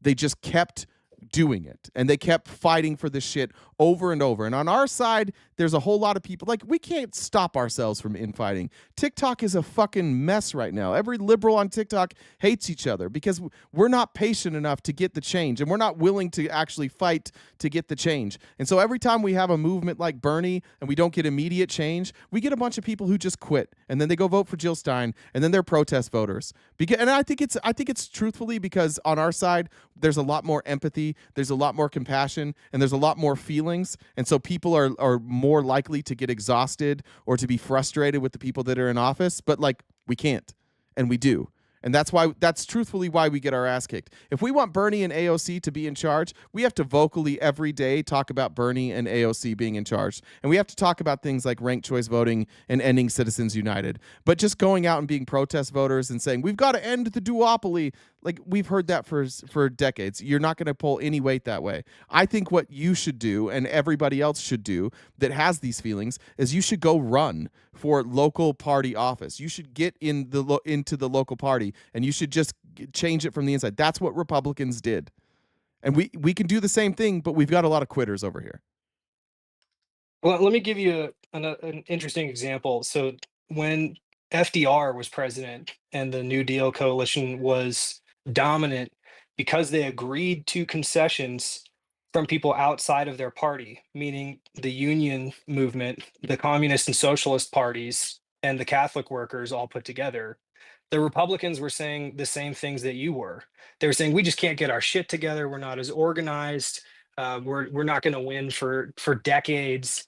And really, I think that is a response to, that's a sort of a hopeless response to That's losing. not what and I'm that's not saying. how I I'm feel telling you to get to work. at all. No, I'm telling you to get to work. That's not what I'm Well, saying. I am getting to work. I don't think you are. I think your work is another ineffective. example I wanna I'm just bring up. telling you, I think your work is ineffective.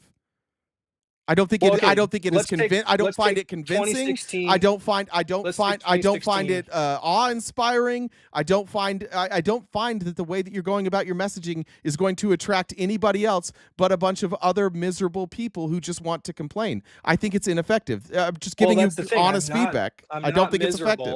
And I do a hell of a lot more than complaining. But I just Not want to inside take the one other party. You example to don't. discuss Not with inside the you. party. You don't. Well, right, but You I quit. did that for several years. What'd you no, do? I didn't quit. The people I supported quit. Oh, So take everybody else Bernie quit. Sanders, Right, yeah. 2016. He's still there. Democratic primary. Wait, he's still there. You quit. Yeah, he's still there kissing ass. Okay, you quit, right? But let's take the So did you quit or 2016 not? primary. Wait, did you quit or not? No, absolutely not. What are you doing inside the party right now? I mean, I'm voting for local candidates in the Seattle and King County and So just Washington voting? State area. That's- I'm not complete. I'm not. So you're just I'm not- voting? I also support. So not much? The 1 in a million Democratic candidate who actually is what you're describing. So which you're is not an doing. honest person So you're who's not doing going much. to sell out. So you're not doing much. Well, I still would like to talk to you about. I mean, I just don't think you're characterizing things very All accurately. right. Well, If you you're take not working. 2016 You're not working Democratic within.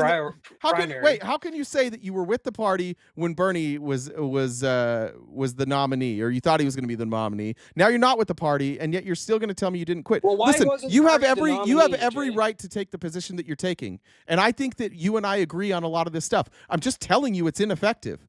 I don't think that I don't think that people Well, listening that's where this that's right where now. we heavily disagree. Well, and I'd like to take one more case. Apparently, to the country to break it disagrees down. too, because nobody apparently the country disagrees because nobody's listening to you guys.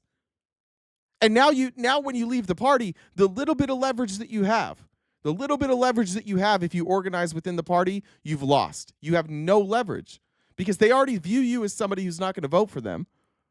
And now you're just shouting. You're shouting outside the building, like, "Listen Well, to I don't know me!" why And they they're like, would- "No, thanks." I don't know why they would view that.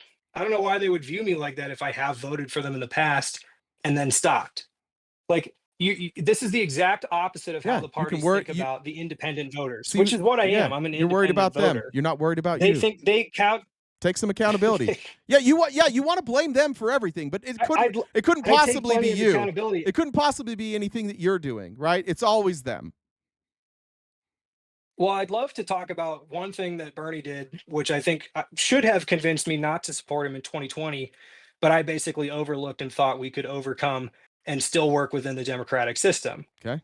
Which is Bernie won the 2016 Democratic primary, and multiple Debbie Wasserman Schultz and Donna Brazile admitted that the party did this. Yeah. They just rigged the primary. They struck more than 1.5 million ballots from just California alone, which would have put Bernie as the nominee. Yeah. And they did that because they didn't want his politics to take control of the party. Right. And then Bernie said, I guess there's nothing we could do. He didn't. He said, I guess we'll just. That's try what you again did. next time. And then Wait, the that's next what time, you did. They did a different. That's what you they did. Why are you criticizing him? No, it's absolutely fair. not. He's doing more than you. You're painting Bernie in this light that is incredibly unfair. You're saying because Bernie realized his plight and he could do one of two things. Bernie could quit and walk away like you did, or he could say, I've done this my whole life and I just took a loss, and so I'm gonna keep fighting and I'm gonna do what I can. Bernie didn't quit. No, that's a you false did. dichotomy. What are you talking about? That's a false dichotomy. Why? You said he has one of two options. He could quit and do nothing, or he could keep working in the Democratic Party. That's what you just said were his two options. Yeah. Those are clearly not his only two options. He went independent. Yeah. I didn't mean stay in the party. I meant stay in his job. Bernie was far and away the most popular politician in the country, and he's still because fighting. of his consistent support for these policies. But he's not. Oh, okay. He's not at all. Well, he's doing more than you. Taking the crumbs that he's doing more than you. The crumbs that listen, he's brother. given. I'm not gonna listen. The crumbs listen, that he's given you're criticizing from the up. Party. You're not doing a goddamn thing, and you're criticizing the one person on the left. You're criticizing. You're criticizing the one person. You're criticizing the one person. You're criticizing the one person who's actually has some momentum and who's actually drawing a crowd. And what you should be doing is you should put your feelings away and throw your weight behind Bernie and AOC and try it again. Yeah, it didn't work the first time. It's not feelings. You got fucked the first time. But do it again. Why are you quitting? I'm absolutely not quitting. Okay, well. I'm looking at successful examples from our own hemisphere of countries that have very similar constitutions and somewhat similar political trends to ours, and trying to adapt what I can to improve our situation. I'll just say one more example about Bernie that illustrates that he knows that he's giving up, which is that in 2015, when he was beginning his campaign in a really serious way, he talked with Shama Sawant, who was one of my council members in Seattle for a number of years. And she said, when the Democratic Party inevitably screws you out of the nomination, are you going to continue as an independent? Because Bernie Sanders is not registered as a Democrat. I know. He, for a while, was actually functioning as an independent. And he said, no, I'm not going to. And when asked why, he said basically verbatim that he didn't want to end up like Ralph Nader, meaning that Ralph Nader was once a well-respected person in the establishment because he accomplished all kinds of landmark legislation, the Environmental Protection Act, OSHA, the Clean Air and Clean Water Act. These are all things that Ralph Nader did without being a Democrat, without being in the party. He pressured them from the outside and got all these things done. And then when he was portrayed in the media as having given Bush the election in 2000, which also is factually incorrect, he just became a pariah in Capitol Hill. So Bernie said, and you're just gonna not learn camera, from that. We're just gonna not learn from that then. I think you're not. What's the lesson? What's the lesson we should have learned there? With Bush winning, I'm not from the 2000 election. What's that have to do with me? You don't think people are I think you're just changing the subject. I think that you think that like people are just going to agree with you. They're not. If Bernie ran and he got the same votes that Ralph Nader did, wouldn't everybody say the same thing about Ralph Nader? Or I mean about Bernie? You mean about Bernie? Yeah. No, Bernie's no, they point wouldn't was say not the about same what thing. The public thinks They about wouldn't. Ralph No, Nader. I'm His asking. point No, you're was not about answering my question. He wants to end You're not his answering my life, question. his career You're not in answering my comfort. question. I realize that you want to criticize everybody and do anything but like look at your own thought process. If Bernie did what Ralph Nader did, and Trump won, and there were all these Bernie votes, that you would assume the people, not you and I, but the general public would assume that any vote for Bernie would have gone to Kamala and not Trump, right? So most of the people in this country are going to view Bernie the same way they viewed Ralph Nader, right? Right or wrong. I'm not asking if it's right or wrong. I'm asking you what the people will say. But you're okay. You're not going to answer that question. Bernie tried it as an Are you not going independent. to answer the question for real? Can you Your answer question is, what would the people say if Bernie ran as an independent in 2016 and Trump still won? Yes. Well, he didn't do that, and Trump did my win. God. in Are you not going to 2016. answer the We're question? talking about a counterfactual. Are you not going to answer it? I think people would have still supported Are you not Bernie going to in answer greater it? numbers than they You're did. just in the- not going to answer that I'm question. answering you right now. No, you're not. Jay, I'll answer you right now. You're running. I'm actually doing it right at this moment. I think that people, if Bernie had run as an independent in 2016 and Trump still won, I think way more people would have continued to support him from his own base and more independents. You don't think? And actually excuse me, did so. You're not answering the during those question. intervening You are not years. answering the question. No, you're just interrupting me. You're not answering it. You asked what I I'm think. asking what You other asked what I people would think, not you. I'm asking you. Do you think Yes, the exactly. everyday Democrat I'm would have talking said, about the American "Shut public." up for a second"? I'm asking you if the everyday American public, if they would also say the same thing about Bernie that they said about Nader. It's a simple question. I'm not asking your opinion. I'm not asking you if you think it was the right thing to do. Okay, well, I think you're crazy. Because that's exactly what they said about Jill Stein. It's exactly what they were saying about RFK. It's exactly what they say about any third-party candidate ever. They always say the same But thing. Bernie Sanders was far more. He would have been popular different. than any Yeah, of those no, other he would have been third-party different candidates for you sure. talked about. For sure, the whole country, Yeah, he would have. country would have suddenly figured it out. I think. Yeah, for sure. You're out of your fucking mind, dude. I mean, I think like- you like we underestimate said- how. like I we- think you underestimate how low information the everyday voter is. I think you don't know. I think you think that because No, you're not at all. that you're educated, and you are. And I agree with most of what you're saying. But I think that the problem with a lot of times when somebody's really educated on these issues is that meets them where they are.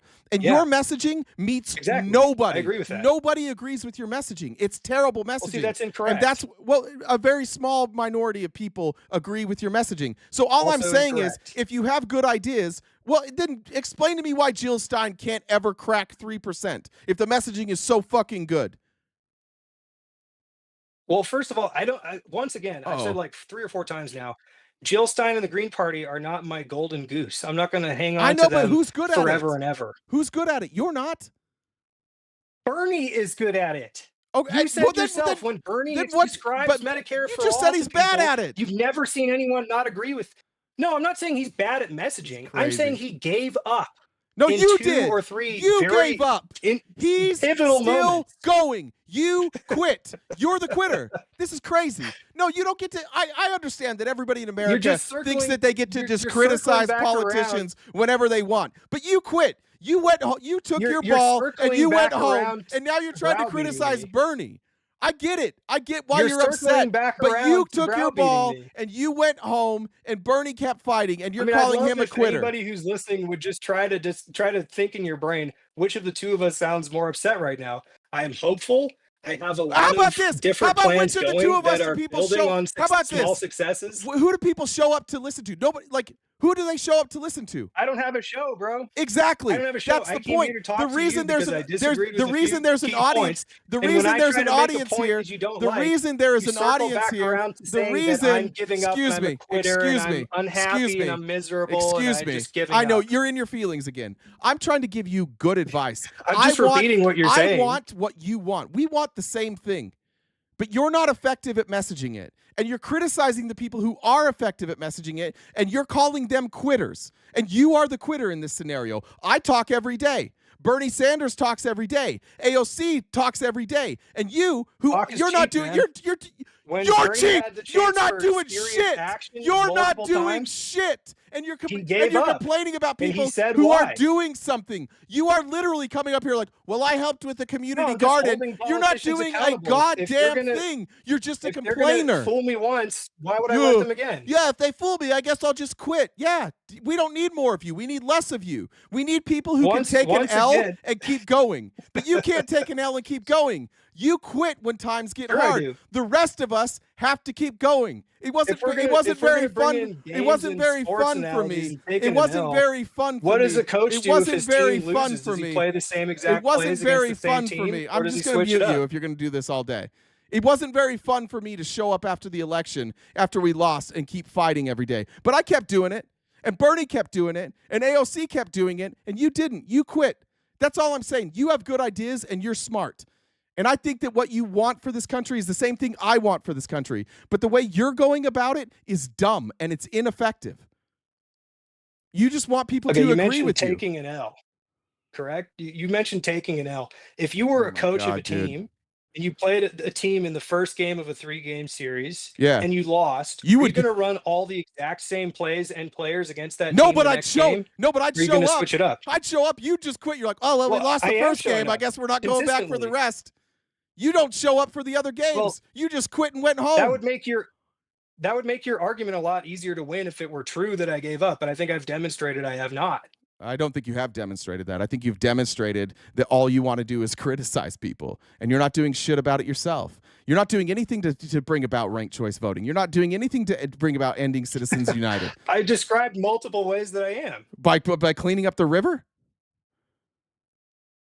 No, I guess you weren't And listening. community when I said gardens? I voted for ranked choice Oh voting. yeah, you voted. You I did the voted bare for minimum. ranked That's choice right. voting. That's right. The bare minimum. You showed up and you put your name down.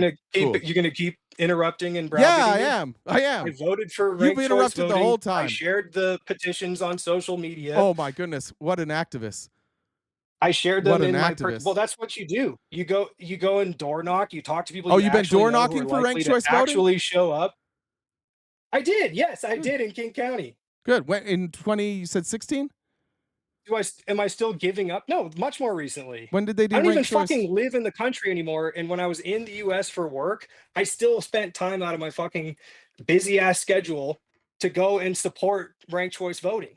Okay. I just don't think that alone and ending Citizens United alone is going to solve our fucking problems. Well, what is? I've described to you What is? I've described to you multiple other things that could. I've described to you a strategy that has worked in our southern neighbors' recent political history, and you're just saying that strategy that I'm describing that has a proven track record of success. What strategy? You didn't describe the nearby strategy. What did you describe? Is giving up. What did you describe?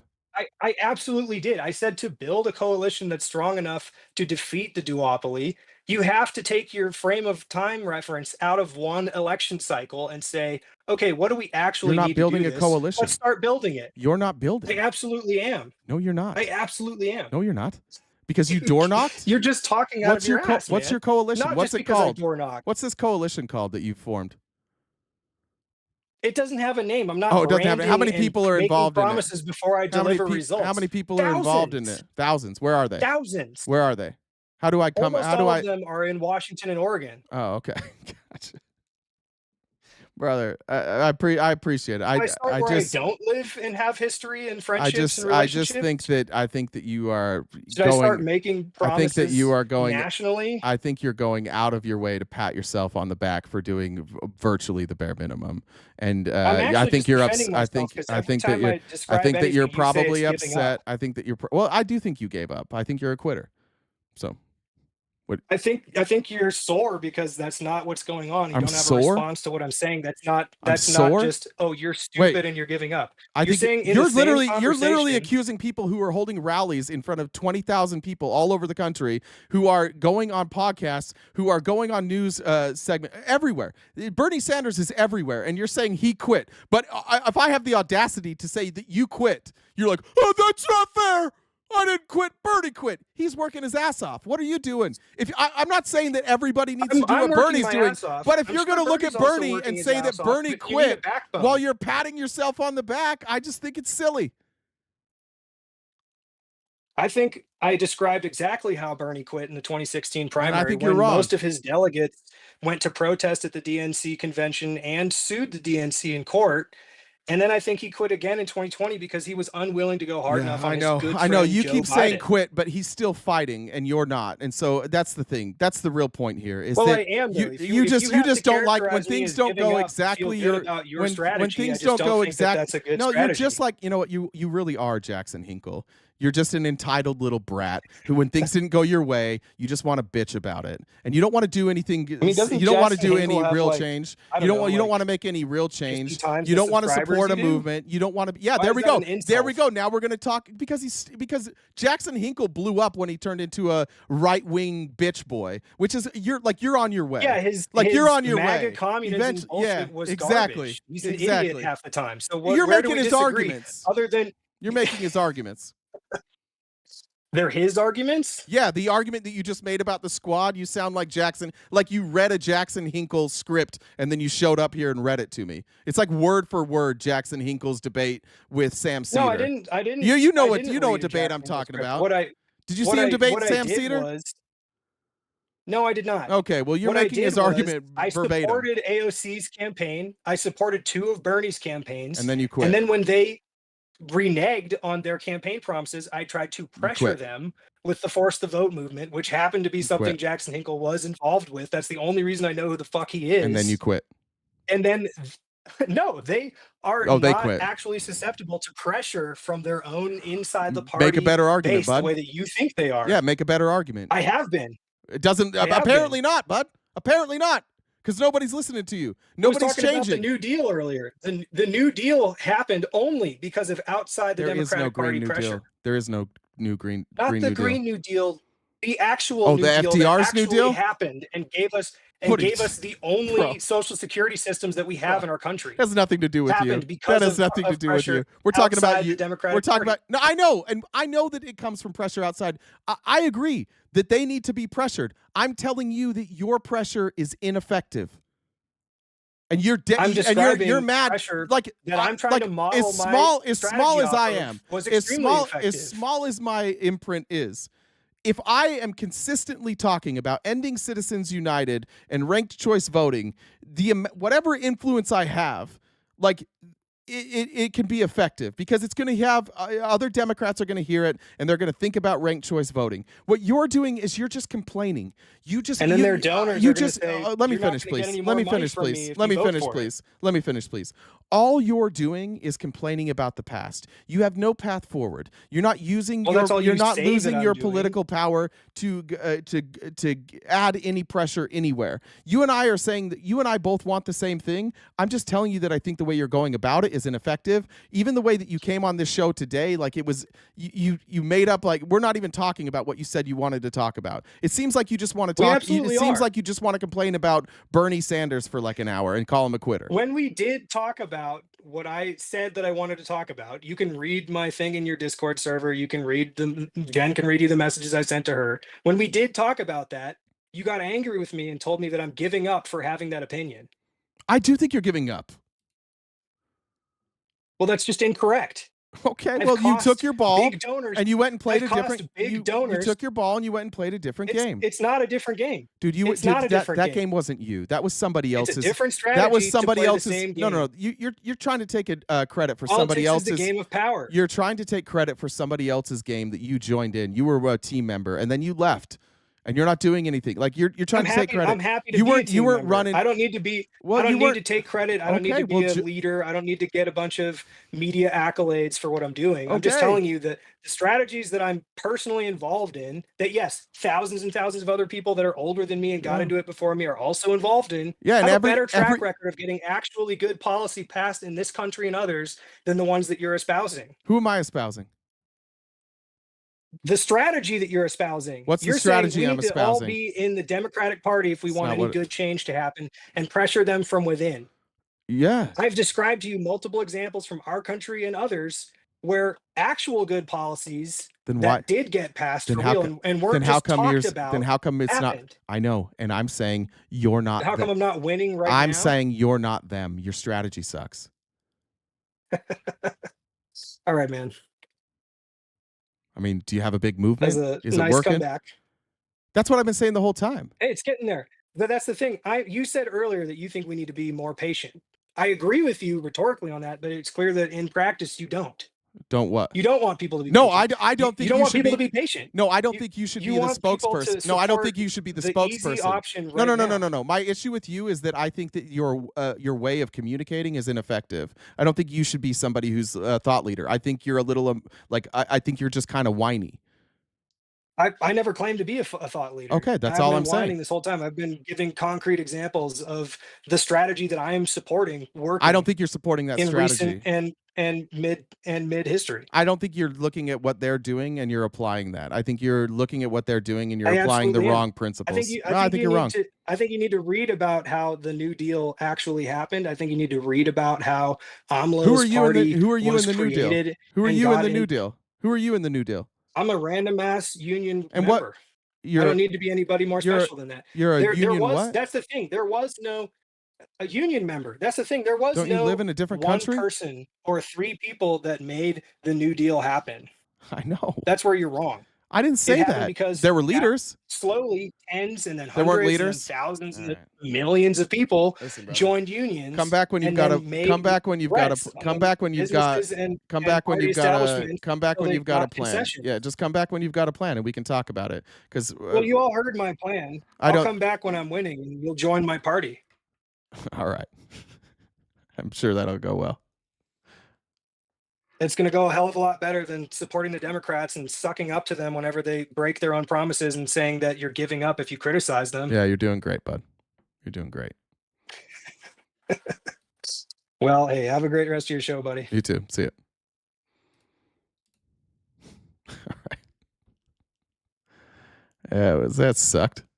It wasn't any fun at all.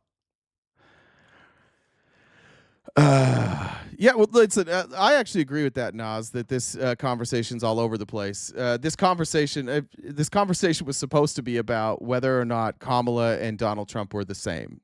That was the pretense in which that caller came up here to talk about, that basically Kamala Harris and Donald Trump are the same. So, yeah, it did go a little bit everywhere, but mostly just because that's what he said he was going to talk about. So I was trying to talk about how they're the same because I don't agree that they're the same. So it did go nowhere. And all right, let me read some comments. Good to see you, MAGA, though. Thanks for hanging out this entire time. I appreciate you. Looks like we got you fired up. Chelsea said community gardens must be the new MLM. Namasi said fueling the dollar train. The community garden shit is killing me. Let's see, Benny said I was going to give $1, but Gorilla Balls and Copperhead won't shut up. Todd said trans women are women, have courage, get on the call. Like that, Tanya. Thank you for the super chat. 6 cents said thank you. RTP Talks. I think I read that one. Let me check Jen's messages real quick. Oh, Jen's gone. Okay. Alyssa said protest voter equals privilege. I love how people talk about AOC and Bernie not being effective, yet they vote for Jill Stein. Make it make sense. She disappears into her hole and only shows up every 4 years for a few months, then disappears again. I think that's really the overall point that I was trying to make there. Like, if you're going to go be a protest voter, then make it on an issue. Be a protest voter on an issue. If you're going to if you were going to try and gain leverage, if you have a following or if you have a group of people that all agree, like, you have to understand what your leverage is. And that was my real problem with the protest vote, is that they didn't get exactly what they wanted, and so they left. And so any leverage that they have is gone. And you left two parties that were essentially just going to do whatever AIPAC said. The problem I have mostly with the left, I'm further left. Like, I'm AOC and Bernie. Like, I align with them. I want the party to go further left. But in order for the party to go further left, all of us have to have conversations with members of our own party, and we have to move the party left. So when somebody comes in that's like, oh, by the way, I quit the party, fuck all you guys, come join this new thing. No, I don't think you have it. I don't think you have it in you. I do not think you can break up the duopoly without ranked choice voting. I've never heard a better argument for breaking up the duopoly than ranked choice voting. Nobody's going to get behind a third party. We've tried it. We tried it with Nader. We tried it with, what was that Texas guy's name? The billionaire from Texas, Ross Perot. Even the most popular third-party people never get through that threshold, and they're going to be stuffed down. The only real solution I can think of that would allow people to vote for more parties is ranked choice. And then in order to get ranked choice to work, you have to get rid of Citizens United. So you have to take money out of politics, and you have to have ranked choice voting. That's the only good argument I've ever heard. So yeah, when I hear somebody come up and be like, "Oh, you just have to join this third party," I think that's just doomed. It's absolutely doomed, especially if we're going to try and unite around Jill Stein. Maybe Bernie. Like, Bernie might have that chance.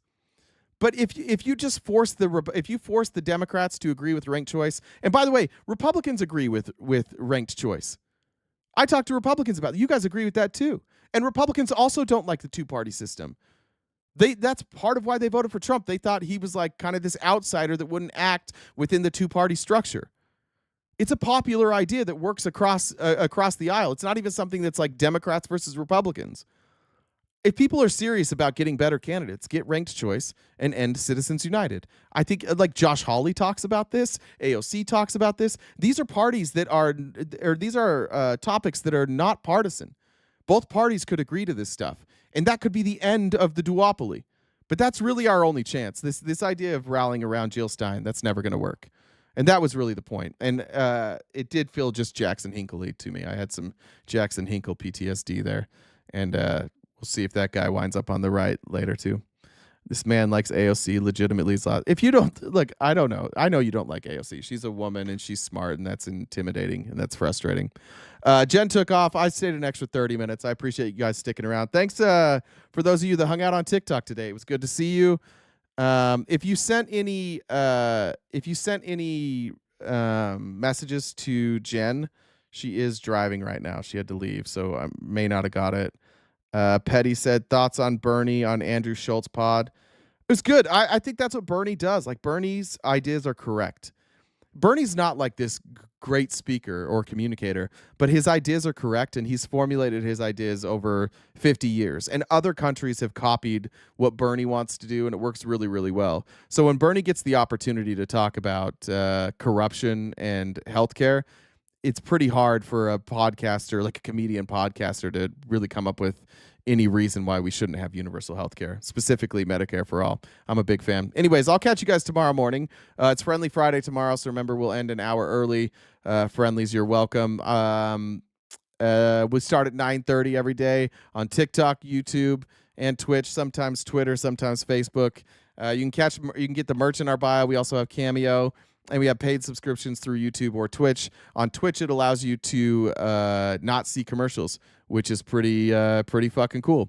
Anyways, I'll be back tomorrow morning and every morning, 9:30 a.m. to 1 Pacific Standard Time. And stay cute and cool. Have a great summer.